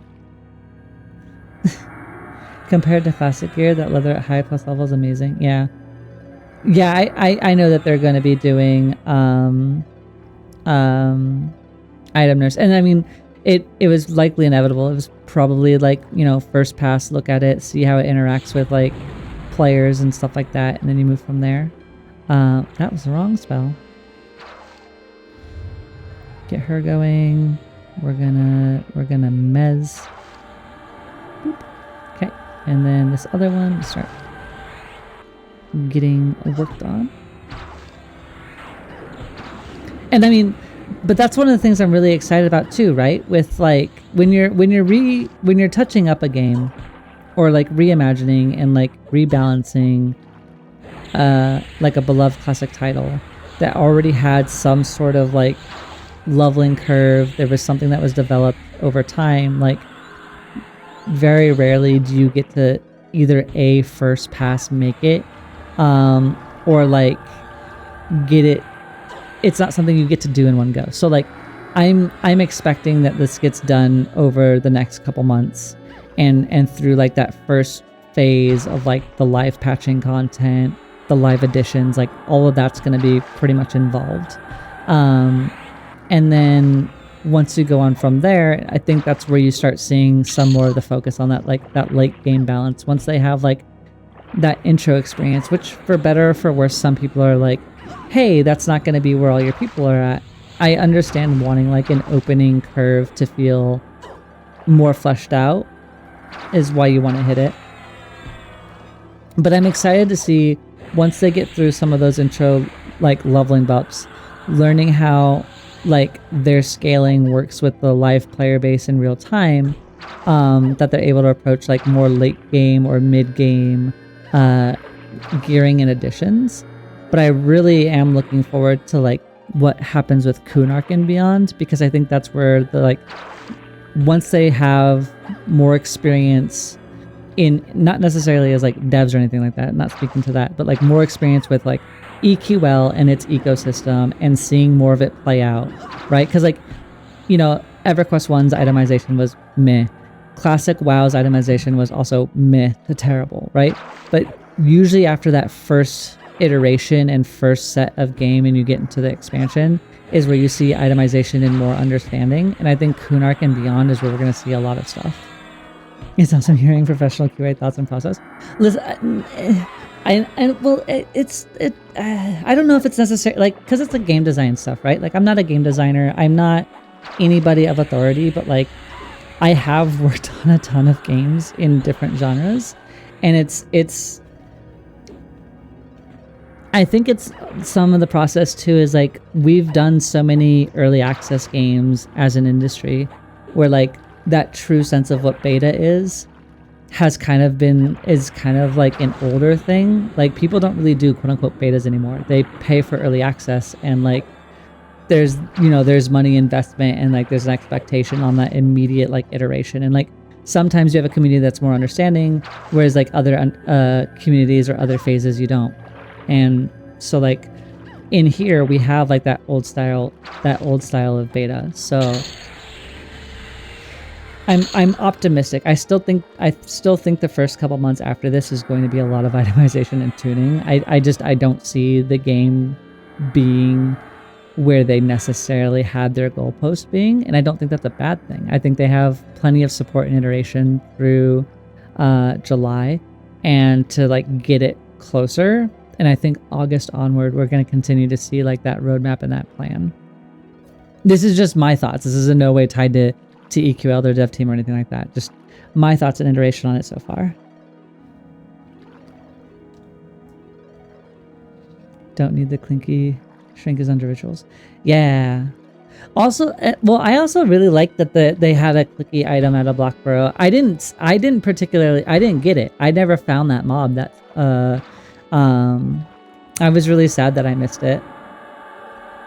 But I think it's really cool. I love having low-level clicky items. I just think that that's really cool. Because everybody loves a good clicky item. calm. Boop. I probably should have done that in Overchannel. Is there not more than one monster in here? There has to be, right? They're behind the pillars.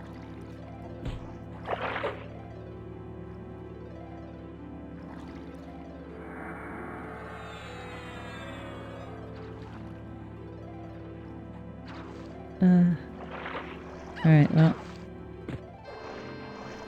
I hope this doesn't reach the other mob.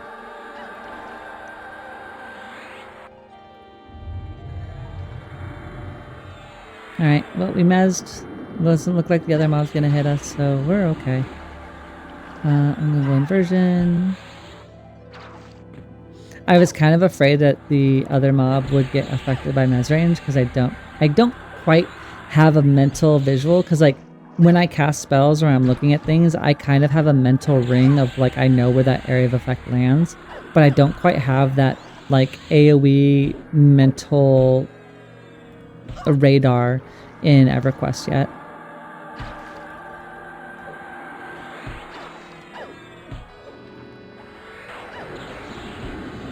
Throw another mez because that other one is beating us up.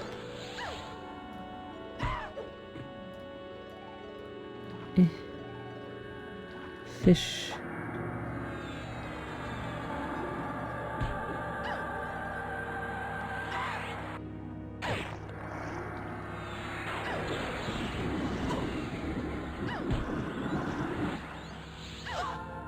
These are painful.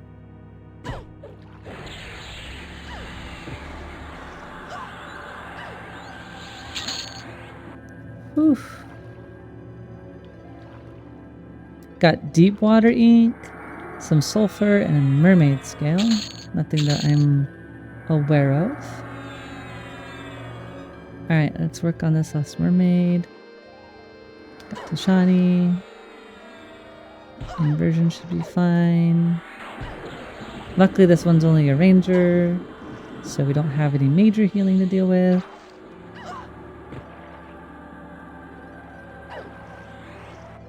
Takes all mana endurance too. So before I make Tashami, it's nice to get early. Yeah, something cool at low levels makes me want to go find more. I just also think that they're like fun, like, I don't know. For me, like, it's always fun to have an item that's worth more than just the stats on the tin, right? Like, you know, the Mask of the Deceiver or whatever it's called, the Night Elf mask that we have, like, it's good. I used it for its stats for a good while. But the reason I got so super excited is like, oh, I get to change what my character looks like. I get to have a disguise. And like, while I know it's more aesthetic and kind of like, it doesn't really fit the whole like necessarily character strength like gain, it's always fun to have like an item that's like just a little bit fun and like gives you a little bit of flavor. I deeply enjoy like having something that gives me something a little bit more to look forward to than just, hey, look, I got a bit stronger because I got this item to drop. Not to say that I don't appreciate strength, but flavor and personality, the horizontal progression grades, like, I can definitely be into that. We are extremely low on mana, so we're going to cannibalize.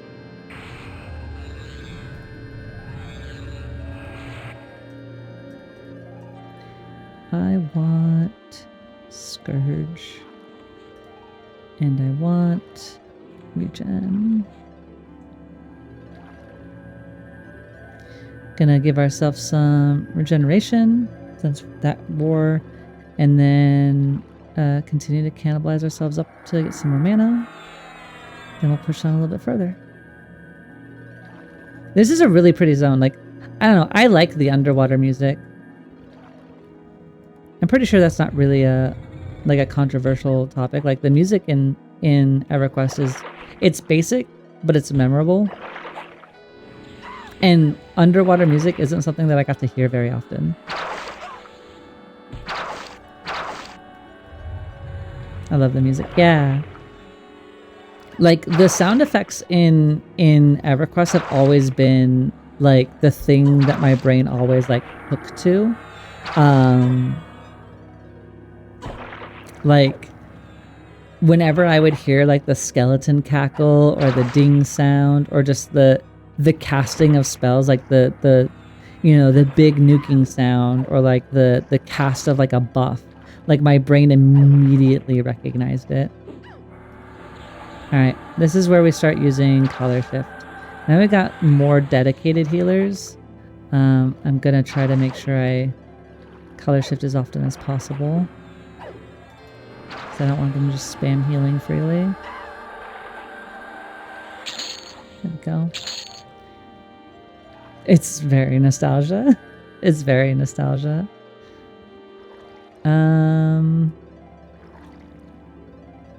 This place is intimidating. All right. We got more mermaids. Let's see. Calm you.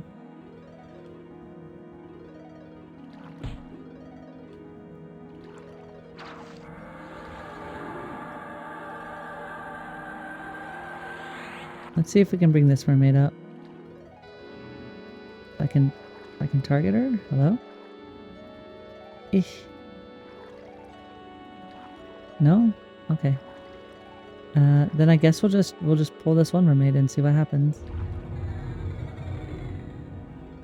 Oh, that wasn't too bad. Okay. I was afraid we are gonna get multiple mermaids again, and I really didn't want to have multiple of them running around.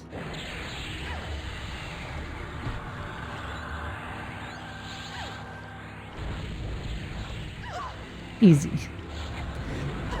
I can see why you would get lost in this dungeon though. It's just kind of holes and hallways, and there's not really a lot that really tells you otherwise.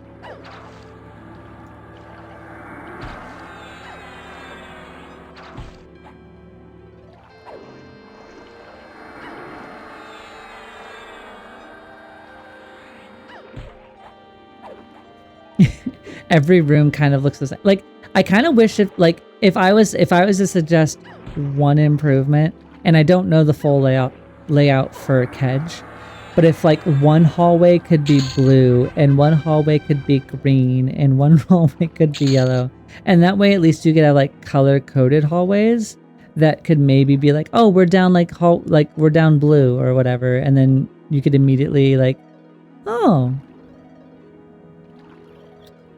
Is that a rare? No, it's just level 50 and it's indifferent. Alright, I'm going to assume that that is like a quest monster of some sort. We're going to pull you and we're going to go back up.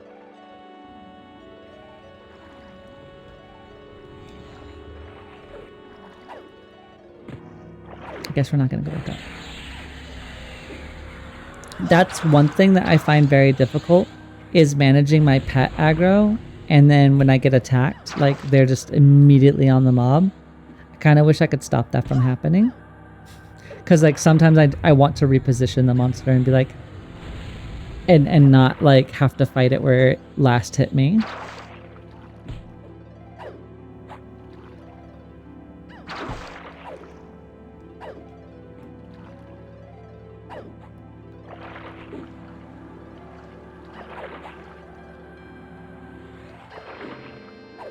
Oh, I'm not going to get that color shift off in time, but it's okay.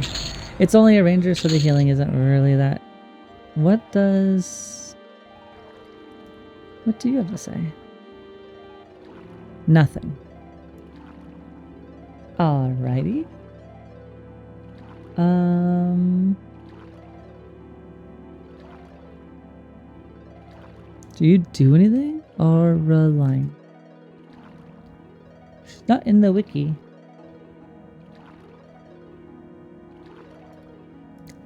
I don't see her in the wiki.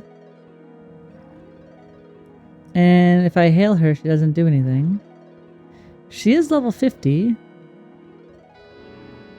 I'm gonna assume that she's something that I just am not currently qualified for. There's a hallway that way, so I think we'll work our way this way. So let's get you calmed.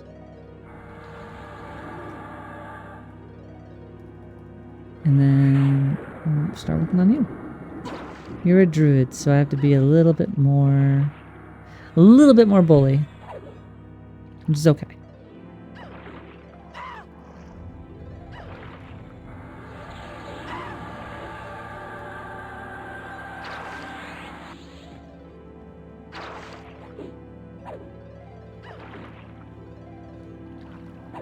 I am sad that so I killed the Lord of Guk. I want to say like 20 or 30 times. I still only have a +3 Yakasha blade, and so I can't, like, our Eliax gets overwritten with Alacrity, so I don't really even get the haste buff from the axe. And I don't have another two-handed weapon besides Earthbreaker or Earthshatterer or whatever. Is part of an out-of-era quest lines in Kunark. Oh, interesting. Duly noted. I'll make sure to look up and see and verify that and get it mentioned if it hasn't already been.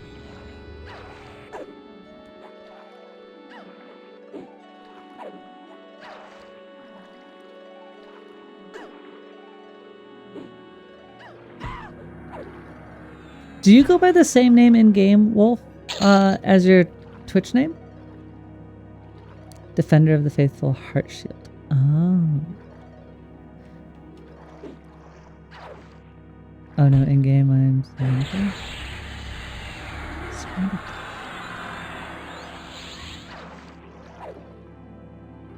okay.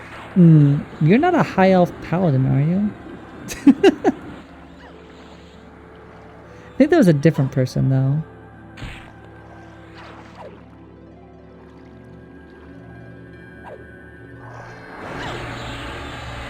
You were originally?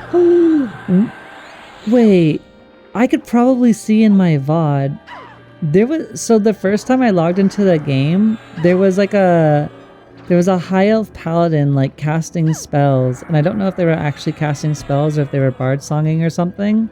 But when I first logged in to the game, it was in the paladin area, and there was just some paladin standing there. Oh, what if that was you? It's in my first VOD. I could easily check that. I'm now deeply curious to see if that was you, because I like waved and said hi to whoever that was, because I was like, oh look, somebody's here. That would be absolutely wild. Because that means you would have been the first person I ever saw in EQL.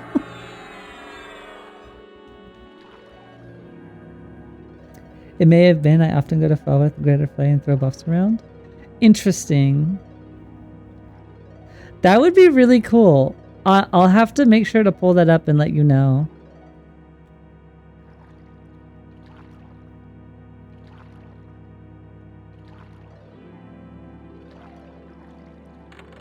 I added you in game just so I don't lose your name. Oh no. You know, our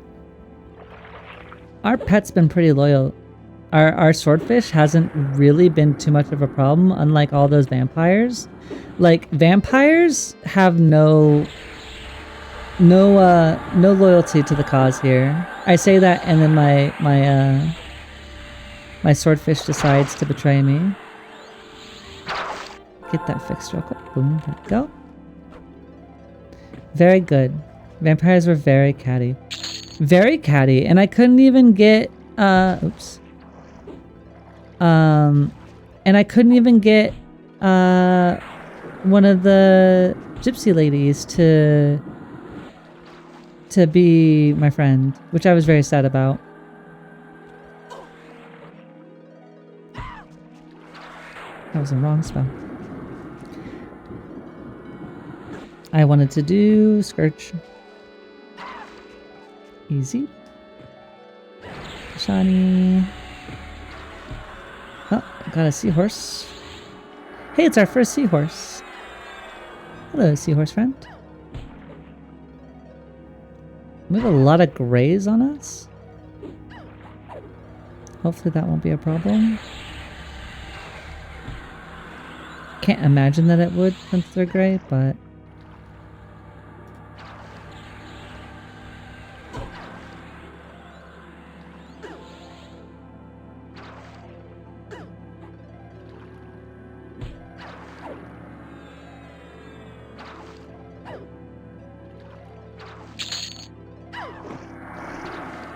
Don't have the spells for that.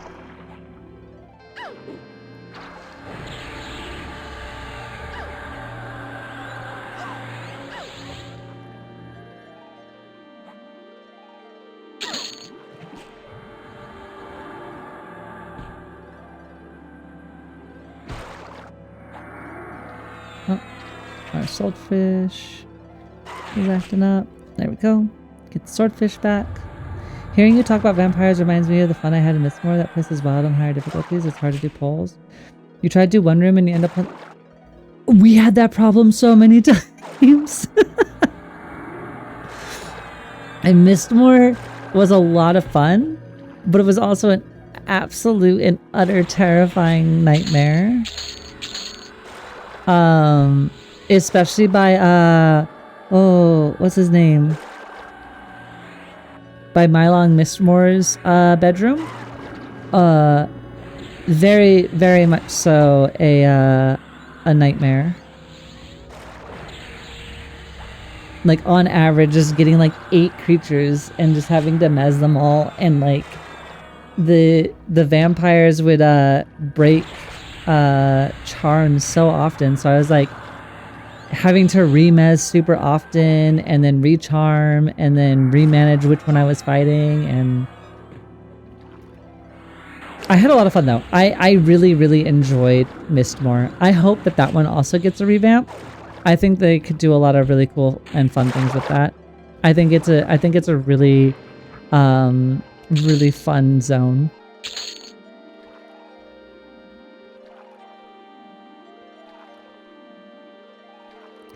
Alright, we are going to load buffs. No, we want to load buffs. Hopefully our swordfish doesn't break again.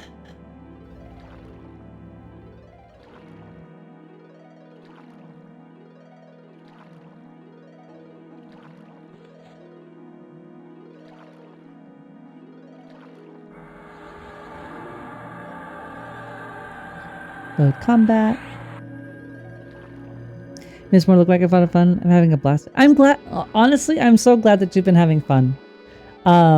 That's pretty much the whole reason why I do this. Is I want to meet people, build connections. Like the brightest part of my time doing this is like when I have people in here that like I get to chat with and learn about.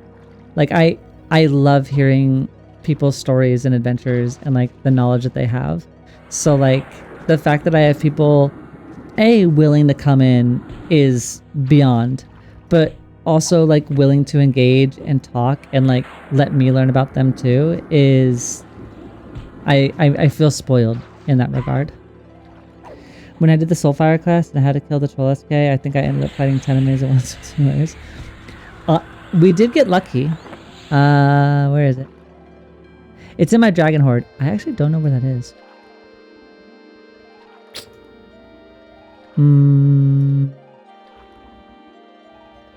Is the Dragon Horde in the bank? Is that where you... I got the hill off the SK. So we did manage to get that today. I do hope that I can do the questline once. Like my goal would be doing the Soulfire questline once before the server turns over. I think that would be a lot of fun, just from a hey, look how far we've come type of way. I don't know if I would actually be able to do the Paladin epic. I like that seems intimidating to say that I want to do, especially because I want to do so much leveling. Like I'm having a lot of fun with the leveling content, but it is definitely a goal. You're feeding my withdrawals. I wait for July 1st.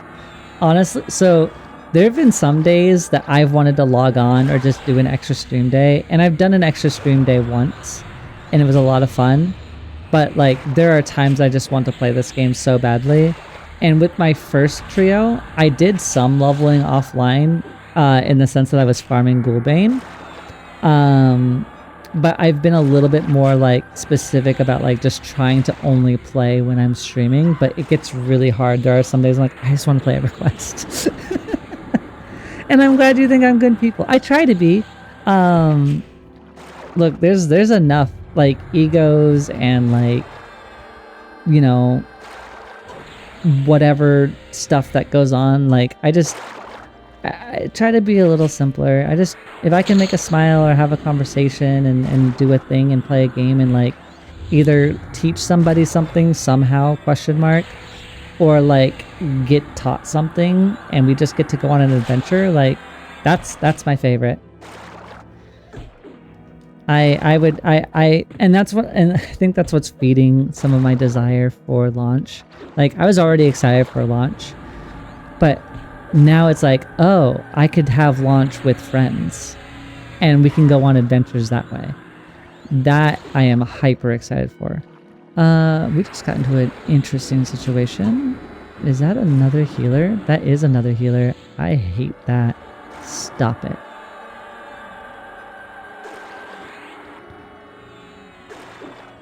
No greater healing. I need some direct damage, I think. I need to get rid of Envenom Breath and put on DD. Direct damage. I got Winter's Roar.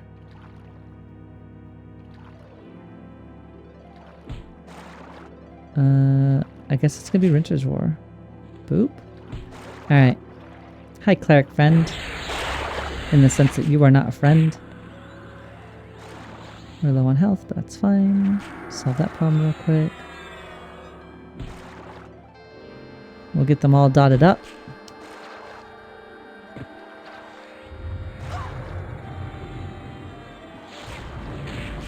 I didn't mean to do Trapid Deeds again, but that's okay. How does Witcher's Roll hit?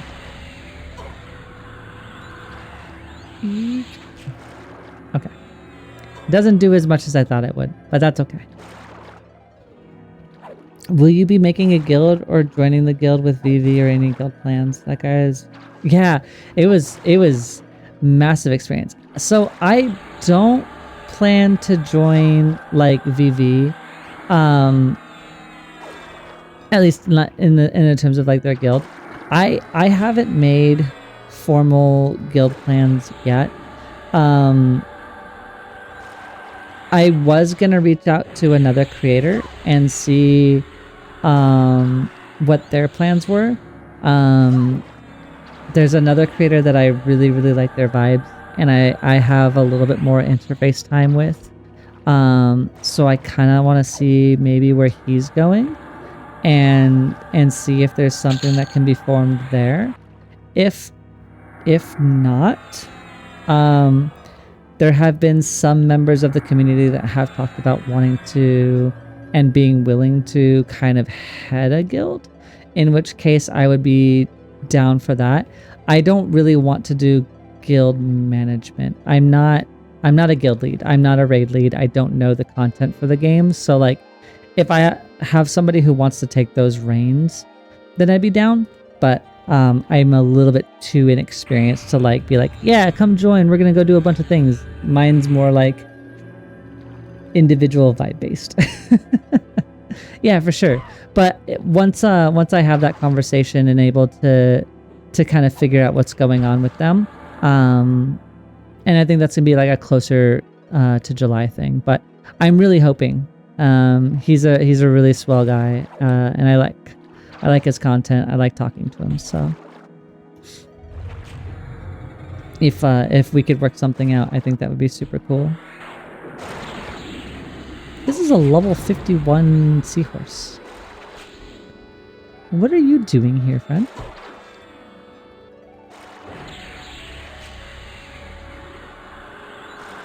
I would name names, but I haven't even like started that conversation yet. So like, I don't...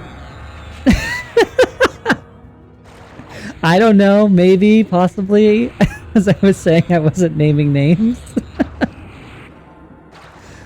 There hasn't been anything formal. I haven't even broached them on the subject yet, so that's it would be the person that I would talk to. Yes, I think they're really, really cool, and I don't know what their plans are, and I kind of wanted to reach out to them and see what was going on. So.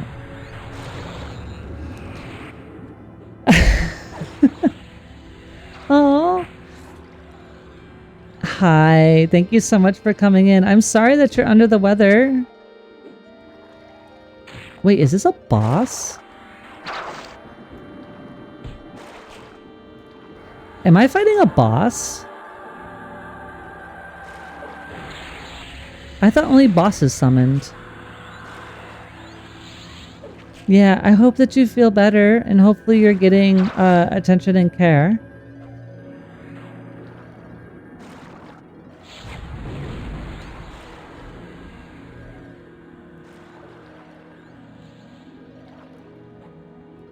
We are getting obliterated. Ow. Can you stop force spamming me, please?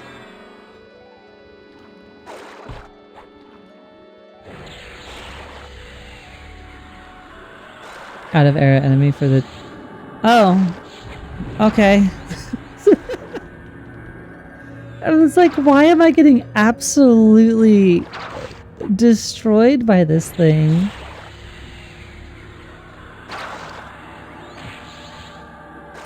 I don't know if we're gonna live. Nope. Yeah, out of era epic, that makes sense.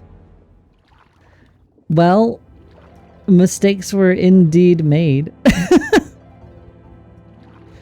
Oh goodness. Yeah, those hits were nasty, and just it was autoing for 100+ every hit.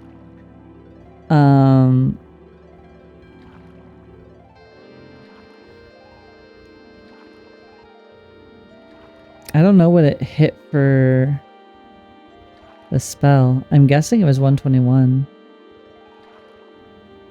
Those were painful. Definitely painful. First day though, so you've been rocking it. Right? First day in the dungeon and walking around? Yeah. Absolutely no complaints. Absolutely no complaints. Soup is good for you. Definitely. How long have you been in here?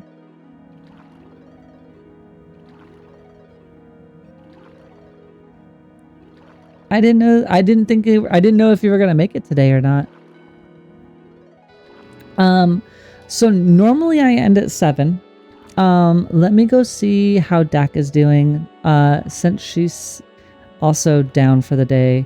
Let me see what she's feeling, and maybe I can put in some extra time today. So give me a couple minutes here to figure that out, and maybe we can stick around a little longer. You've been here for a few hours? Goodness. Well, I hope that you've been having fun. I will be right back.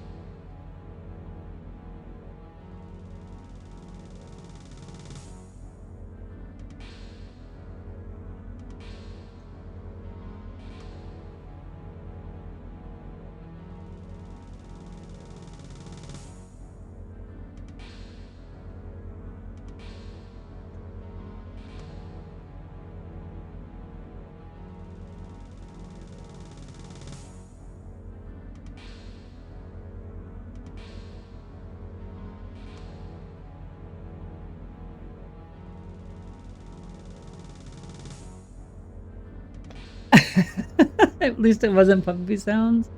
Yeah, I realized when I walked out of the room that I did not put on my fishbone earring, nor did I teleport or turn into an elemental. All right. Well, good news. I am okay to stream a bit longer, so we're gonna keep going. I love vocal form, but not the sounds. Yeah, that was the hardest part of leveling my druid, is that I had to sit through all the puppy beating sounds. and I hated it so much. Chat also did not like it at all. Nope. To borrow a thing from, what is it, Fallout, like everybody hated that, was basically the impression from chat pretty constantly. Do I have a new charm? I have to have a new charm by now, right?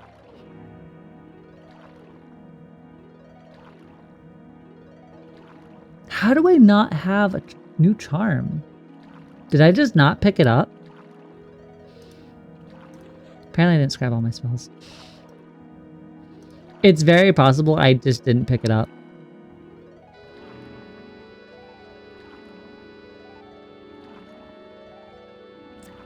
When is the next Enchanter? Wait, I can do this via spells. Charm.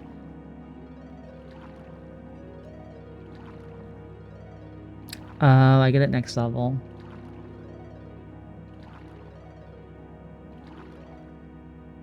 Okay.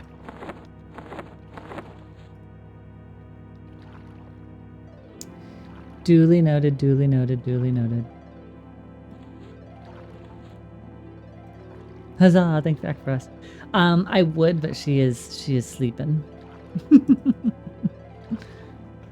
She's just there dead. Yeah. I'm gonna listen to while you cook dinner. I'm happy to be, listen, I am happy to be second monitor combat or content, entertainment while you go do a chore and be productive. Like, put me in, coach, I'm ready. Maybe we can drop the illusion that keeps going. Well, yes and no. So, yes, for the ones that I've tried on Enchanter.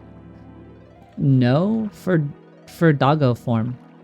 Doggo form, I couldn't get the benefit of doggo form and take it off until 45. So I still ran that form for like 20 levels because I was like, well, it's increased attack speed. I would be silly to not do it. And I felt kind of locked into doing it, which I really honestly hated because I didn't want to be I didn't want to be in that form. Like I wanted to be my character. But it does seem like, at least with some of like the illusions that the Enchanter has, that's not necessarily the case, which is nice.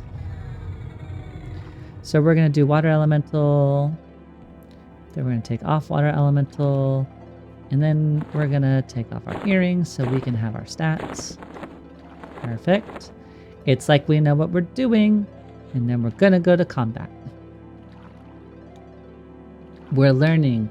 We're becoming sentient in real time before your eyes.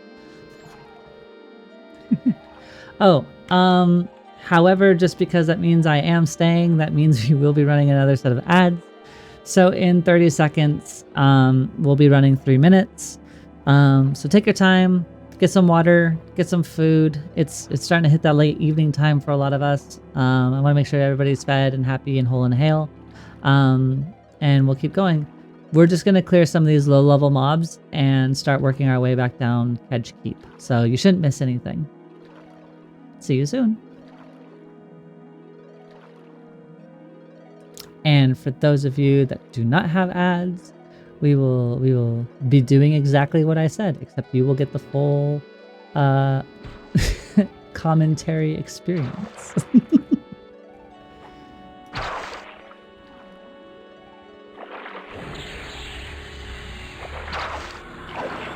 I think I weirdly do like this underwater zone. I'm not usually an underwater zone kind of person. I tend to find them more annoying, but like it's actually not bad. Like, don't get me wrong, I don't love it. Like, I'm not sitting here going, oh, my favorite piece of content, but I don't hate it. I don't hate it. I like that, like, it kind of requires you to, you have to have a little bit of swimming skill and, like, make sure that you've done some things, and it rewards you for doing that because you're not going to be moving at a snail's pace. I do think probably, at least from what I understand, is that the loot isn't that great or isn't really reflective of the restrictions that the dungeon kind of implies.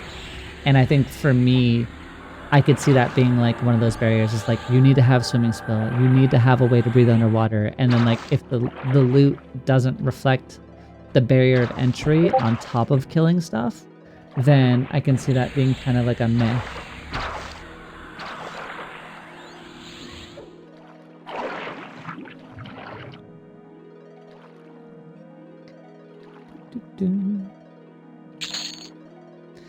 I'm low-key loving it. I'm a fan of how experimental it is, and just like you're saying, there's a survival aspect. Oh yeah, for sure. And like it gives the same way as like attunement, right? Like I know there's attunement in this game. I can't speak to it, but like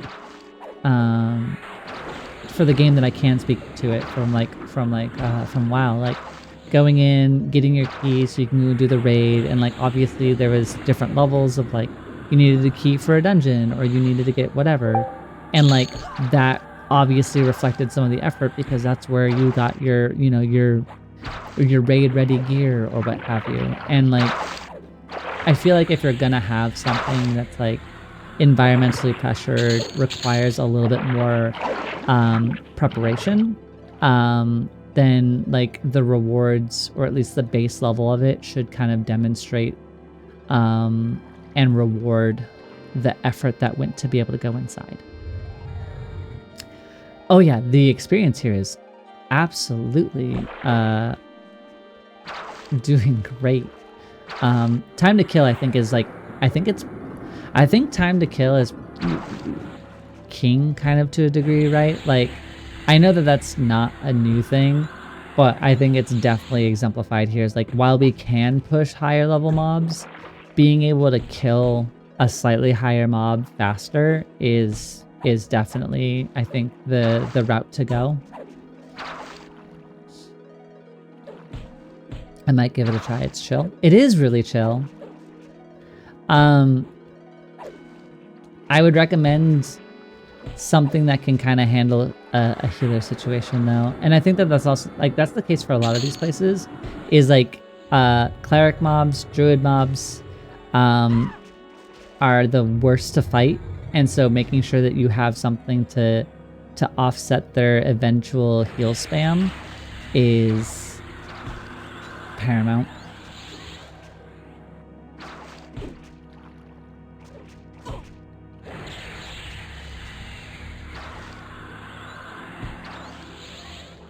I wonder if it would be worth swapping. Maybe chat can help me out here. I am calling upon my veteran friends here. Also, welcome back from chat. You really didn't miss much. I killed a couple light blues, a low blue, and then we started going down the hole in the center because that's where we have to go. And then I was gonna ask chat a question, and the question is as such. I don't understand itemization in this game very much, so it's something that I'm still absolutely learning. I do have a question. Between an executioner's axe and an earthshaker, like, I know the ratio is what kind of determines its DPS on average. So I'm curious, like, even though my earthshaker is lower in ratio, do you think it's worth using for the other stats that I'm getting, since I do not benefit from the Executioner Axe proc? Because I already have Alacrity, the proc is just not being utilized. And I'm wondering if I should just be running the Earthshaker for the extra stats that it has. My only concern is that it's a really slow delay. Like, it's 20 points extra delay. So I don't know which one is more beneficial to me long term. If anybody has an opinion.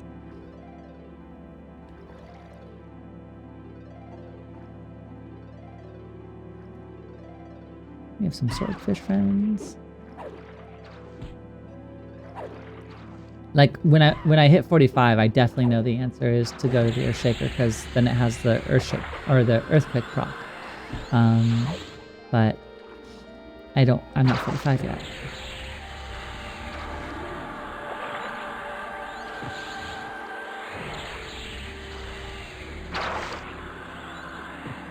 Start building up some of these dots.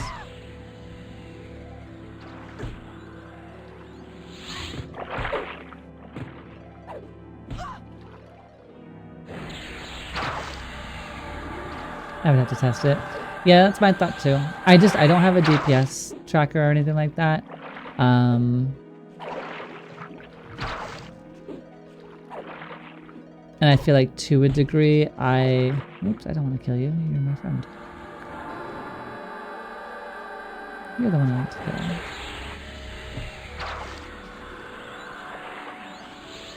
And I didn't know if like ratio was basically paramount when it came to weapons, or if there was something a little bit more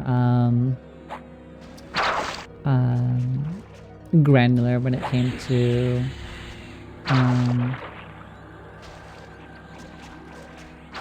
weapons. Yeah, don't attack my pet.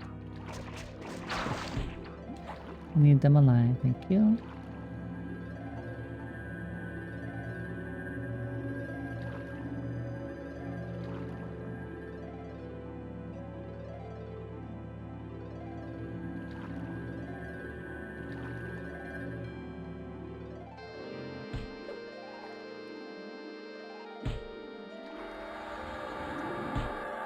What I've seen most trying is trying to get the Earthshaker proc and a better ratio weapon.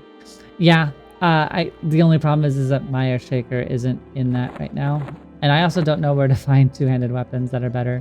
I think that was going to be something I was going to work on between now and Tuesday, since Tuesday is my next scheduled stream, is figuring out where I can get an upgraded two-handed weapon from. So that way I could get something a little bit better than the Executioner Axe. Because while the Executioner Axe is great, I don't think that I think we're kind of outgrowing it slowly. And I want to make sure to have those next steps.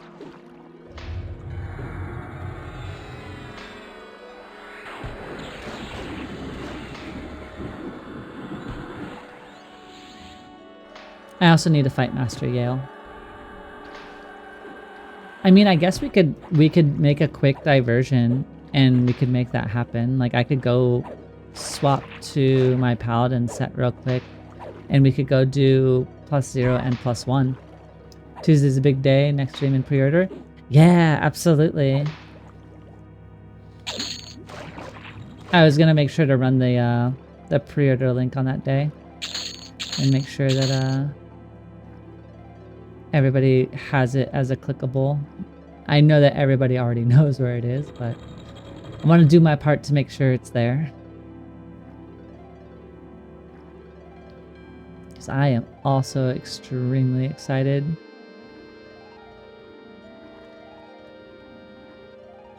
I was originally a little nervous. I didn't know if I was going to be able to swing a pre-order.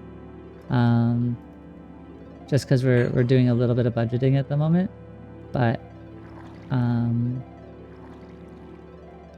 do think it's something we're going to be able to do.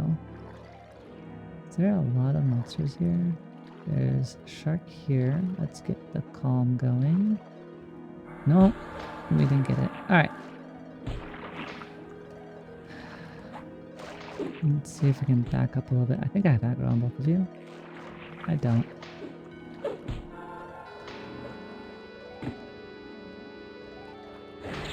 I have it on you and that's what's important. The other one can take a nap. I think the Earthshaker is slightly better, plus you can upgrade it further. It's slower delay but higher damage and has the proc. Yeah, the proc doesn't work until 45 though. So that was my only worry. Is that without its proc, because as far as I know it doesn't actually work until 45. If it having its high delay without the proc, if it was still worth it. The Enchanter fight Bastard Sword routes from Night to Val in the western section of the Fallen. Okay. Yeah, that's what I thought. Maybe what I do is I run that off stream. And I just go down as my level 50 on +4 and just kick the hell out of it until it drops. I think that might be what I do off stream tonight, is I just farm that while doing crafting or other things. Or while I'm playing a single player game. I've actually, so I, off topic, I finally completed my, my collection of the original Final Fantasy, like 1 through 6 collection. Cause, number 1 was on sale. And so I ended up being like, I can do it, I can do it. And so now I got all of them, and so I've been playing through Final Fantasy 1 again, and it's been a lot of fun. I myth 2-hander from Lower Guck. Might be warrior only. The earthen blade from the hole is decent too, and berserker can use it. Oh. Let me look up the hole while we're doing this. The hole. And you said there was a sword. And that sword is...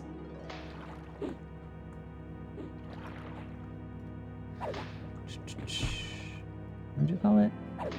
Earthen blade?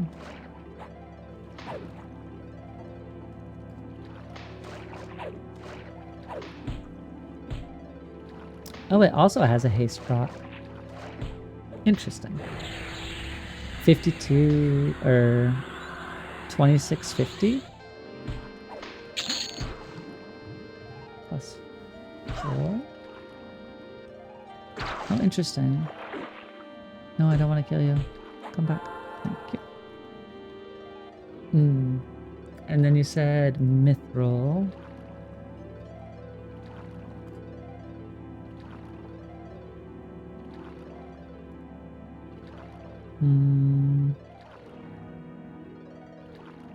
Oh, okay. Farming King Frog is just harder to do.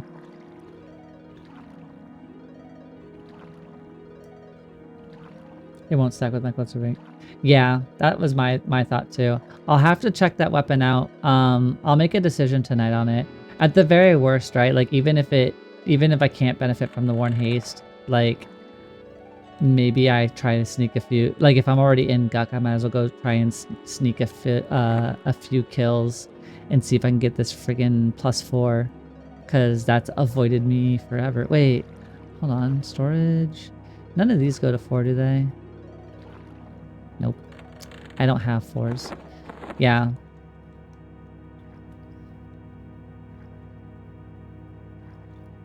These are just prisoners. Alright. And then let's go down here. These also just prisoners? No.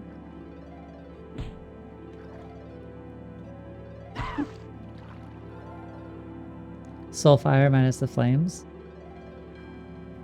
Honestly, that sounds like a cool look to be fair. Guessing that this is a placeholder, so I'm just gonna kill you. Goodbye.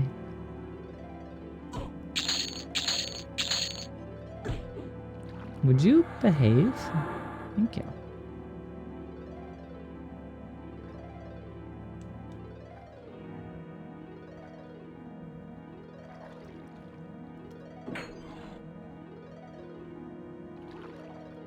A hammerhead shark. And a cauldron shark. Calm you. And we'll bring you down. It is kind of not necessarily funny, but I think it's kind of neat that like some of the items in this game, even like, because it's very grounded fantasy, right? Like it's very, not every item is glowing, not every item is like highly decorated or whatever. It's kind of cool, like even some of like the quote-unquote more simpler items still retain like this, like, hey, it looks cool, even though it's, you know, it's low graphic, it's low fidelity, but like in the context of the game, it does look cool. I kind of love that like that own stylization of the game kind of persists. And when you see like somebody that has a like a different styled weapon and like there's an understood value behind it, I like that a lot. You definitely did, right? Like I feel like it would fit in like a I don't know if this is gonna get me in trouble. Like I could see this song being remixed with like a kind of like a lo-fi kind of theme, and it being like super successful in like a playlist, even if it was unedited. Like it's just got like natural chill vibes to it. But these sharks are not passing the chill vibe test. They are stressing me out. Gonna lower your attack speed because you were just absolutely chomping me. Affliction rolling. I do feel like I'm understanding more of the toolkit, even if maybe I'm not necessarily engaging with every single part of it. Full Foley! Full Foley? Thank you so much for the follow, friend. I hope you're doing well tonight. Thank you for coming by.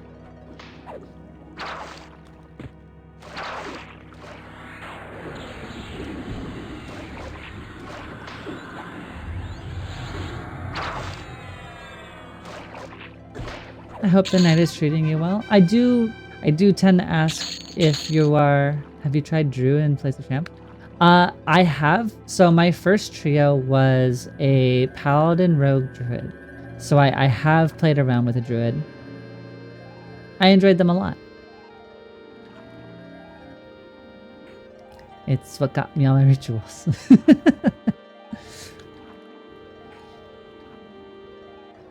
It unfortunately gave me a lot of sad puppy noises, but no, they were good in that trio. They worked really well, and they gave me access to track, which as a newer player was overwhelming but really helpful at the same time. Ooh. Just wandered my whole face into a room. All right.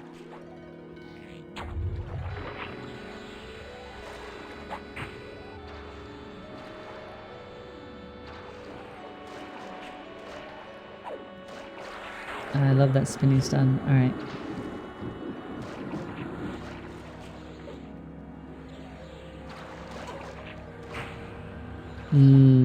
It's a cleric. I do hate me a cleric.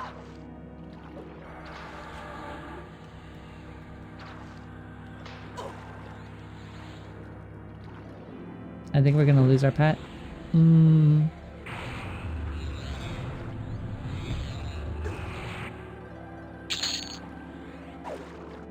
We might be okay. We might be okay. We're not okay. We lost our pet.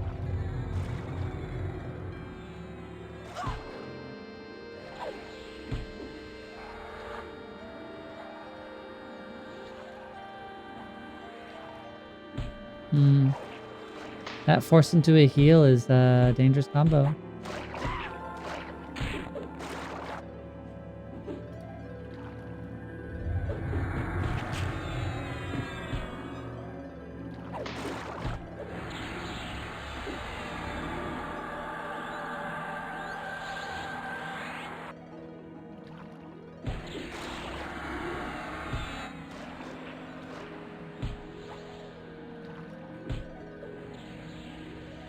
I don't like that force spell. I don't like it at all.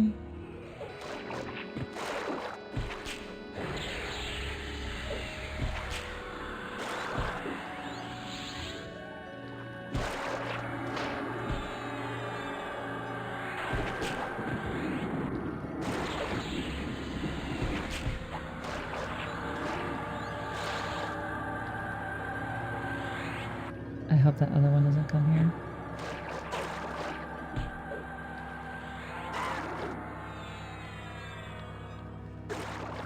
Wait until you experience the ranger track the most of the zone all the time. That's what I've heard. I've heard that they get a lot of different visibility from the what the druid range has. Though honestly, like maybe I can better use it now. When I was playing you know, through my first character, my first playthrough of the trio, I expressed frustration that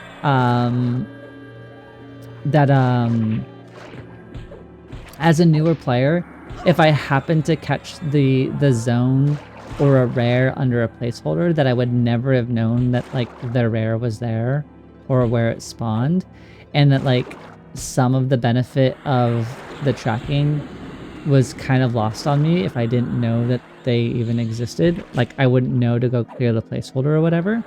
But for instances where it was like up first try, or like where like chat like wanted me to go find something and it happened to be up, or they saw it scrolling, like that led to some adventures, which was really cool. But definitely to some degree, like I feel like I could use it better now than I definitely could have used it on my first playthrough. I don't know when I'm going to play a ranger.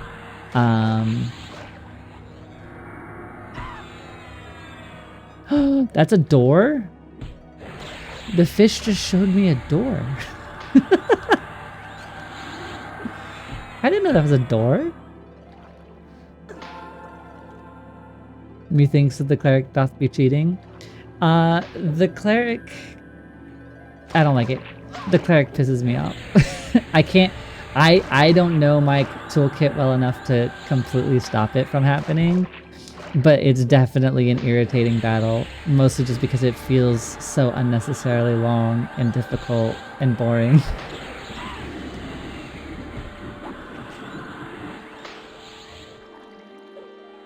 Which is very much so a me problem, not a game problem. To be clear and fair.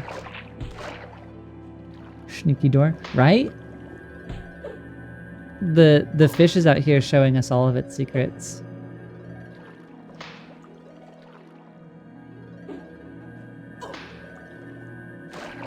This thing hits hard. And I don't feel like I'm doing... Well, I guess I am in defensive stance. Let's be a little more aggressive.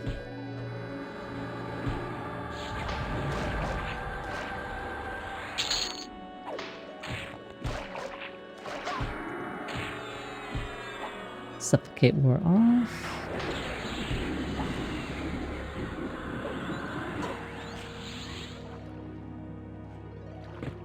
I do like... Oh.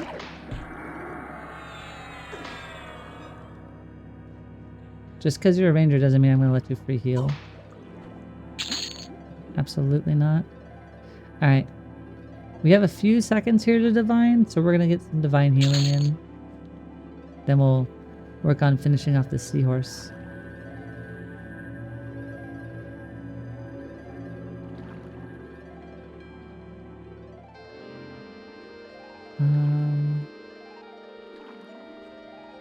We're gonna recover, I think. Let's not see that. Oh, please. Impressive you survived that one. I'm trying my best. I'm trying my best to learn.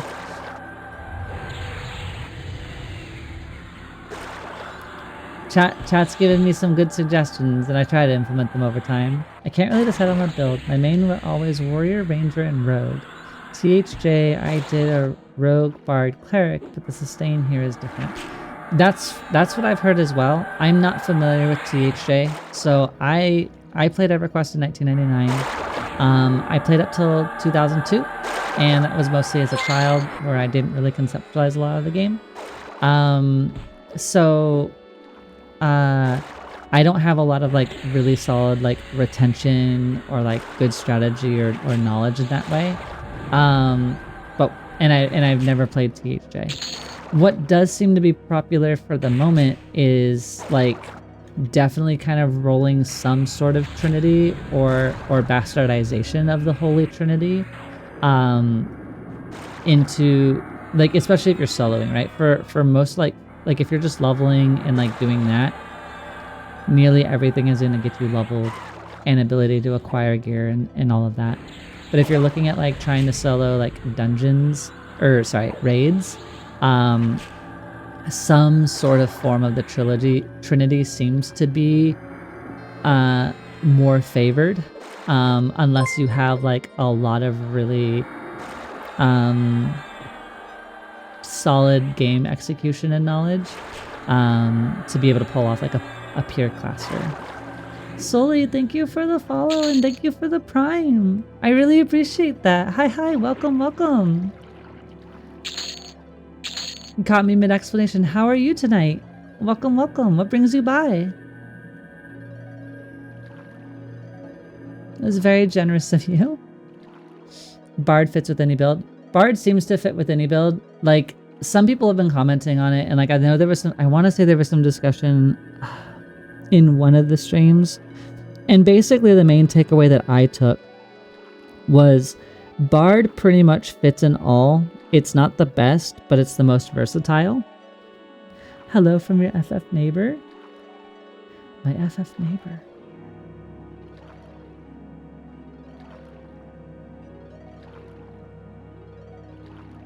Like my actual neighbor?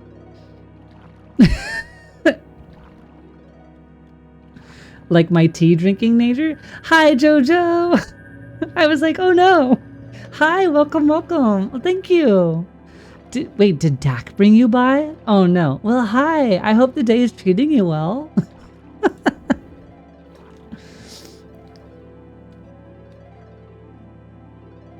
You're selling me on Enchanter for the CC. I've been thinking Paladin Ranger to start. I guess I'll do that and see what happens. Hi, Jojo. I'm waving even though you can't see me because I do that all the time. So I guess, I don't know. If I was to sell an Enchanter Paladin something, I think I would do Enchanter Paladin Druid, maybe? And the only reason I'm going to say that is for having access to the teleports. I think having one set of teleports at the beginning is extremely helpful for any future leveling and just navigation. I know that seems to be like not very unpopular opinion, but I think there is wisdom in it. Some people are even saying like doing Paladin Druid Wizard or Shadow Knight Druid Wizard to 25, so that way you have all the teleports, is what a lot of people want to do, and then swapping to their like actual trio. But I don't think, like, if you're not really worried about the teleports, I think Ranger would work in there. Though my personal favorite is I would probably go to Rogue. I really fell in love with the Hide Sneak and the Backstab. And since you can backstab while having like a dagger in the any slot or any piercing weapon in the any slot, the backstab damage with the Paladin was so good, especially because it could still do Undead Smite, the Undead Smiting AA, which is really, really cool. Sometimes you would just explode things. Well, hi, Jojo. We're doing an older world EverQuest.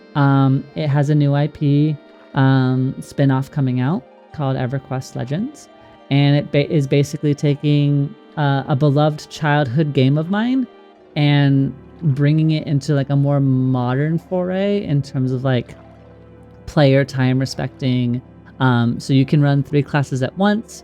You can build personal instances, so you don't have to like fight other people for camps or for leveling. And it's just it's a really, really fun way to kind of like rediscover and experience a bit of my childhood. So that's been a I'm guessing this is where, yeah, raid instance. I'm guessing that's where the boss is. That's not where I want to be. It's been a lot of fun. Like it's gonna be the other MMO that I'm running next to 14. So it's one of the mainstays currently that I have planned for my channel. So EverQuest will likely be streamed at least 2 days a week. And then I'll have an off MMO currently, that's SWOTOR, that I do once a week. And then SWOTOR will get exchanged out once I finish all the story stuff that I want to do. And that'll get exchanged out with something. I'm already leaning towards a different game. I have an idea for it, but once I finalize it, I'll be sure to let people know what that's going to be. But it's been fun. I am lost. How did I get in here? I came in through this door, but I don't see a way back out of this room. No, I just went in and I came back out. Oh, wait. Friend? Friend? Friend! We're gonna charm your friend. That's the room Finney spawns in. That's what I thought. Yeah. There was somebody there and I'm like, well, there was no one here before, so I'm gonna assume that that's gonna be the raid boss. Because nobody was in here since I've been in this area.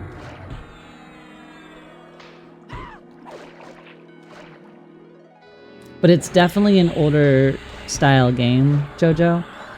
So I don't know if I would necessarily recommend it for people that didn't really play like some of the older MMOs. But if you ever feel adventurous, like, it gets my wholehearted endorsement. But I'm also like, I definitely have some nostalgia and like familiarity with the game, even if it's not like an exceeding amount. Jack of all trades, master of none. There's usually a class that can do everything. A bard can do better, but nothing that bard does all by itself. Yeah, that's my understanding too. It just seemed like every time I've had, like, because I've never played a bard, and like I kind of wanted to. Originally, my trio that I was gonna level next was Shadow Knight, Bard, Cleric maybe, and part of it was because I thought like thematically it would be very fun to go from a paladin to an SK.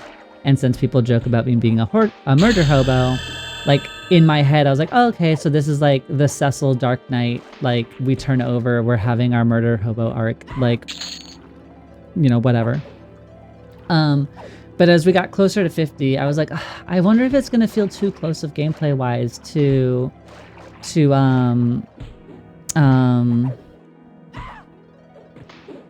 what I just got done doing. And so then I was like, okay, well, maybe I won't do that. And then we settled on this combination. But I did want to try a bard because I thought that it sounded really cool because everyone talks about it just being so versatile. We are going strong. Hey, Skills. Yeah, we're getting a little bit longer of a stream day today. I think I get to come. Oh, wait, I'm 37. We're 37. That means we get a new charm pet ability. Cajoling Whispers.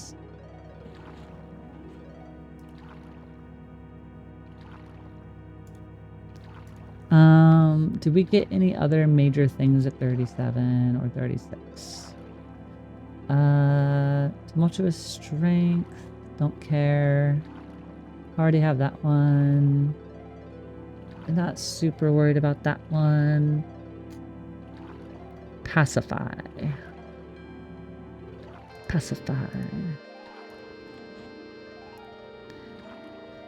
And then Gale of Poison.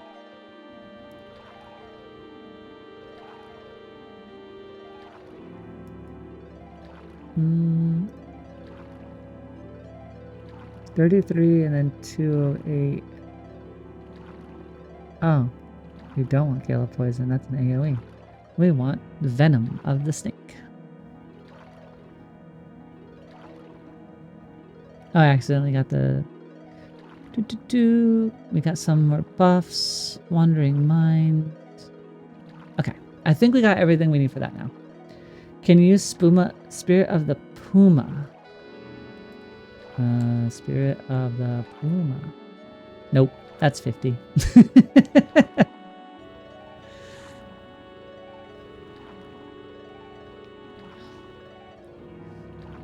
Yep, it allows them to make a savage attack for extra damage. I guess it's just a straight damage increase thing. I know I bought it. I read it very briefly when I was like speed buying all the spells. I was like, ooh, savage attack? Sure, that sounds like damage. Never gonna turn around a buff that gives me free damage.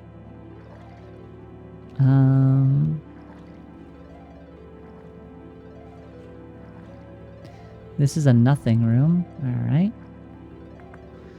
Make our way up. I think, did we come from here? No, because this is also a nothing room. You're not a door, are you? No. I don't feel like... Did I come from you? Well, I don't feel like I came from you because this is just the room that we've been coming in and out of. I am well and truly lost. Oh, wait, here it is. It's the side panels. We figured it out. Everybody, I did it. I was like, where am I? How did I get here?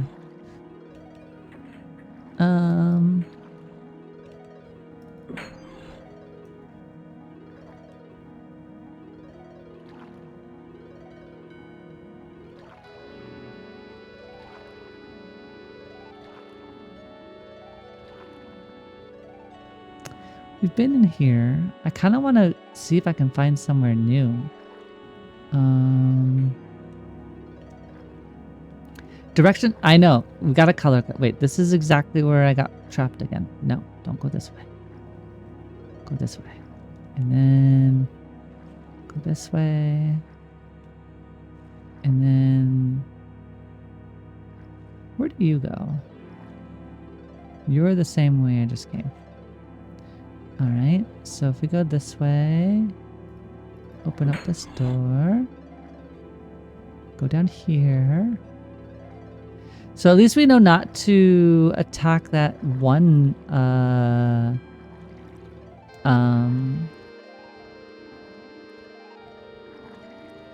I should buff. I'm afraid we're gonna lose this shark and it's gonna bite me in the ass, but we're gonna run it anyway. Yeah, don't fight the tainted seahorse. How have I enjoyed my time in Kedge so far? Skills. You're gonna maybe be the most surprised. I actually liked it. I'm kind of digging it. Like the theme is fun. Like the water music is fun. Yeah, I don't hate it.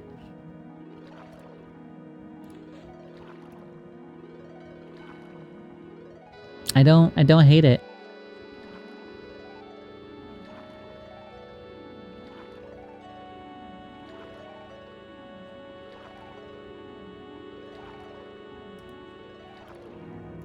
Get that one up. There was another shield. Shade. Armor class. Hit points. Armor class. Alright, now run to high hold without any help. High hold? Wait, is that another zone? Like, is that another dungeon?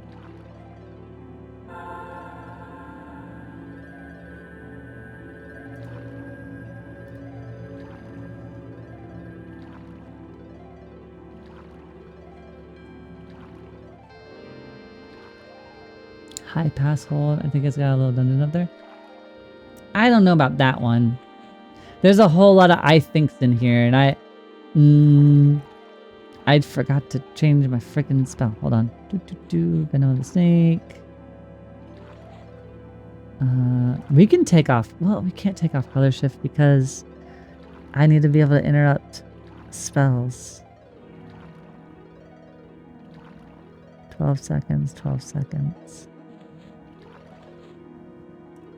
But we got a new calm spell. Apparently we didn't save this. So we'll make sure to save this. Save, combat, go. Perfect. Alright. Now we can pull the monsters and have fun again. I can't see my target. There we go.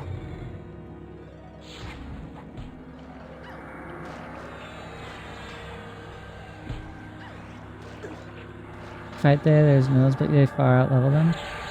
Yeah. I don't wanna out level things too badly. We did, I don't know if you were here when we left the hole, but basically the hole was a little bit too slow in terms of like time to kill. And I felt like it was a really bad just experience. Not necessarily like leveling experience, but like viewing experience. And also for me to play through it, it wasn't my favorite either. So We're gonna go back to it when we have a couple more levels under our belt. Like, I want to hit... I feel like if I hit 40, we'll head back. But I don't really want to go back before then, you know? I think that would be like a good compromise of like time to kill and stuff. But if we do leave this, there's a part of me that's like, maybe I swap real quick to my my paladin set and we go try Master Yale and see if we can get a couple more dupes of the Earthshaker. Because I mean, getting more dupes of that would be really helpful, I think.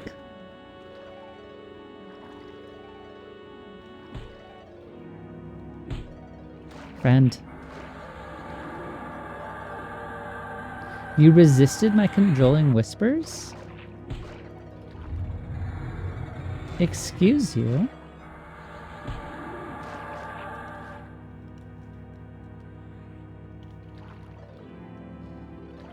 They were out here like they were having main character energy. Very rude. An anonymous gifter gifted... Aww. Anonymous friend, thank you so much. Congratulations to Ghost.wave and Calzy1987. Congratulations, welcome to the Guckhole gang, friends. And thank you so much.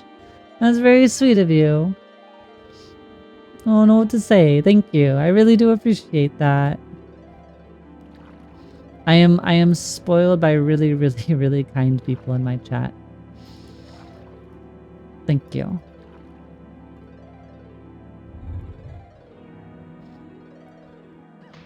You all are very sweet and very generous.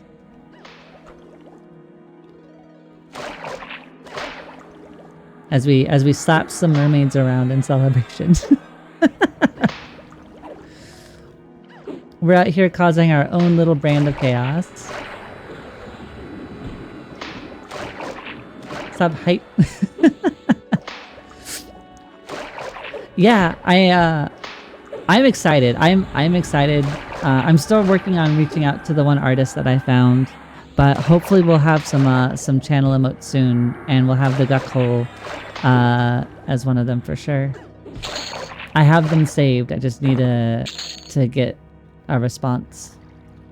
Okay, so that way is death. We know that way is death, because that's where the tainted seahorse friend was. Maybe that means there's nothing else here.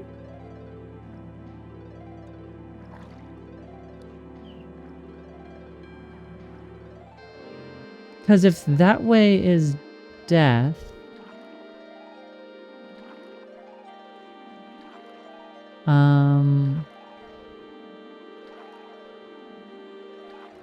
have we seen all we can see and we just didn't get very lucky on rare spawns? Because like there's supposed to be like a frenzied shark and a couple other things, but I don't think we really got to see any of them. We haven't really seen any of the rares.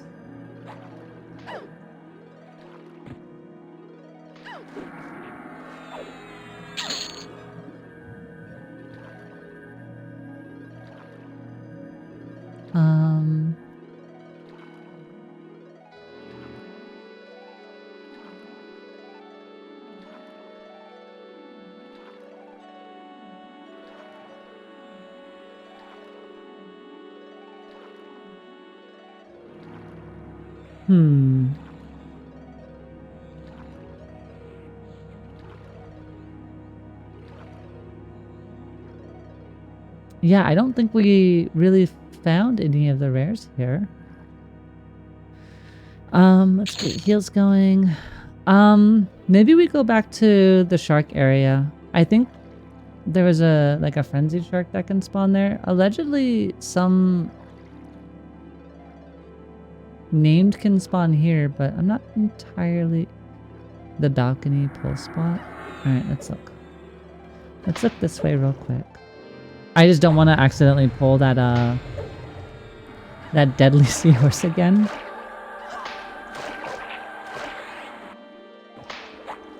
Because that seahorse made not short work of us, but made thorough work. Although we are a lot more, we have a lot better debuffs now. That's not the right spell.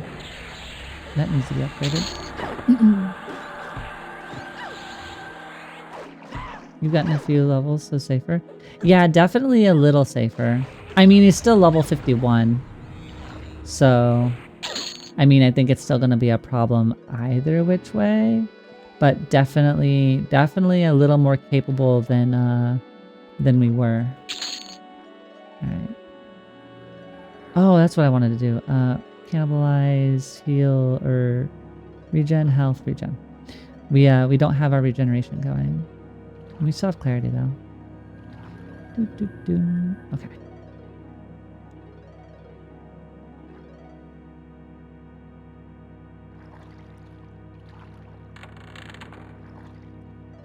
I don't think this is the death room.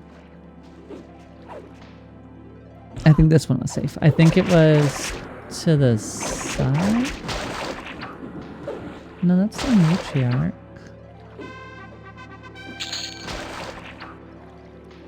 We gained an AA point.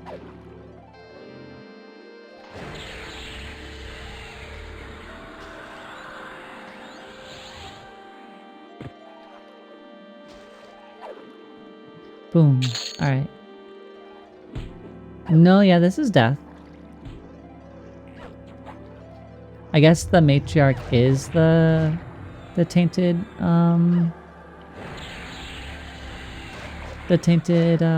seahorse, which I guess would make sense. Makes sense.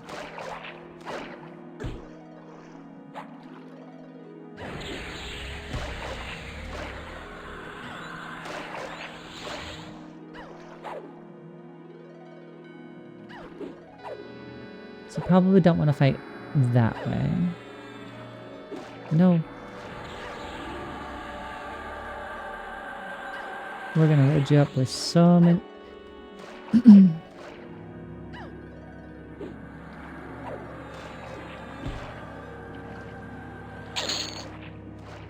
Perish. Alright. So...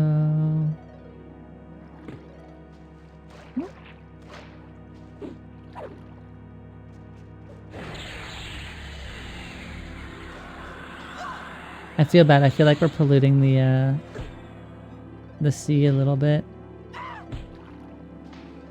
Just injecting like these fish with like poison and diseases. Alright, we got 2, so we're gonna mez. I want you to focus on this one, friend.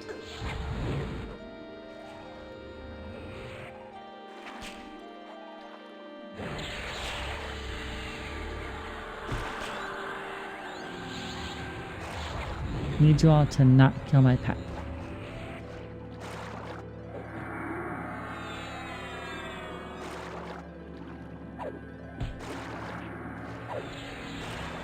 Our shark does some pretty decent damage though, looking at the numbers. Like, they're trioing for like 50 pretty commonly. Which is definitely nothing to sneeze at.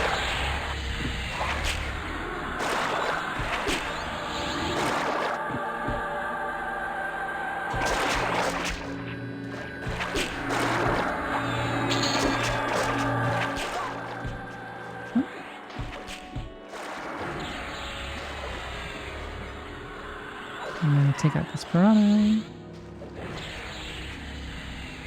It's also not as it's not super monster dense, and I kind of like that too.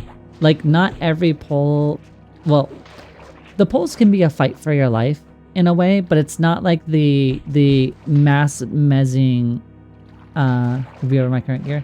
Yeah, I didn't think so. Admittedly, I don't think I'm really here for gear upgrades, but it's good to know. I was briefly looking through some of the items as we were getting through that last trash pack, and I think you're right. I don't think that there's a lot here that I can really benefit from.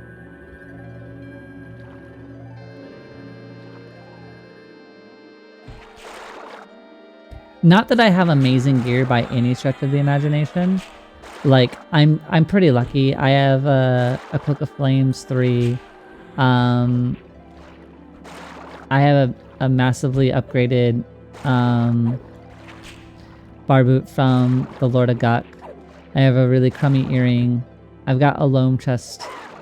I've got a couple places from here, and a couple, like I have a piece from Blackburrow, and then another piece from Lower Guk. And then I have my shiny brass shield because that was the first item I ever had drop. Or first special item, I should say. I was very, very proud about that one. The trainer on the hill set some expectations for us. We very much so started growing into our own when we started venturing into hey. Calm down, man. Same team. When we started going into Crushbone. Alright.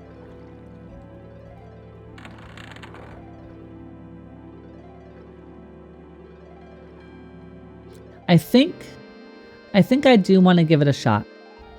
We're gonna kill this shark. We're gonna go quickly swap to our Paladin set, and we're gonna go kill Yale, just so we can have that lockout time rolling as well. And then yeah, let's try Yale. I haven't tried a big boss in a while, and I'm feeling like a very small amount more confident. Maybe we can make something happen. Swap.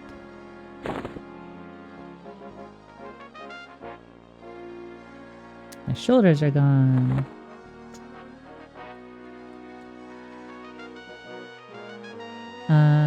Keyring, equipment. I think I was using you. But are these better? 13, 11. You're better. Back in EQ, classic gear progression was pretty much L-Guk, then planar gear with a few class-specific concussions. I will own Yale. We'll try. I don't know if I quote-unquote owned Yale. We definitely attempted. I think attempted is a good word. I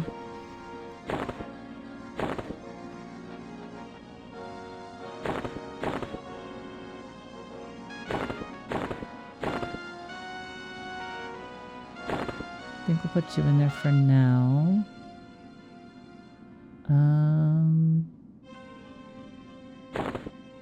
Is this better than what I have? 5, 7, 7.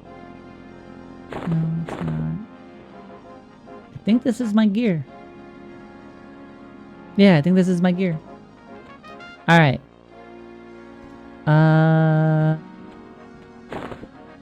Put you in there. Put you in there. Do I have anything in the bank that I need to look at? No, because the only thing I put in the bank was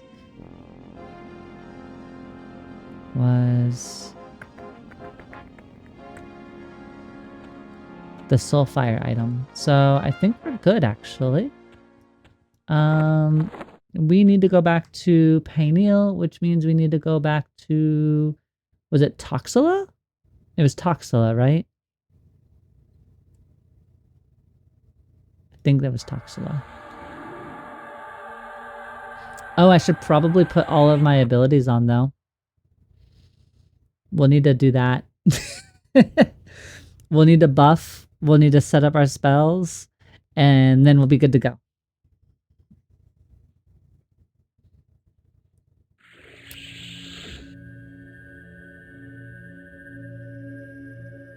We also have Lay on Hands. We got a couple clicky abilities. Paynail is to the south. Yeah. Let's just do unit to the movement. Sure, we'll do that one.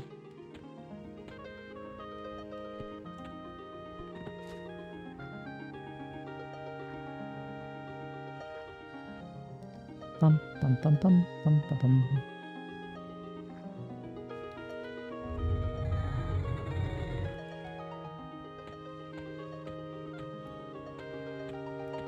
Here we go. Alright, while we're running, let's make sure we have our skills. We've got backstab. We need to make sure we have Lay on Hands. Since we don't bash anyway. We've got Escape. Accent. Where is Smite? Doo-doo-doo-doo-doo. Don't really need Sneak Hide. We'll put Spellblade down here. There's Smite. You're already on auto. We'll just leave you on auto. And then that just means we need to make sure we set up our spells correctly, and then we should be good to go. Have I got my AA horsey? I have not. I didn't invest in my AA horsey because why did I not do it? Oh, because I knew when I would hit 50 that I wasn't going to have it. So this trio is a Paladin, Druid, Rogue. This is my original trio. This is what I first hit 50 on. It treated me really well. I don't know if I fell in love with the Druid. I think the suggestion of Druid for the tracking was a really, really useful suggestion, and it definitely exposed me to some things. For bossing, I might switch Druid out. I don't have anything else at 50. So I can't. I'm not one of those super geared players right now, so I only later on. Oh yeah, no, I would definitely switch it out. I don't think I would run Druid in any primary any way, shape, or form for me. I just didn't like what it gave me enough to consider it in that way. But I definitely was happy to have it for my journey. Let's get all of these spells off my bar. Let's do buffs. We need Valor and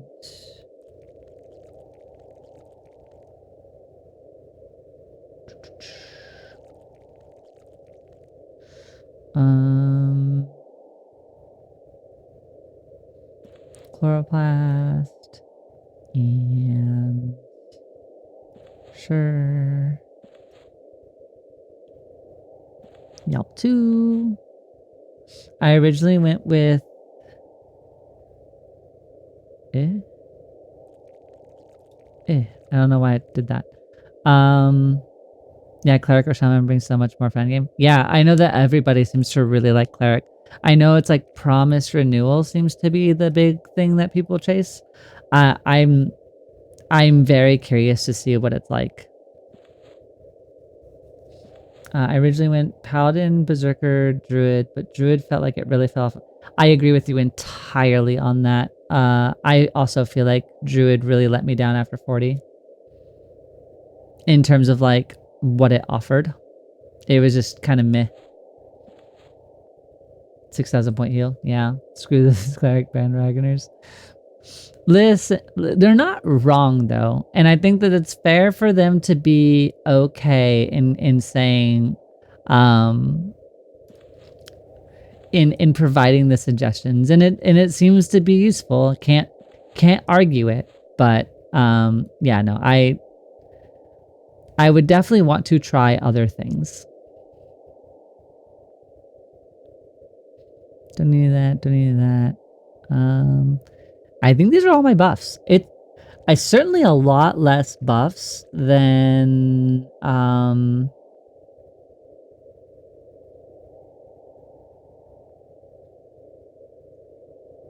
than some of my others. So fortunately, let's just make sure I don't really need a lot of resists.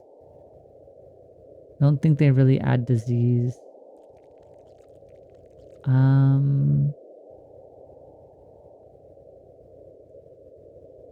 Student success of the app feels too good. I'm glad that you're able to get past them. Yeah, I'm not gonna go in until ads are over. Partially because I was so distracted and I didn't even realize that they were running. I should have done an announcement, but I didn't. I think we're good. I think these are all of our buffs. So we're gonna quick buff. And that means we'll have plenty of times for a friend to get here.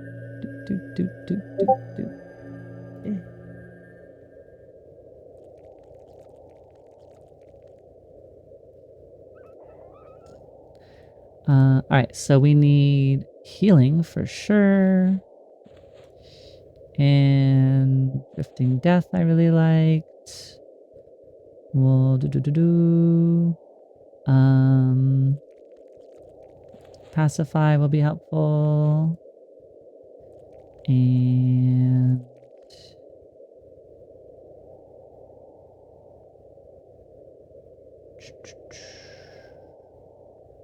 I think that's really all I need. There isn't really too much that I use. I remember having a lot more buffs than that, or a lot more spells than this on my bar. But now that I feel a little bit more confident, like I don't feel like I need that much on my bar. I guess we'll put that on there just in case they get it off. Oh, I didn't do this one. Do that one just in case it's an upgrade. I only really use that. Yeah, I think we're good. All right, I think we're okay to just jump in. I don't think we need too much in terms of So we're gonna start off on 1 just because I think that we can we're gonna start off on 0 because I think we can. We've done that one before. We've cleared 0 and we've cleared 1. I've never done anything above 1, and 1 we almost died. So we'll see what happens.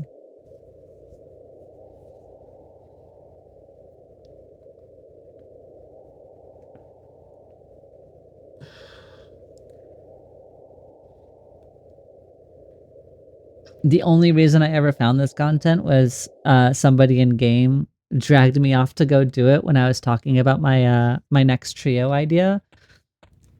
And they were like, hey, when you hit 50, you should get some gear. I regret desperately not getting gear. Like it's super helpful. I would highly recommend just get yourself some gear. And I was like, good call, friend. And they're like, you want to go kill a dragon? And I'm like, it wasn't on my list of things that I knew that I could go do. So sure, I guess, if you think that we actually can. And he was like, yes, we can do it. Not even a problem. And I was like, okay. And then we went and killed a dragon. And that was my first adventure running off and killing things. I'm gonna go sit in this corner. I hope. Yeah. Boop. I really don't know how much we can really influence this fight because I don't really have any interrupts. And so for me, it's kind of just sustain and see what happens. I think that is a major difference between what my new build does, or what my new trio does versus this one. Because this one just, it kind of exists and we hope that something happens. Like backstabs, 270, 168, 308. And then the melees are going off pretty well. But it's like, I apply Drifting Death. We do our smites and yeah, run them out of mana, exactly. How does Spellblade work? Good question.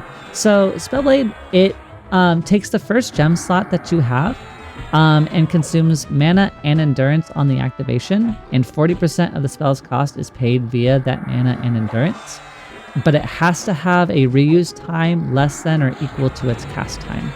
So since I put Superior Healing in my first slot, whenever I do a melee attack, I have a chance to procs my Superior Healing spell at instant cast. And so now when I get low, we just lay on hands. What I should kind of do is I should make sure, I feel like I should take down this Fighting Fiend just because it is extra damage. And since I can eliminate that damage pretty quickly, we're gonna take this one out real quick.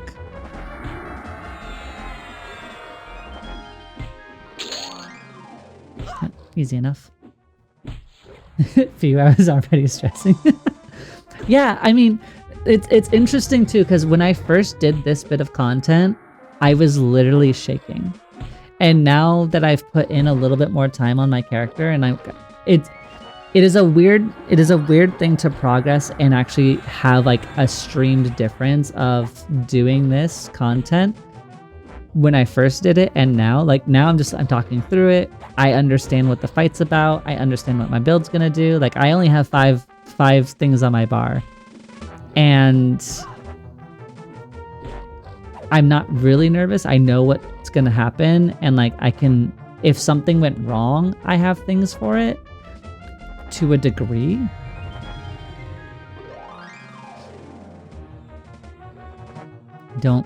Probably could have put a root on, but I hope we don't get the channeler. The channeler would be upsetting though. There we go. All right, we got another Serpent's Tooth, which I'm not angry at, and then we got another robe. So, not bad finds. Not what we wanted, but not bad finds. Yeah, we didn't get what we wanted, but I mean, we're getting closer. I mean, we can at least upgrade the robe, so I can throw an augmented thingy in there, and see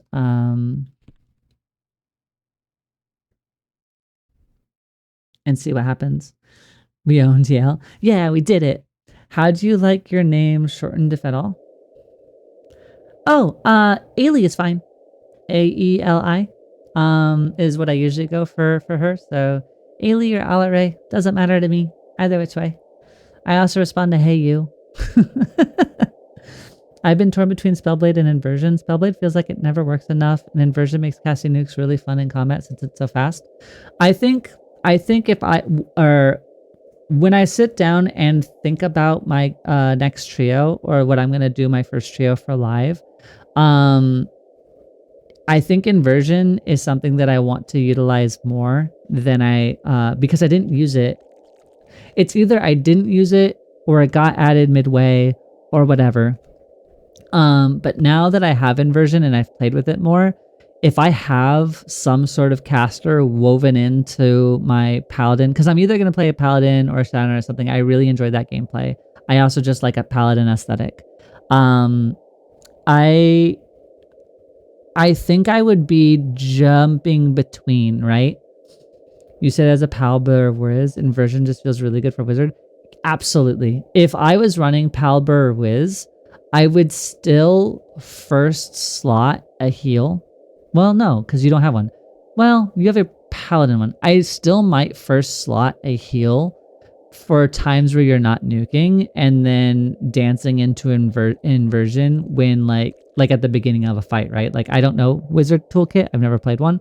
But if I was doing nukes, I would be running Inversion for nukes at that point. And then maybe if you're at a part where you're going to be doing extended just burst melee, or if you're fighting mobs where you don't necessarily need to go heavy on Wizard and using other mobs as like HP regeneration, that might be the way that I would approach it. Paladin works really well aesthetically with high elf. It really does. I only ever really played a halfling when I had first started. So I was a halfling warrior back when I played in 1999. And then my first alt I ever made was a female dark elf necromancer. And I had a lot of fun with her. She only got to like level 12, but she was a lot of fun to play.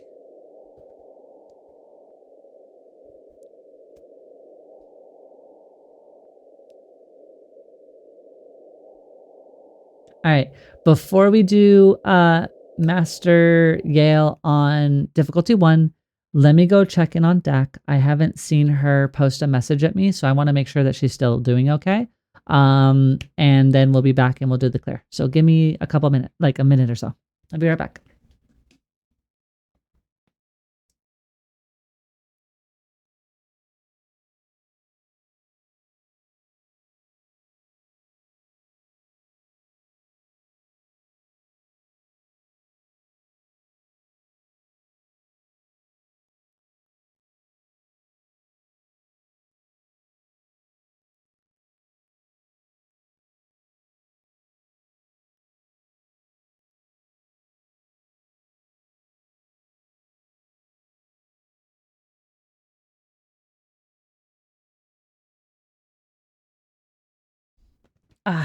Yeah, she's doing okay.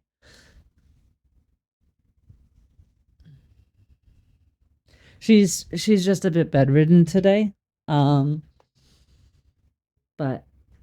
we're doing our best. We built her a little fort. She's all wrapped up. She's doing well. She's got a Switch 2, she's got a laptop, so she's got entertainment, but she's I think she's jumping in and out between sleeping. So I'm doing a little bit of an extra long stream today, which I'm not mad about. I just get to play more EQL with friends here. Aww. Much love indeed. Much love indeed.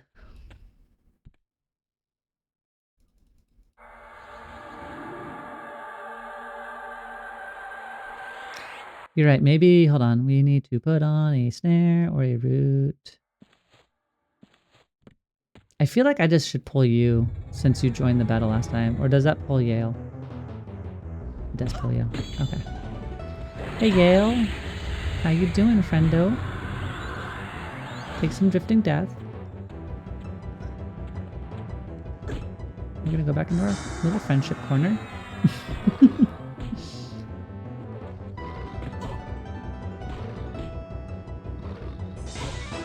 Nah. Yes, love to Dak. I'll be sure to make sure she knew she got love from chat today. The friendship corner. Right?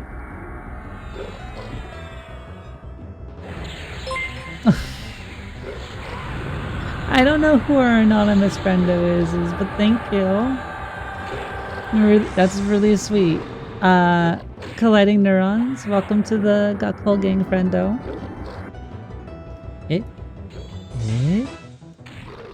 Wait.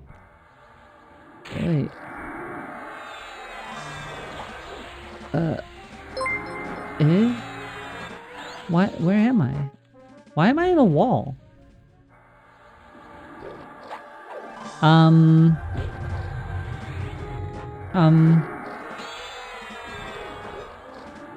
We're in a wall?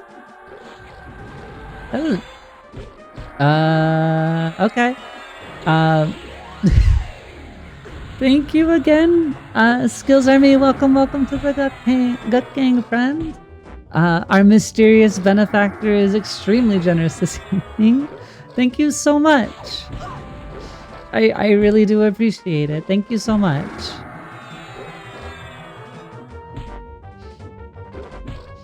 I just still don't know how to handle subs and gifted subs, but thank you so much. It means the world. They are not required, but they are deeply appreciated. I just enjoy being able to spend time with all of you. And apparently getting teleported into walls. Master Yale decided that our corner wasn't the proper battlefield and has determined that battle can only exist in this wall. So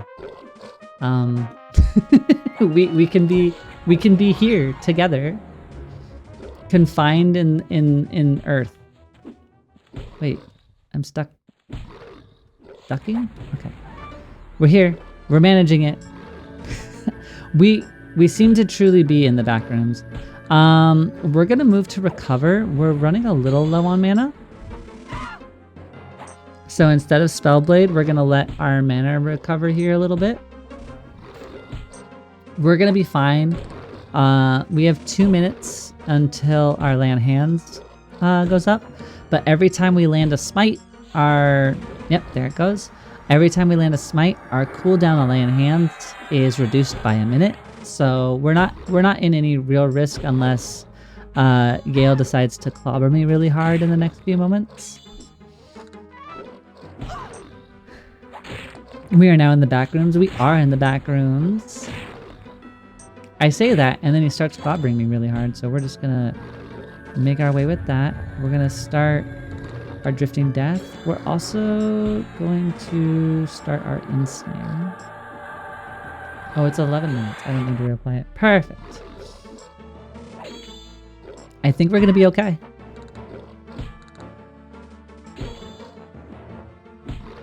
I hope he doesn't wander anywhere, because we're kind of stuck behind a wall.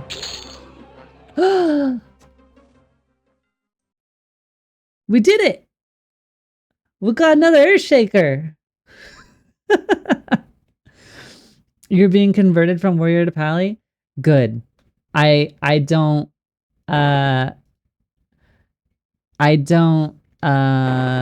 regret converting anybody to the paladin side.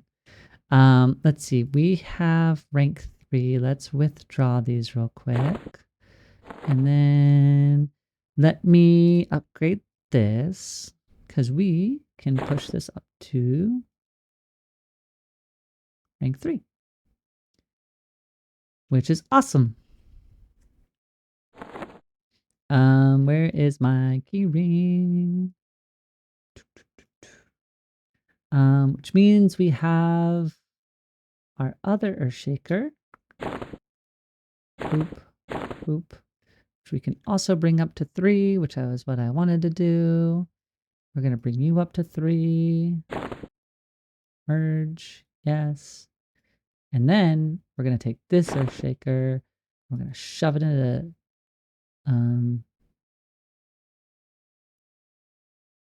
oh, I have to actually like place it. This is problematic. Boop. And boop. And which backpack are you? You're that one. Go in there for the moment. You come out. And you go in. Boop. Earthshaker +4! We did it! We got it to freaking 4. Which means we can take it out. Which means we can take the proc out. That's big for us. That's big. That means we can use it on our upgraded weapon whenever we get there. That's exciting. Can I get out of this hole? Okay, I can just walk out. That's super weird that it teleports you in there. Is this a door? No. Huh. I wonder if it teleported me in again. Could I go to wherever Brel's Rest is? Take it out. That's big for us already. Look, if it's not clipped, it doesn't count. So, because I'm not going to go back and clip it. Huzzah! Yeah, thank you. Do we want to try +2? Blasted by the Wizzy nukes. I don't know if we could do +2. Well, hold on. Wait. I have a thought. Worst happens is you fail. That's true. I have an idea though. Hold on. We're activating both thoughts here. If we take out the Earthshaker and then we take out the proc,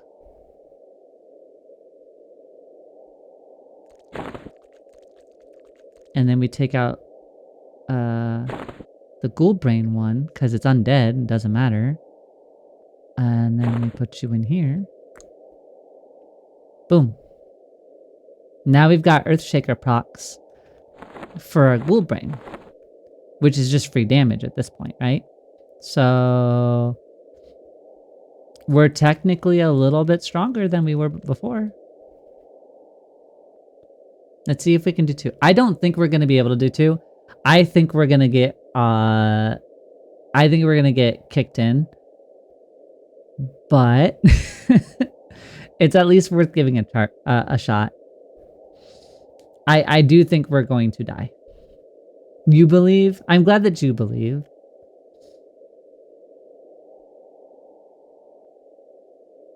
I think you went easily. Well, we almost died on that one. I might have to run defensive stance. Like, I think I'll have to start the fight through defensive stance. Ruffle stomps keep us humble, but I have... Yeah, you're right. Let's run our chloroplast.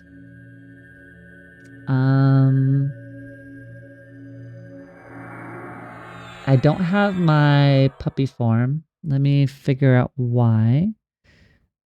Beneficial. We need that one.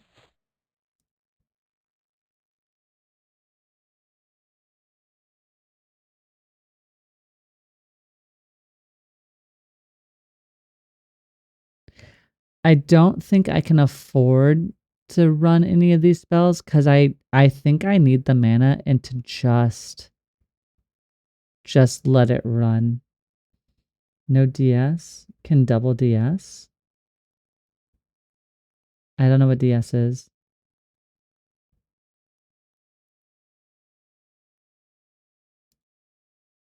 What do you mean?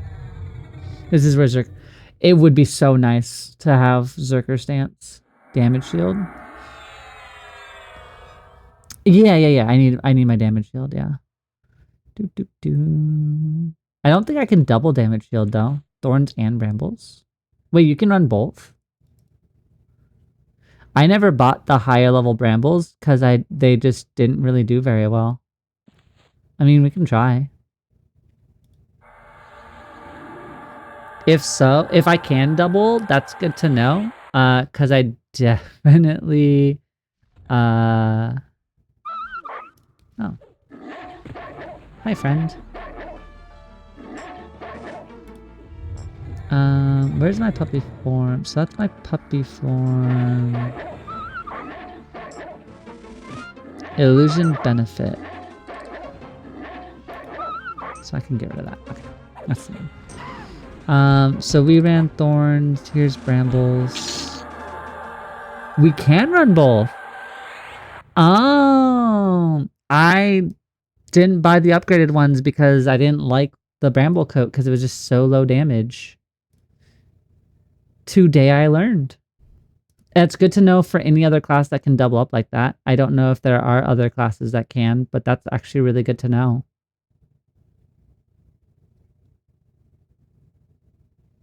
Valor of Mars already going. Yeah, I think that's basically it. Yeah, all right. Come on over, come on over. So we're gonna pacify you. Boop. And we're gonna pacify you.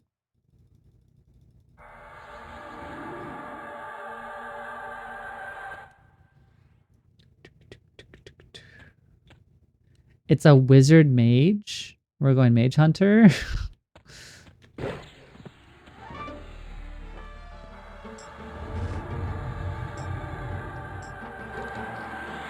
So we're going Mage Hunter stance. Mage Hunter stance reduces all magical damage received by 50%, and incoming physical damage is reduced by 20%.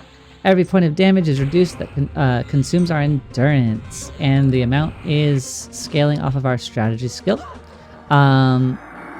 Since you know they're going big boom, we might as well mitigate that as much as we can.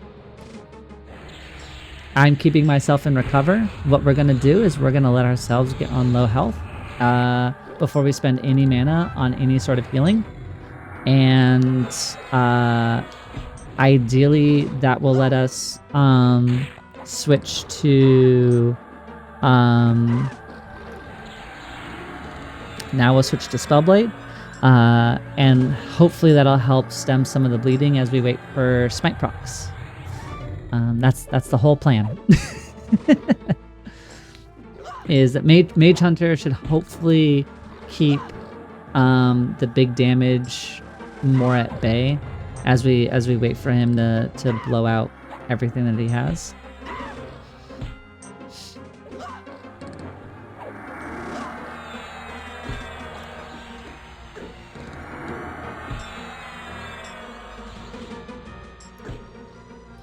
Definitely painful. Oh, he's knocked me out of range. There we go.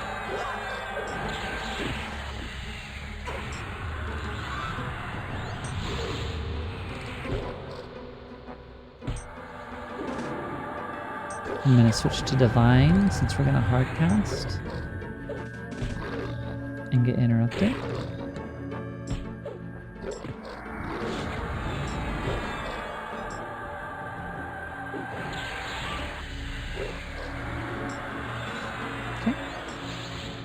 I think this one's gonna be more of a slog, but it does look like we've drained the mana from him. Unfortunately, we still need 9 minutes of reduction on lay on hands. However, I think I'm confident enough for us to move back into offensive stance for the moment, and we're gonna let recover do its thing.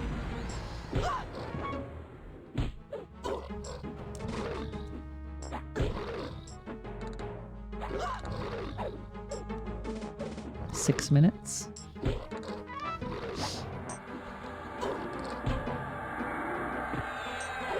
Spooky, spooky.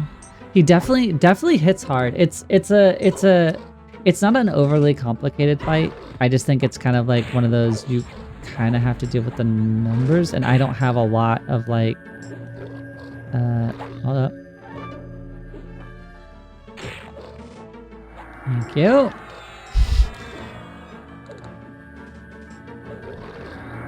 That was scary.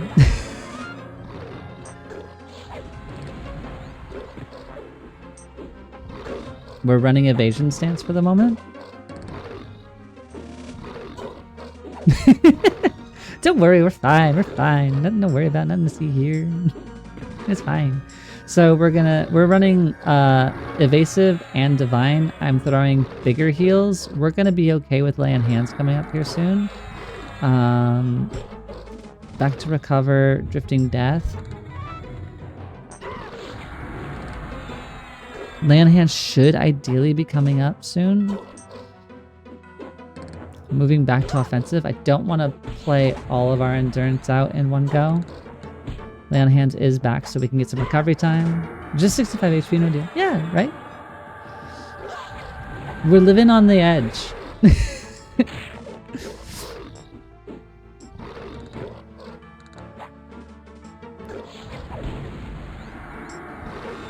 Yeah, his damage, I think it's his damage shield that's really hitting us so much too. Because we're taking a lot of burn damage.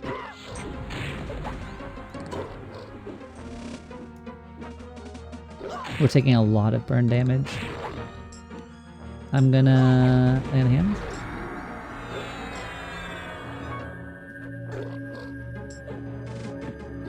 Okay. Gonna reapply our dot.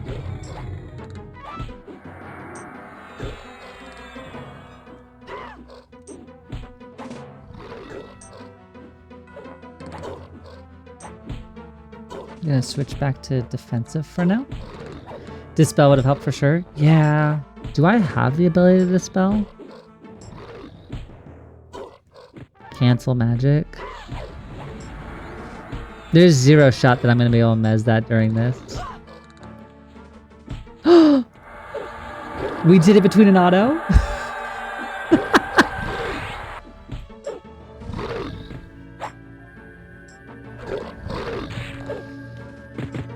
Evasive.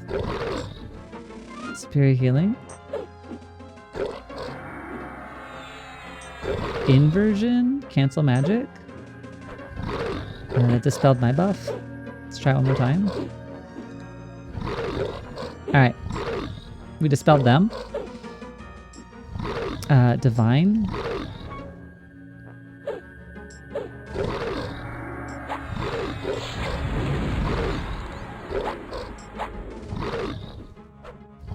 We'll do Drifting Death. We're gonna go back to recovery stance. We're gonna get out of that and we're gonna move into here. Where are you going, friend?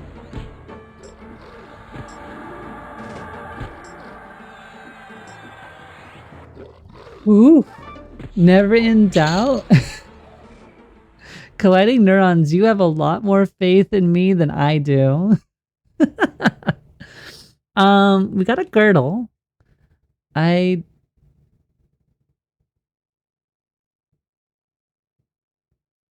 think that's a nice spell, actually. Hold on. And then we got another robe. Robe is nice. Especially since we're using that robe on our other character. I'm actually surprised. I'm actually surprised that we got that done. Let's take a look at these belts, though. So the belt that I have with this one is basically useless for its haste because I already have better haste. This has better AC.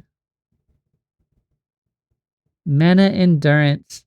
The only thing I don't super love is it's minusing dex, and that kind of hurts. I do have an upgradey thingy. So there's at least reduce that. I think that's an upgrade though. Yeah, I think that's an upgrade. I think we run that. Boom. The lower health, yeah, the lower dex does hurt on procs. We still have 139. Well, down from 152. That does kind of really suck, to be honest. It's DPS versus tank. Yeah, that's... And right now, I think I'm suffering in my survivability. And I know that all of it kind of plays together. RBB is good, but like you said, he ain't no better from the haste. Yeah, exactly. That was my thought too. I don't think I'm brave enough to do +3. I think D3 will 100% its death. I don't think there's a world in which that I can do that. If you get a plus class later, you can use it on the pet. For sure. Well, yeah, no, actually it's a good point. I was having both equipped and now I can give it to our in our Enchanter pet. Right? Not Charmed pet, but we could run it on our Enchanter pet. Let's go to keyrings, equipment. We are using a loam encrusted robe right now. Let's quickly bump these up to 2, just because we might as well. No sense in just combining them when they're at +1 when we could do better. So put you... withdraw, boom, merge, yes. You're +1, I think. Deposit. You're +2, bring you to 2. Done. What are you? You're 2, you're 2, you're 2. And then we go boom. Yeah, I don't want to use my 3s on it. I want to save my 3s for like other items. So we're gonna boom and then boom. So now we've got a loam +3, which will help us on our other character as it gets better. Yay! Planar BP for the AC. Yeah, so we touched hate. We touched hate. We got absolutely abysmally destroyed. Like I cleared 2 mimics and then we got stomped. I think that it requires me to know how to there was a mini boss I think at the start. It hit us with a slow, which slowed us by like 95%, and I didn't know how, and I don't know if I had a toolkit answer for that. And then we just got hit to death. So there was not much to do. Hate those dispelling mimics. Oh yeah, and like just buff shredding. Like there was a lot of mechanics that we got hit with that I was like, oh, I don't know how to handle any of these. Which to be fair, I still don't know how I would handle them. But we are at least a little better equipped now in terms of like approaching the game than we were then. All right. I think that's the only boss that I can do by myself right now. I'm gonna take this excerpt. We're gonna go to key rings. We're gonna shove you in here. Let's go back and do our normal warrior enchanter thing.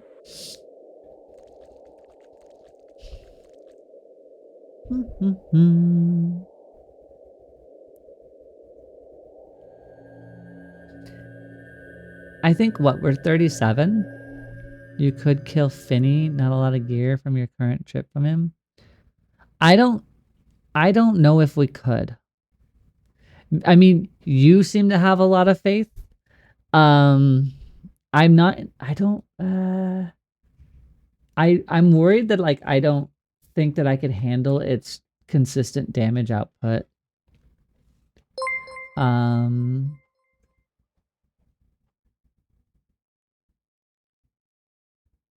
Yeah, like there's a lot of rods. Yeah, I don't think there would be much that I would get from him for me. But trio. Oh, for your current trio. Yeah. The issue is also getting him solo. He has the 4 seahorses. Yeah. I didn't know that, but yeah. Agreed. It's me, John Doe. Welcome. Thank you for the follow, friend. I hope you're doing well tonight. We just got done killing Yale as a little side trip before we went back to leveling our newer trio. Which means we can actually take this Exalt out and put it in the key ring, and then we can put in Earthshaker even though we can't use it yet. Okay, I'm off for a bit. Fun watching your journey. Take care. Thank you so much for coming. I really appreciate your interaction and feedback. I hope you have a lovely rest of your night, and maybe I'll see you on Tuesday.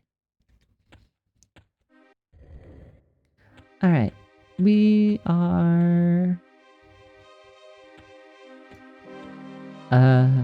We're in here. Oh, I need to go back to. I don't want to go back to Kedge, so it would be Toxel, whatever again.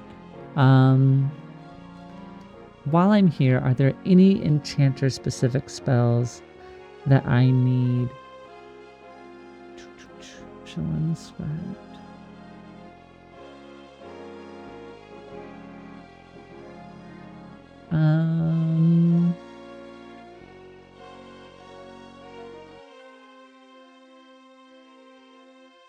No, I don't think we do. Okay.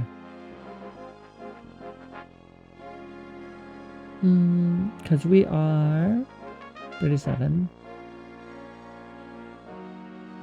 Yeah, we'll have a mana drain, which would be nice. Okay, cool.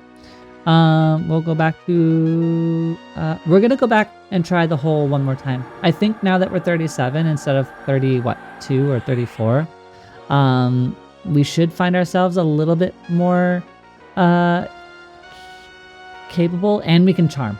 And I think that was the biggest thing, is that we couldn't charm in there. Our charm was too low level. John Doe, are you a current EverQuest player or just excited for EQL?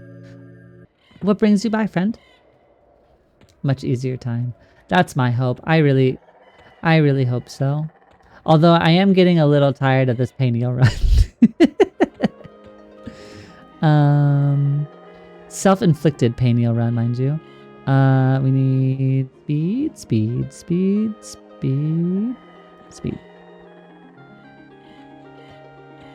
We've got this. Absolutely. And it's not like we can't swim, so, you know.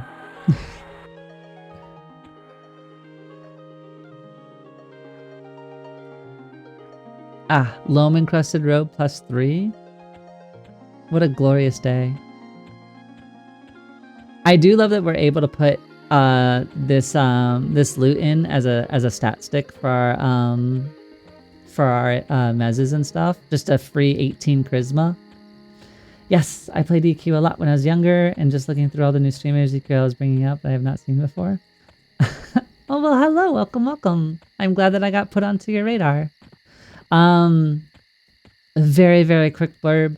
I also played when I was younger, so I was like 9 when I started playing EverQuest. I played with my dad. I was a halfling warrior and got dragged all across the world. And so while I played the game as a kid and played it pretty extensively because every day I would come home, whether I had homework or not, my dad was like, sign on, we're going to go do stuff. And which, you know, something to be said for parenting. But ignoring that, I had a lot of time playing EverQuest as a kid. But being so young, I don't think I really processed the game. So now coming back and like getting to experience it through EQL, it's kind of been like like you always have like that one game. Oh, I wish I could, you know, play, you know, X, Y, and Z game for the very first time. I'm effectively doing that with EverQuest. And so it's been a really, really, really fun adventure.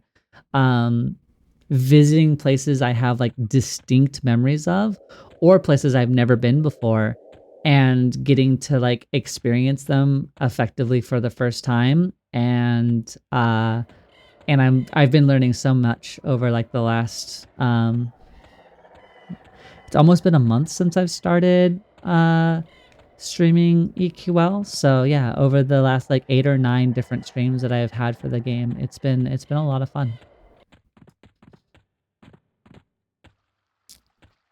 And fortunately, I think EverQuest taught me one important skill, and it's if I've ran it, I know it. Generally speaking. So that's helpful. I think I was about the same age with my mom, Human Shadow Knight, and then Frog Paladin. And that's what I feel like this game will be for me, so I'm excited for when it comes out. You're in a good company for that. It seems like a lot of my chat has had similar experiences or near enough experiences where it's kind of become like a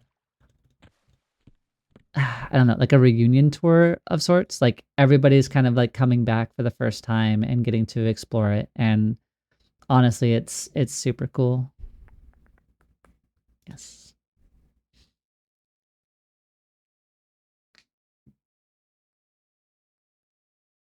Yep. So, I guess since it's your first time, you will not likely get a lot of Q&A from me in terms of like, hey, how's X, Y, and Z work? There's very few that I can answer and with a high technical aptitude. But you will get more of a new player POV and like learning as we go. As well as like a little bit of chaos, or a lot of bit of chaos depending. So if that's your vibe, hopefully you enjoy yourself. Pacify. Whoop. Can we sneak up on this other one?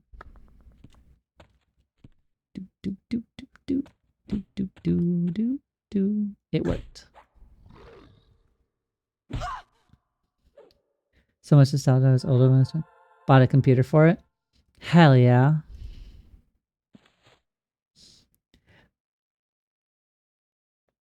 Yeah, I fortunately had a computer growing up.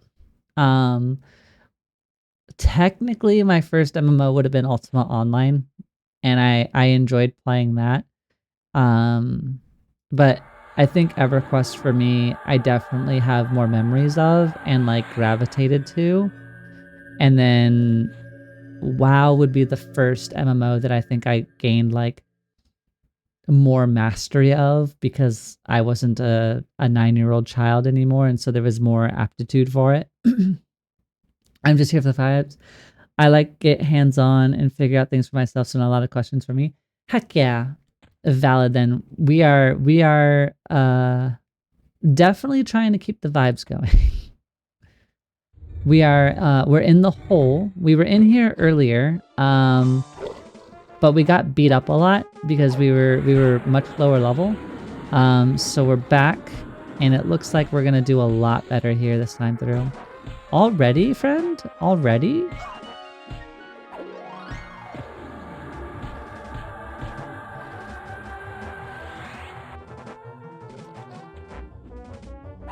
That was less than pristine behavior.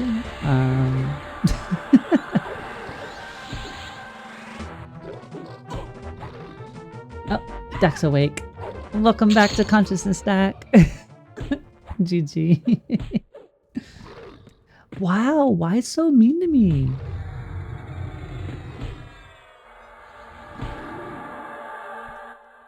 Calm down, friendo.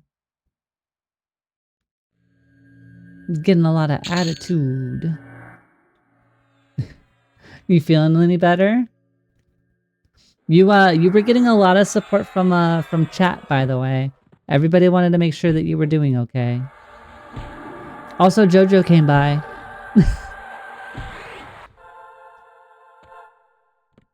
Okay, these elementals are behaving like the vampires in... That was the wrong spell. Are behaving like the vampires in Mistmoore, and I'm really, really not about it. Like neighbor Jojo. Yeah. Like neighbor That's what they said. They were like, it's your FFXIV neighbor. And I was like... So...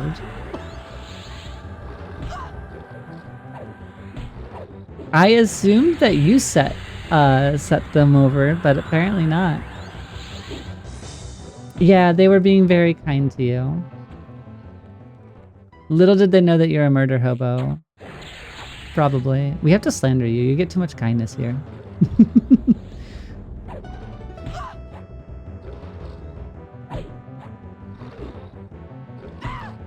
I don't remember anything about Ultima.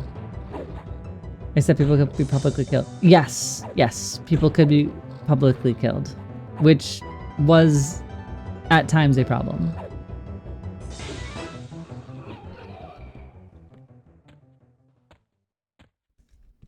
The newbie area graveyard for like where they would first fight things was a very popular player killing area for people that wanted to ruin other people's fun.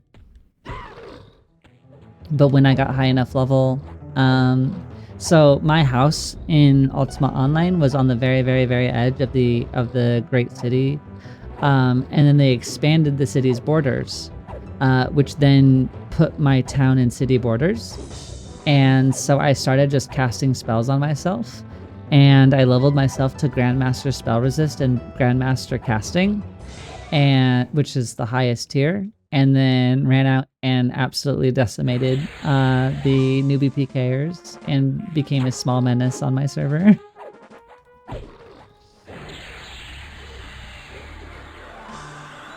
Murder Ho is awesome and sleep is good. Yeah.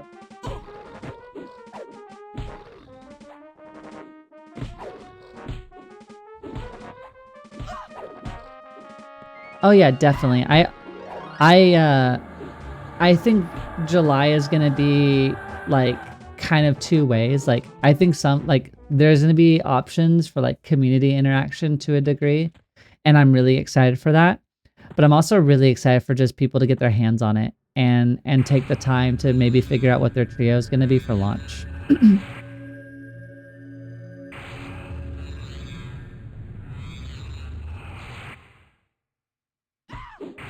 Oh. Hello, friend. Cajoling Whispers.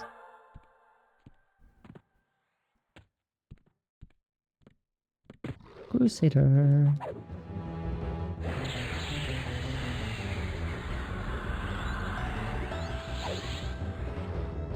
It seems like Sunday, or the Sunday vibes, while chill, definitely some people have not been feeling 100%. Got overstimulated from D&D. I mean, that I do that basically every day after stream. So every time I stream, I'm basically dead for the rest of the night. So like what will usually happen is like, because usually I end at 7. And so usually we'll go and grab food, like we'll have dinner or whatever. And then like we'll usually hang out, but it's usually like both of us playing single player games together and like streaming it to each other.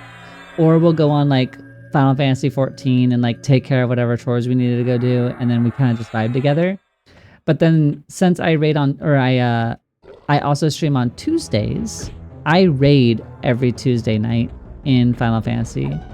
So on Tuesdays, I do my stream, we eat food, and then I jump into raid for 2 hours. And I don't talk very much during raid. It's just I try to focus as much as I can, and then I'm dead after that. It's time for bed.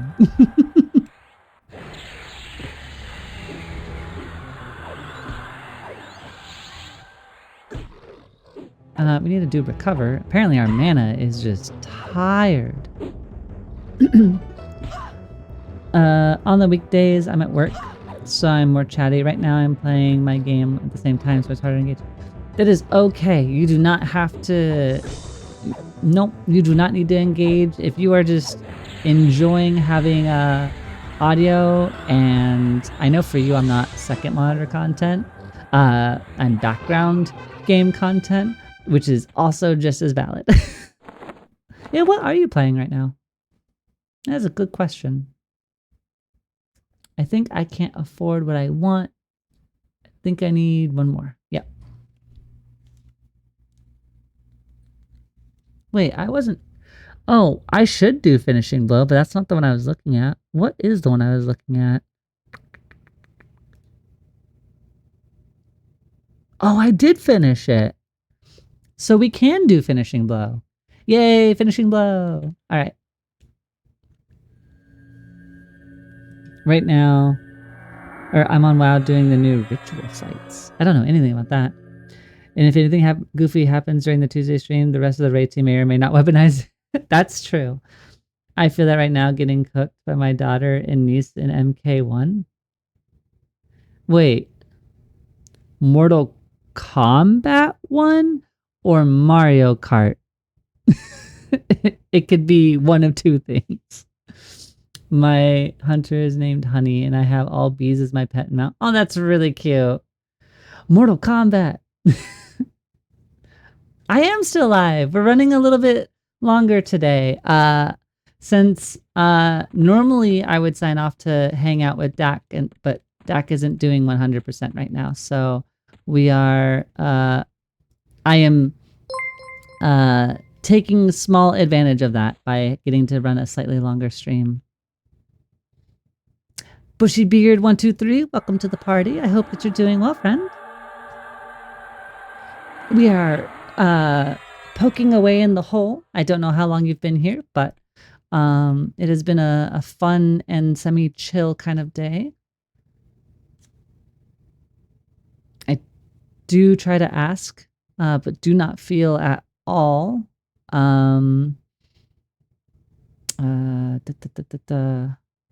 that is necessary to respond. But are you a current player of EverQuest?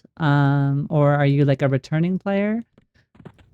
I always like to hear what people have got going on, what they're excited for, what brings them by.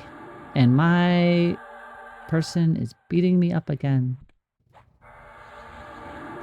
I liked Kedge Keep better for taming monsters. The monster taming in Kedge Keep, they are much more loyal. Much more loyal, and it's not even close. These elementals are finicky.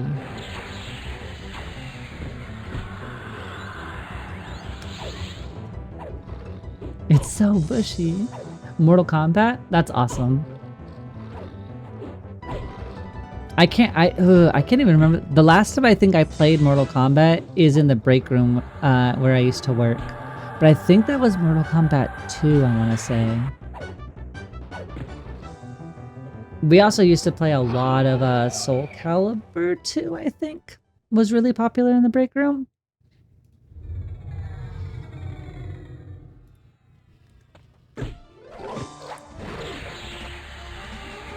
We did Kedge Keep. We did. That was the underwater zone that we were in.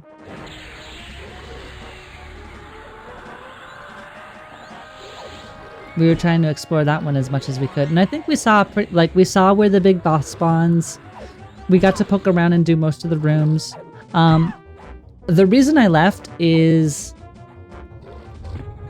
I didn't think we were gonna see very much more, and I felt like the rooms that I had gone to, like I kind of already knew pretty well. And then I kind of wanted to go kill Master Yale, just to make sure I was rolling that lockout. Not that I'm really too worried about gearing, but I kind of wanted to get the Earthshaker if we could. I am losing, but I'm proud because they've been getting so good I actually have to try now. I love that, honestly.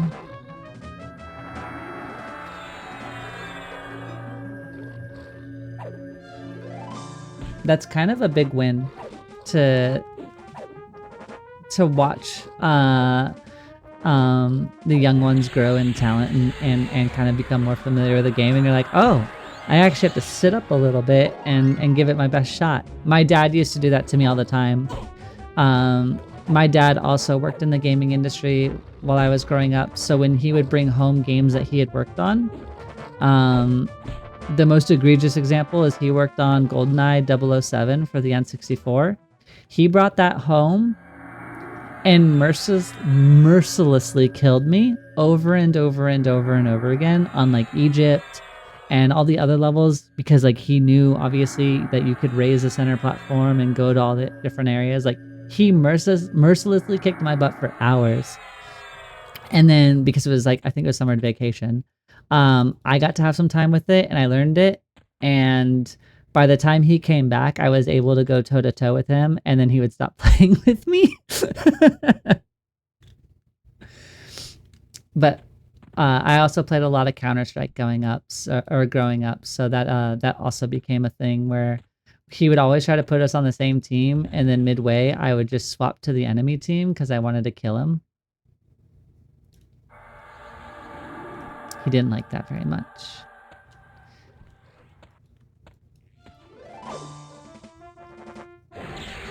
It was always fun fighting your parents and like getting better.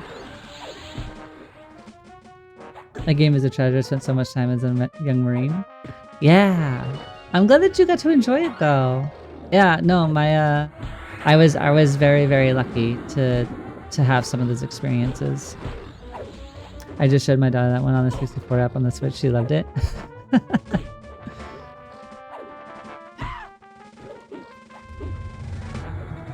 Our barracks would congregate and round robin to the community room all night. Oh, I could imagine. I could absolutely imagine.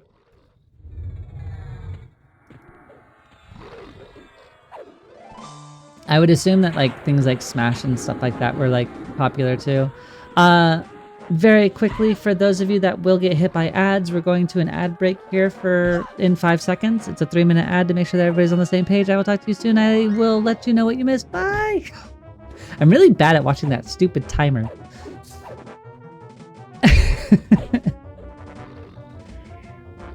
I'm usually pretty good at it, but sometimes when I'm like, when chat is actually moving and I'm doing things, it sneaks up on me every time. I'm like, I see it when it's like 15 minutes out, and then my brain just forgets about it. Is that what got you into the QA life, or how did you get there? Yes. So I got inspired by my dad. Like my dad was probably the one person that I would actually call like a quote unquote hero growing up. I didn't really have the concept of family. Ours were just a bunch of people that shared the last name, effectively. But him doing like working at Nintendo and like, I got to go on like a lot of little adventures, whether they were like little like the little Nintendo parties that they would have for like holiday parties or whatever, or just him bringing home games because he got to bring home games at that time. So I always had access to Nintendo games growing up. He was also really big into technology. So when I was growing up, we lived basically between where Nintendo and Microsoft were headquartered. And so in Washington, and because he worked in tech specifically, he was, our house was part of or apartment. Our apartment was part of the DSL testing for the area. So we had free DSL internet for like 10 years because, it was, the first run of it or whatever. And so I never grew up on 56K. I skipped the 56K generation. I was immediately in DSL. So I was playing Counter-Strike on DSL. I was playing Half-Life, anything like that was DSL. EverQuest is DSL. So I never really had to deal with like those kind of things. As I continued to grow up and kind of figure out what I want to do, I knew that I wanted to work in games. I've always wanted to do so. And they happened to be hiring the summer after I graduated, and I put my name in. I did my test, because back then we had a test, and then I got accepted in, and my first role there is I was set to be completion. So my job was like going through all the games as fast as like humanly possible on the hardest difficulty while doing it 100%. And so I would build documentation, and like make sure that like, A, that the game could be done like that, B, that it didn't break, build documentation for all of the support teams. So, the treehouse, like, when you see like treehouse doing their thing, sometimes we would be giving them playthrough and like game familiarity documentation so that they could like better prep and stuff like that. And then as that continued and the more I did it, that was kind of like my niche. Can you explain exactly what QA in game dev Can you explain what exactly QA is in the game dev world? I can give you publisher QA, and I can give you a broader, very brief definition. So quality assurance testing is a very focused practice of taking a product at some point in its life cycle, whether you're embedded, which embedded means you're working directly with the dev team, you're on a dev team role, you're part of that pipeline before it even goes out into broader channels, aka publisher testing or any third-party development testing. You're testing whatever's being implemented, iterated on, and making sure that those things work. Publisher QA, so think Sony, think Microsoft, think Nintendo, that's a different tier of QA. You don't really do embedded level QA because you're not working directly as like in the same house as the developer. They're sending you builds. Think builds as any patch or version of a game. When you install a game after its first release, that's effectively version 1.0, right? And so we're taking builds of games and playing through it, and you'll typically have different tasks. You have some people focused on text and making sure that the text reads correctly, that there's no typos, that the context is correct. And there are many ways to do it, and I can't get specific because that would be breach of NDA stuff. But there are ways to have that text information, and then if you find an error with it, you put it in a bug log, and that bug log gets sent to whoever's managing the tech side of the project. You have people that are focused on like a multiplayer team. So you have a team that's focused exclusively on multiplayer content so that they can make sure that like whatever, like joining a lobby, quitting a lobby, having a player go midway, having two players try and jump or die at the same time, like all sorts of like different triggers that you can have in the game. That's what they're designed to do. And you have, in some cases, leads for each of those teams that create test plans. And what a test plan is supposed to do is give a written track record and in some way, shape, or form a guideline or guidance to performing those tests.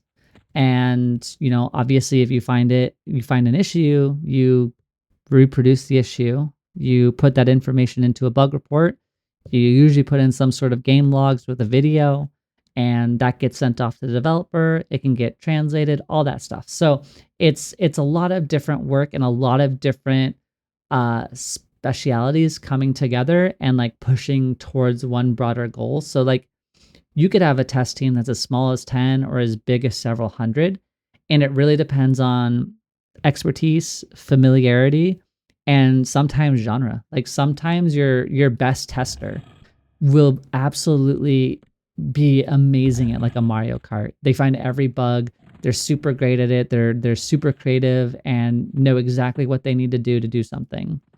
And then they could absolutely suck at like an Animal Crossing, and they just don't know how to break it.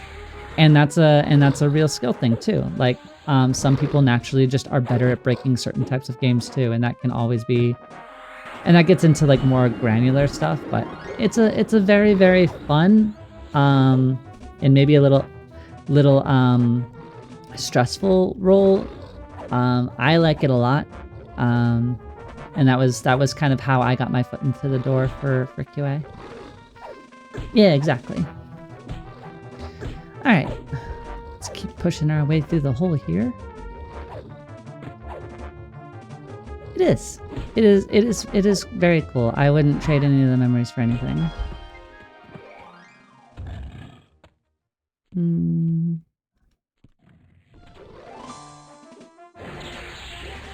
Of course. It's actually, and I'm actually really excited because I don't have a lot of Nintendo games that I'm super excited about, but I'm very, very excited for the upcoming Fire Emblem. Keep pushing through the hole, huh? We gotta push through the hole. We didn't get very far here last time, so I'm not entirely sure where we are. These maps are hard to read. Oh, friend. Are we good? No, you're not good. Over channel. Everyone hydrate, it's been a while. Thank you. It has been a bit.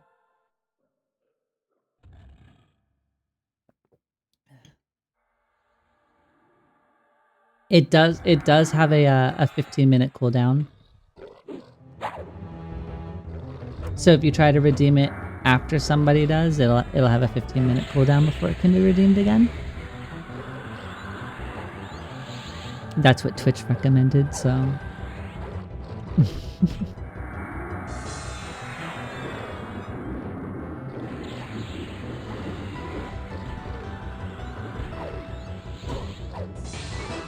I was fearful that that thing was gonna heal, but it didn't even heal one time. We're gonna put on regeneration.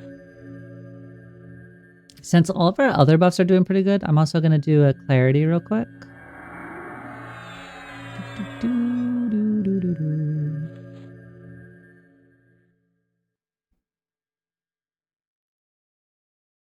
That cleric was a chump. Didn't even heal a single time. I do like the design of this this area though. Like I really like that there's like these like light little generator thingies. I like that there's like a bunch of like untethered elementals that are just kind of roaming. It gives like the Fury of Nature kind of elements, but like underground.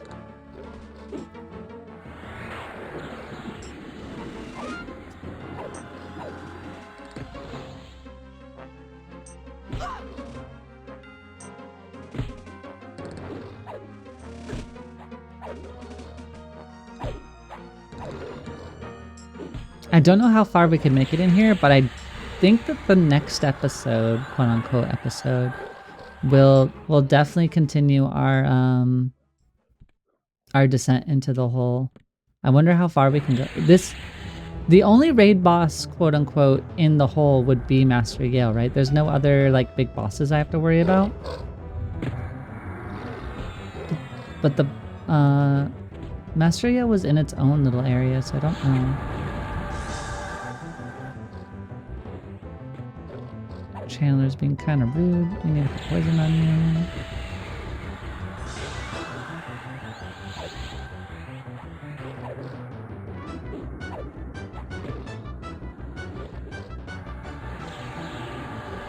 No healing for you this time, friend. Perish. Your girls are snoring. It's a lazy Sunday.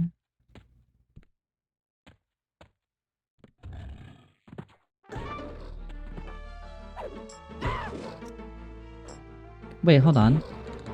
0.7. I just thought of something. We just got our Earthshaker up to +4. Is that better now? 729. 7. I think, yeah, hold on. We just straight up run this for now, I think. Once this fight's done, I think we shift over to the harder hitting weapon. I didn't even think about that, but yeah, it has just better stats in general. No reason for us to not run it. So we'll put you into that properly. Put you here, put you in there. We got a big sword. It'll be slower, which I think is gonna be a little bit sad. Do we still have Alacrity out? We don't. Hold on. Do do do. Do do do do.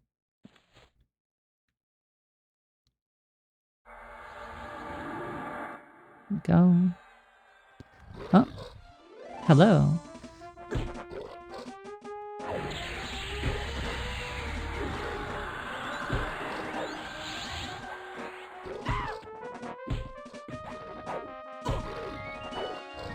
We cleave for 318.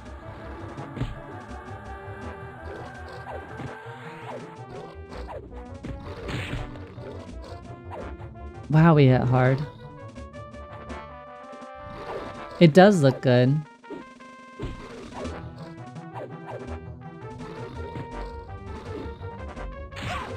Won't turn away having the increase in damage either.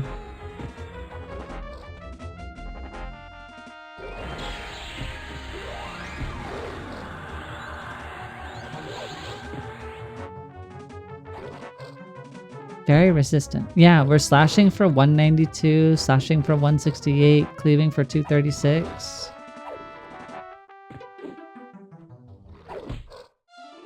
Maybe bada boom.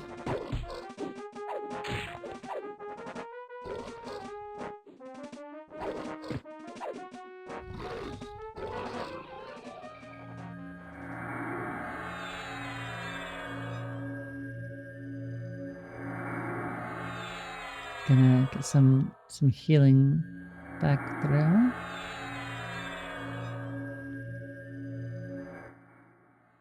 All right. Well, wait, there's a door back here. We didn't go through the door. Eh? Stop that. We're not holding the key. All right. We're also not holding the key. I guess we need to find a key.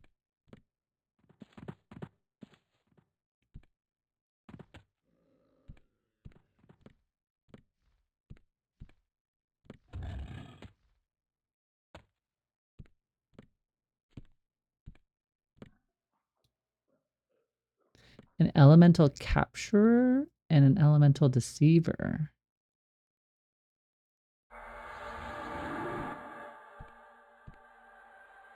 Wonder if I can pull the capturer.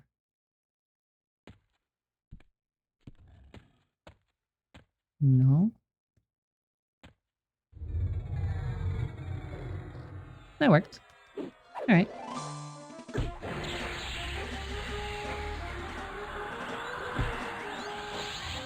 Pacify is doing good work. Were the cats fed, or is Callie a liar? Callie is not a liar. I have not fed the fat cats yet. I can go ahead and do that during this fight. Hold on, give me a second. You got them? Okay. So today's chapter will end at the top of the hour, however. I do need to likely get some food for Dak and myself because I haven't eaten since lunchtime, so... Well, I haven't eaten since breakfast, so I will need to get some food in me, and I'm sure Dak will need to get some food in her too. So we will be ending at the top of the hour, so 10 p.m. CST. We'll see if we can find a new friend to visit, or maybe a familiar face, depending on who's streaming. But then I will see you all on Tuesday, I hope. Big pre-order day, which will be exciting. Hello.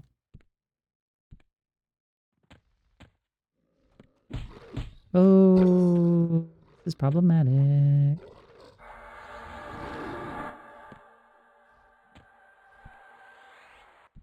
All right, we're gonna work on this one.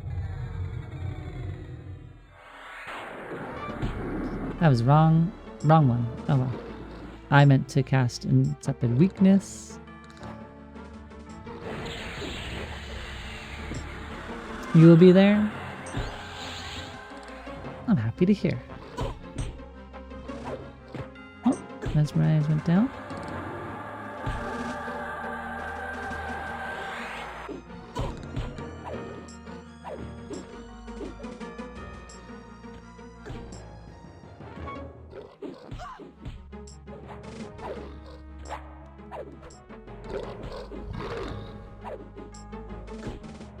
Got the big hit.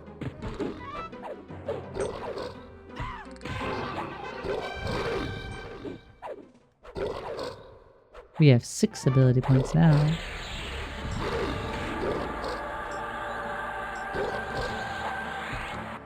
Slow's enabled.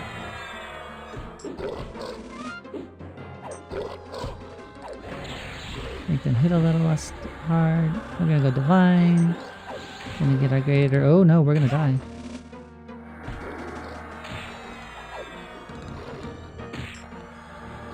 I don't know how we got that heal off.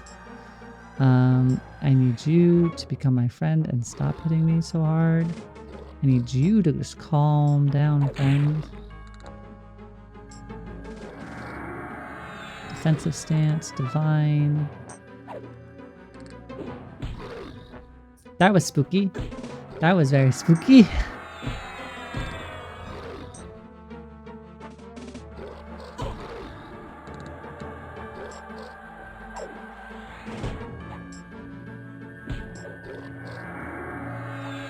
The rock golem still hit really hard.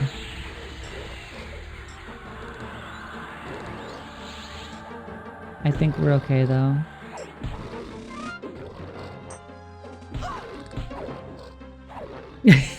Under breath going. The rock golems are nasty. They really, really are. I'm not entirely sure who I get the key from.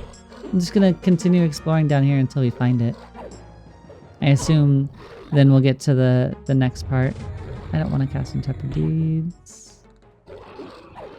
Perfect. Whew, that was scary.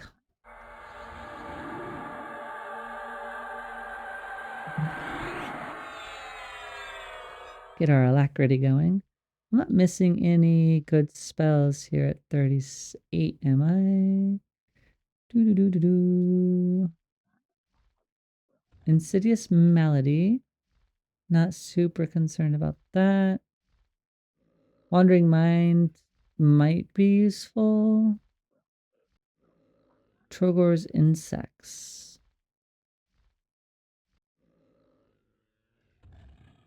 Down in a hole. They can also summon? Wait, what do you mean they like summon me or summon extra monsters? I don't know how to imply a sing-song. Sing-song. You can do a music note. Like that. Summon me. Okay. Good to know. I was terrified that they, yeah. I was terrified that they could, like, summon an ad or something. I'm on my phone now. As far as well, I'm sure there are ways you can do it on your phone. I don't know how to do it on the phone, but I can tell you how to do it on the mouse and keyboard. But that won't help you on the phone.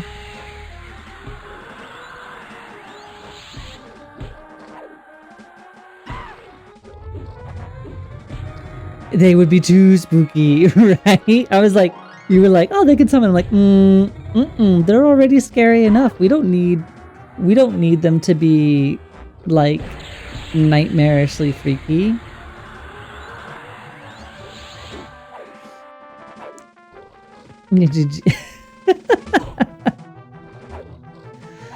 Got gingers. You guys are all silly. You are goofy. Got gingers.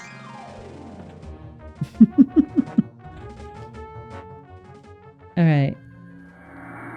Where do we go? Can I go in this door? I can. It's a wizard. I can't see the wizard.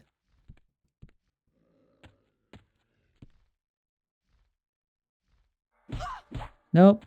Nope. Nope.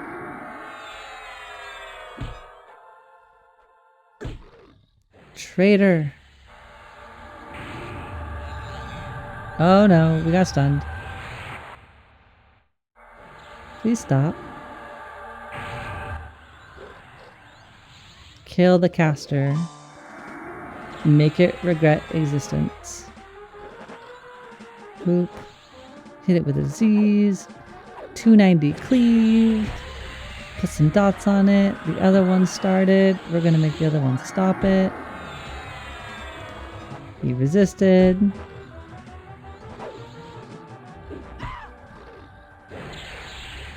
Oh, we got a new friend here.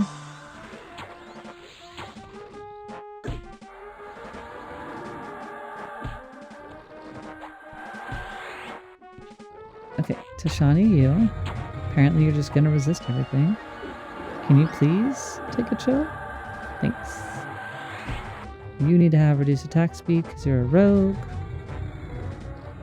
And then we're hit him with the Intrepid, so you can stop hitting as hard.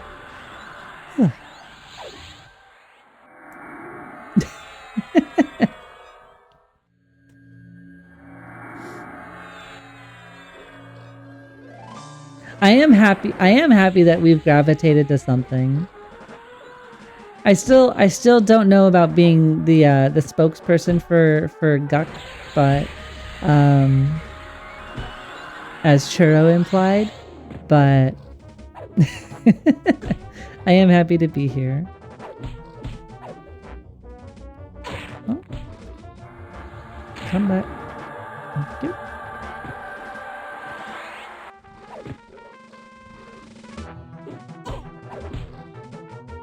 Wow. 2 times in the same fight, huh? Bully. Bully. Alright. I need regen.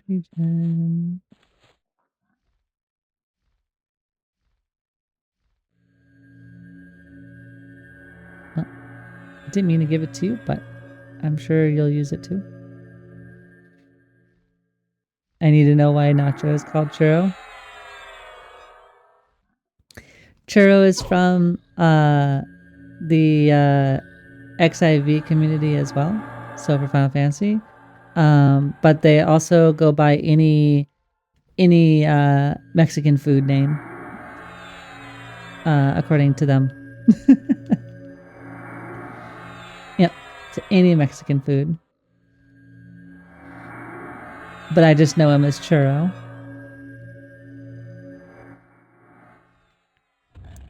I tend to stick to the first name that I meet somebody as. And since the first name I met him under was Churro, that's what I've called him ever since. He's he's sweet more than spicy, that's true. He is not very picante at all.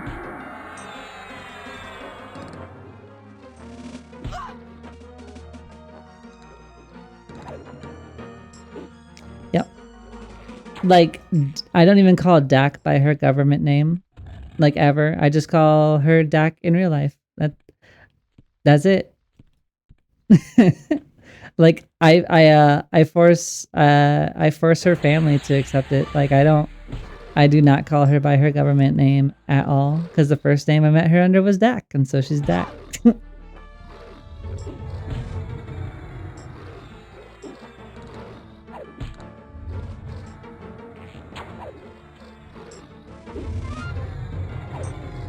Can you stop resisting the slow, please? Thank you. Spooky rock golem friend?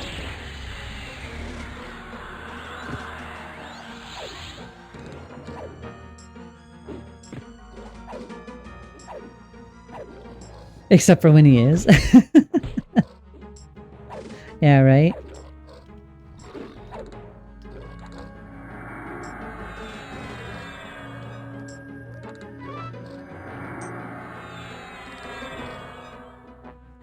But I will, of course, adjust if I'm told a different, like, nickname or name to call somebody. Like, very easy for me to adapt. I tend to default to whatever nickname I met you under. And I'll just run with that. Honestly, it's a very complicated story. But very, very, very happy to have lived through it. Let's see. This is... Okay, we've been in that room. Oh, we found a new downstairs. Haha. We found where we're supposed to go. I have a feeling that this is going to bite me in the ass, but let's mem buff spells. And not get betrayed by the elemental. It was the longest year that 1 month. That's very, very, very true. Alright, buffs are active. And the next year was really long too, because we had to keep buying tickets to see each other like every 4 months. Alright. Alright. We didn't get betrayed. That was unexpected.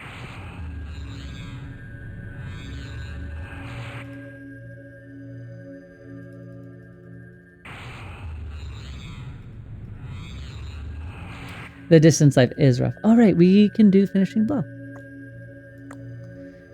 So now we have a chance to deal 300% damage to level 55 and lower NPCs with 15% or less health. So just a way to kind of speed up that last little bit of a fight.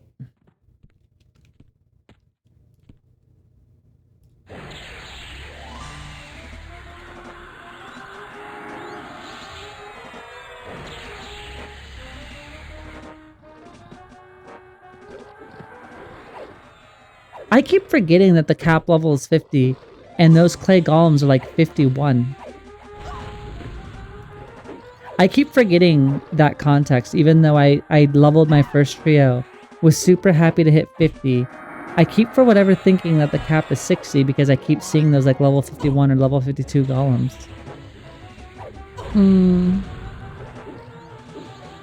Those are exceptionally spooky, Bob said. I wonder why there's just level 50 plus mobs running around.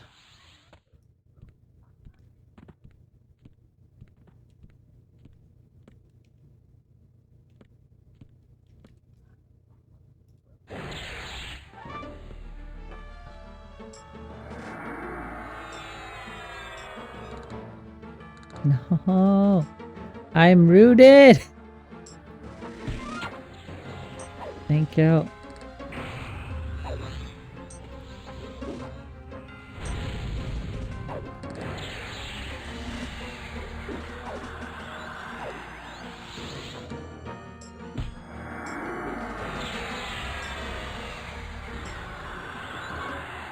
We haven't seen a tiny mob in a while. Yeah, we haven't. Well, I mean, it doesn't help that the two places, I guess, that I said I was like, hey, we should go visit, are definitely a bit higher level than I was. Mistmoore, by comparison, would be an absolute walk in the park, I think. We're gonna lose our pet. We lost our pet. Wait. Oh, cleric. Hold on. Hi, cleric pet.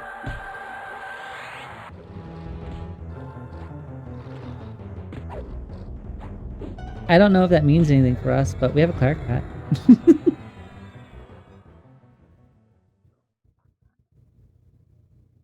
I don't want to give you clarity because I'm afraid that you'll turn against me. But I feel like a cleric pet should be a solid pet. Should be rather tanky because it'll be able to keep itself alive. Here, go instigate chaos.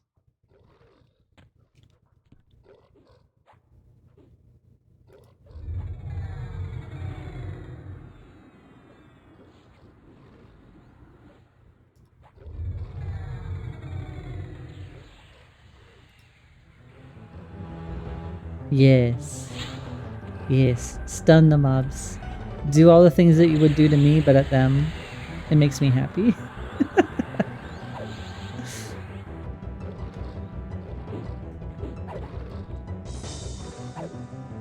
I am curious to see what the end state spam force upon your enemies exactly.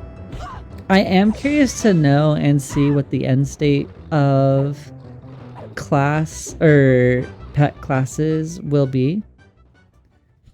Because obviously they're still in work and there's hey, I can see the wall. Clearly that they're still in a place where they need work and they're being iterated on and all of that. And that's great. That room looks like hell. Well, Mez. Didn't get the Mez off. Because they also have a cleric.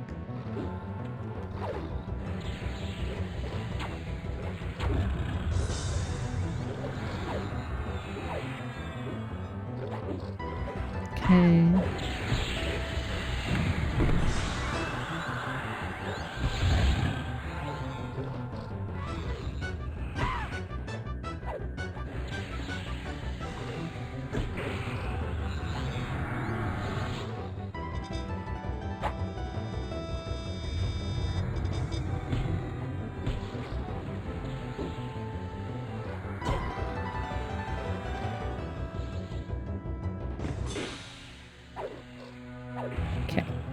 Pet was on a different target. I think it was on a healer.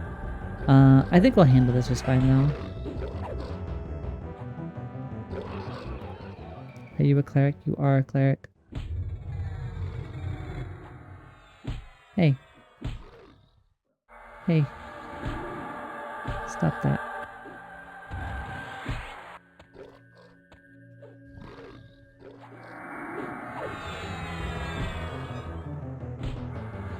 That's going. And we really need to put some good damage on this harvester.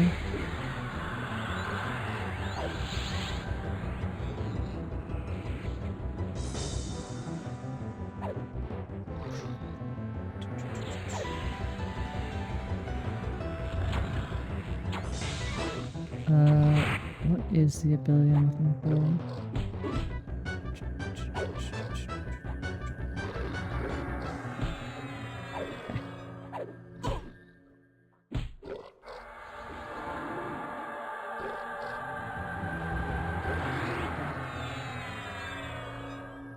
We figured it out. I can actually do I can do mana drain now. It's a 150-second cooldown, but maybe on those cleric fights it'll be beneficial to steal their mana. There's a really long cooldown, but It better than nothing, maybe.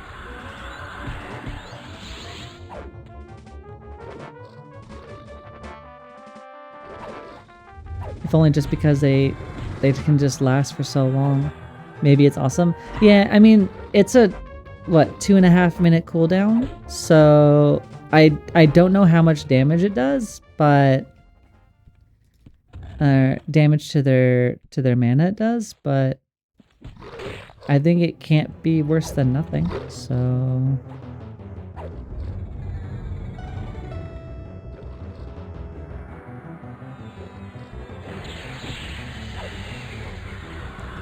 our mana's getting a little tired.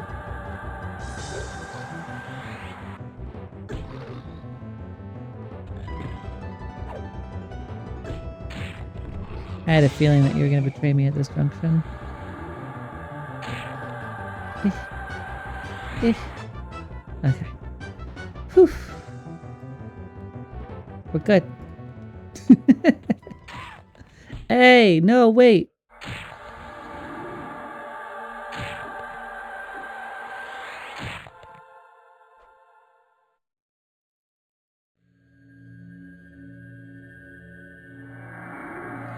You were the chosen one. Right?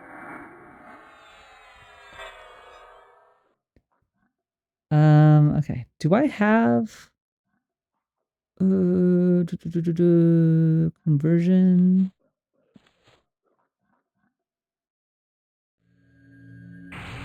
It's gonna work on our mana. Curse your sudden inevitable betrayal.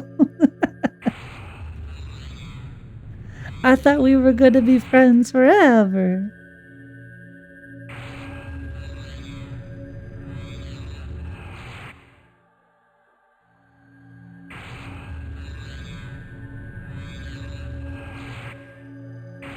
Don't mind me as we sap a little bit of our health to get betrayed again.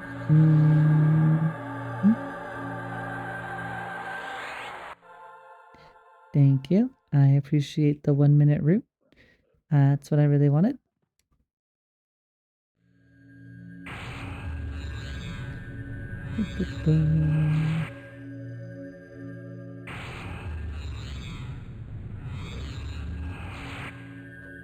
Alright, enough of you.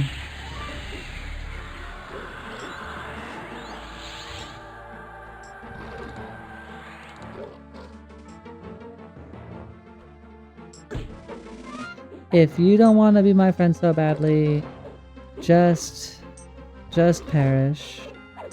He just wants to be, he doesn't want to be close to me, he wants to beat me up.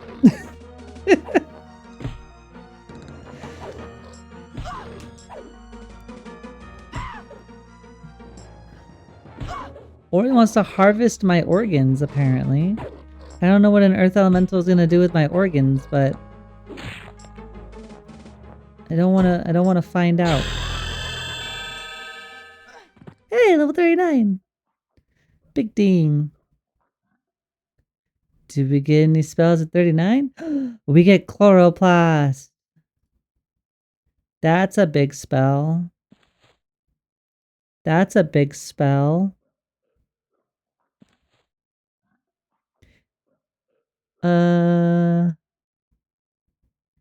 We also get a better haste.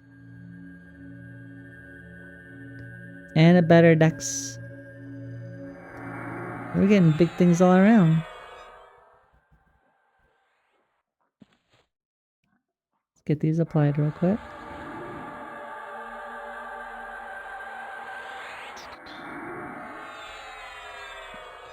Then give us a new strength buff. How much will that increase our strength by? We have 137 strength. 156. Nothing wrong with 156. And then attack speed, we can see stats on. So we currently have 139.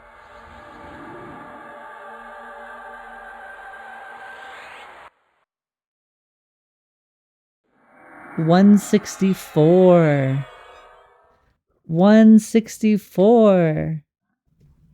That's huge. All right.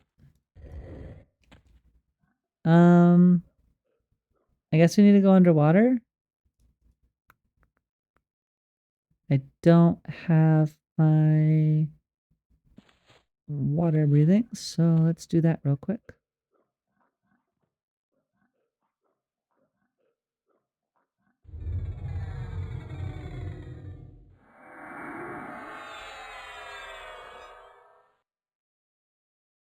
All right, and then we were using conversions.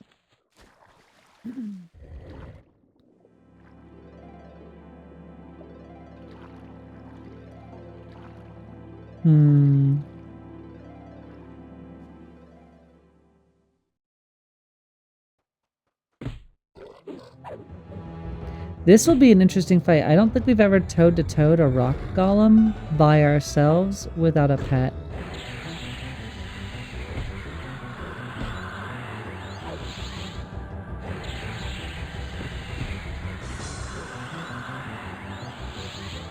I think we'll be fine.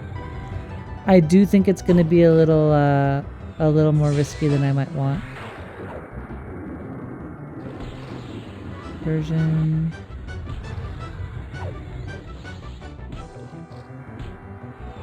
I need you to stop resisting my tepid deeds, please.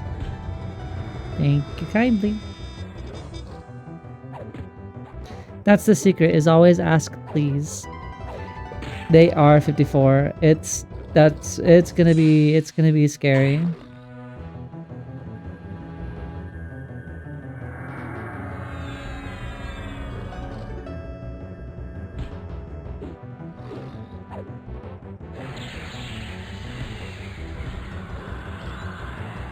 A lot of our HP or damage is coming from our dot rolls.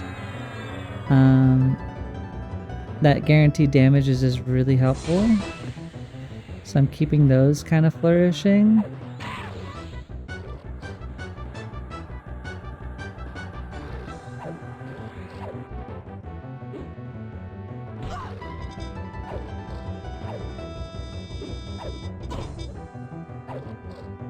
Look at us go.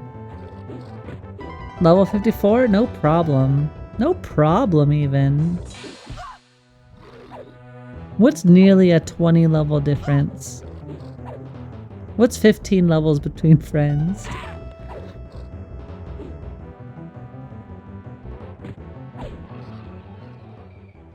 Ah. We did it. Look at us go. We cannot be stopped. Doop, doop, doop. Further into the hole we go. Hey, hey, hey, hey. Hi, friends.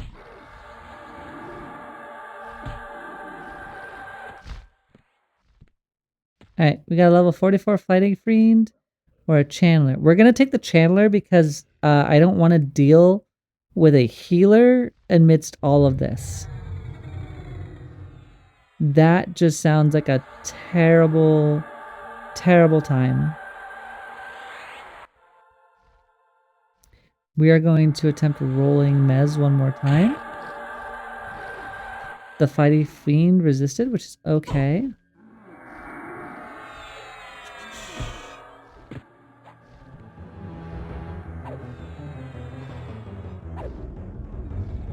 Do Tashani. Gonna enforce that little bit of attack speed. Slowage. Then we're gonna look at the rock. Oh, I didn't want to attack you. I wanted to slow you. Okay, we got that to work. Set up Mez again. The rock golem resisted. That's to be expected. Try it one more time.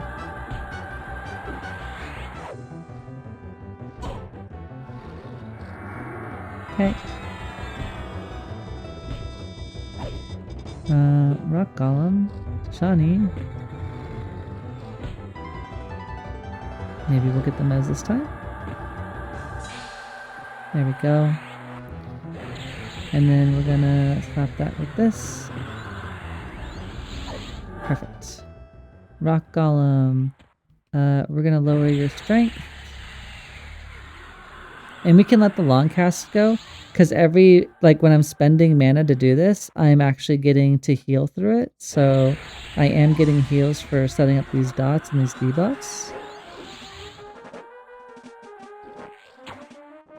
Because I'm sitting in Divine while I'm casting these. Perfect. Now we're gonna sit and recover and hopefully let this Rock Golem beat on the Channeler for a bit, which didn't last long. I'm learning. We're learning different ways to utilize our skills.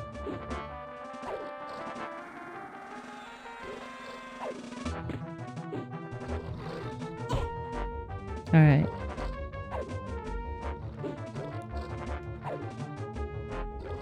I wonder if we'll see any special bosses down here. Or if maybe we won't get far enough for that. It doesn't seem there's a lot of drops down here in the hole though, because I don't think I've seen just a random mob drop like any items actually, now that I think about it.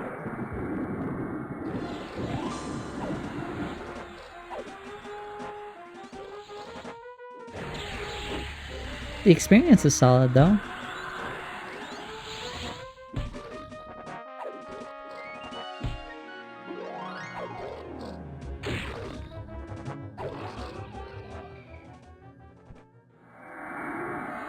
An elemental channeler has healed you for 352 health.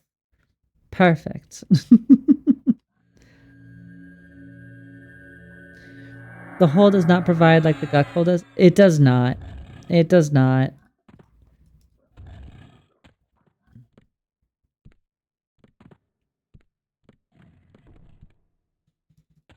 The Guk hole truly is a kindness in and of itself.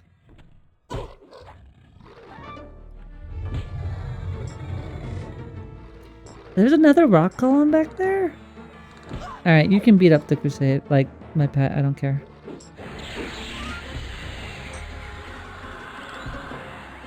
Well, now I care. Now everyone's fighting me.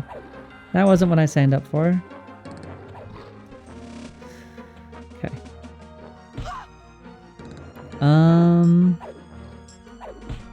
We're gonna bring you back into the fold. I don't want you to be a problem.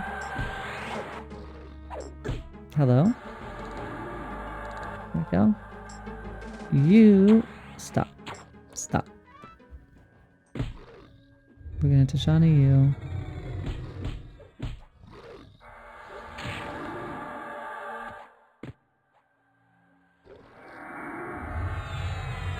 Make sure that your attack speed is slowed. Okay.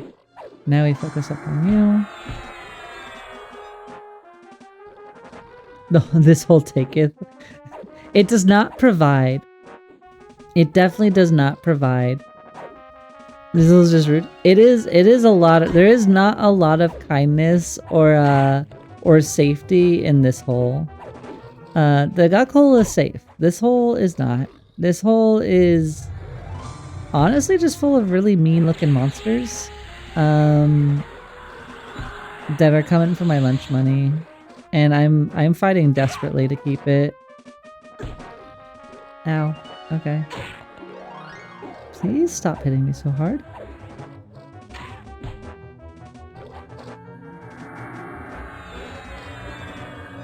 Defensive stance. Greater healing. I think my other pet, or my pet is out of mana.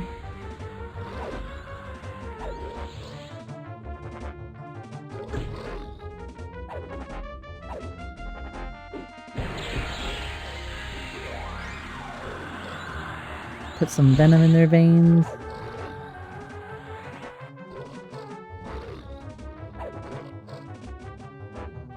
I think we have all of our debuffs rolling that we can. Ow. Not the lunch money. A hole without Guk is Fable. We've been so good avoiding any loot implications.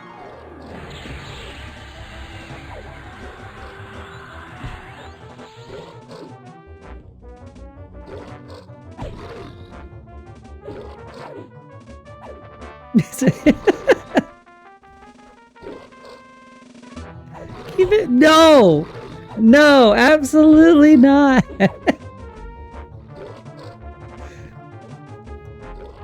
Keep it moist? No, no, no, no, no, no. I feel like this one's just gonna abandon me. We're just gonna take this one out. I'd rather do it now than later. It's an out of mana cleric pet, so it's basically outlived its usefulness. Getting wild up in here. It does happen. It's chat does the. You bring that energy. It's not just you, Fable. The gut gangers bring the energy. It's a whole gut gang problem. Y'all took me having a panic attack and turned it into like the identifying motto of attendees here. Oh goodness.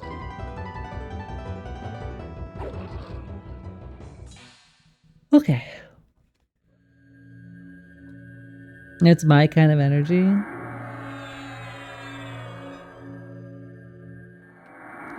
Alright, let's see. I'm gonna go invisible. I want to see if we can see anything interesting in these next couple rooms. Because we are getting to near the top of the hour. So I want to see if we can see what we can see. Which was a sentence that I've said. We're not gonna see much because I got spotted. Yes. Nope, not Scourge. Yes.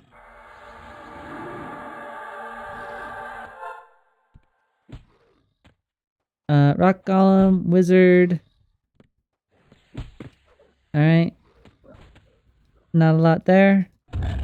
I don't know where we're supposed to find this key. I don't know where we're supposed to find this key so that we could keep going onward. Yeah, we'll just die. We're gonna get teleported to the front. And then I'm gonna see if I can invis past any of the golems. So in the top area, I'll show you. Can I invis and will you see it?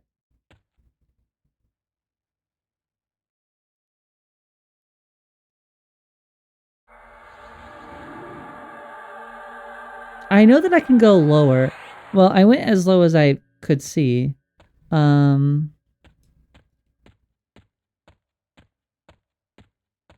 show you.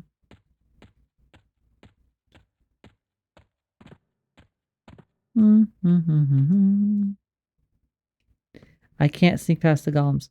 Okay.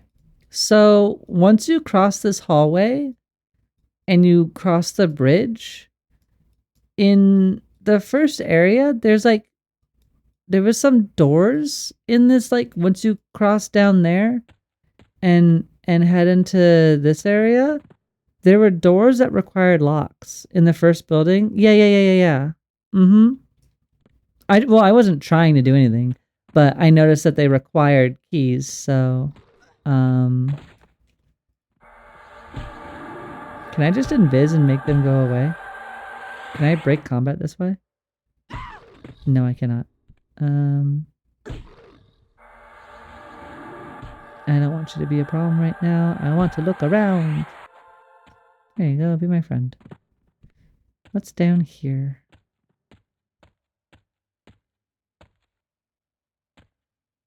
Center? Center. What's down this way? Nothing. So those are just things that we recognize, more things that we recognize. I usually skip that building and go down the rat jail. The rat jail, and then later lower to the docks and then under. I don't know where any of that is.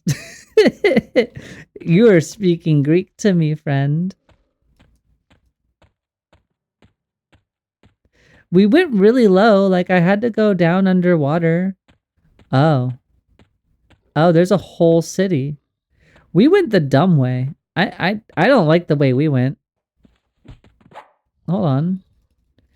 This seems like it has friends and fun. Hold on. I like friends and fun. What'd I do? Mez. Ooh, you're not a friend, and you're not fun. I don't like you.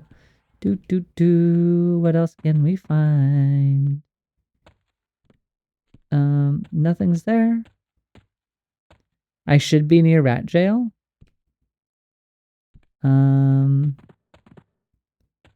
Hey, a fiend and a rock golem and a sword. Can I pull the sword out of the stone? No. Hey, there's a bag. We got a rock. Oh shoot, it's a rat.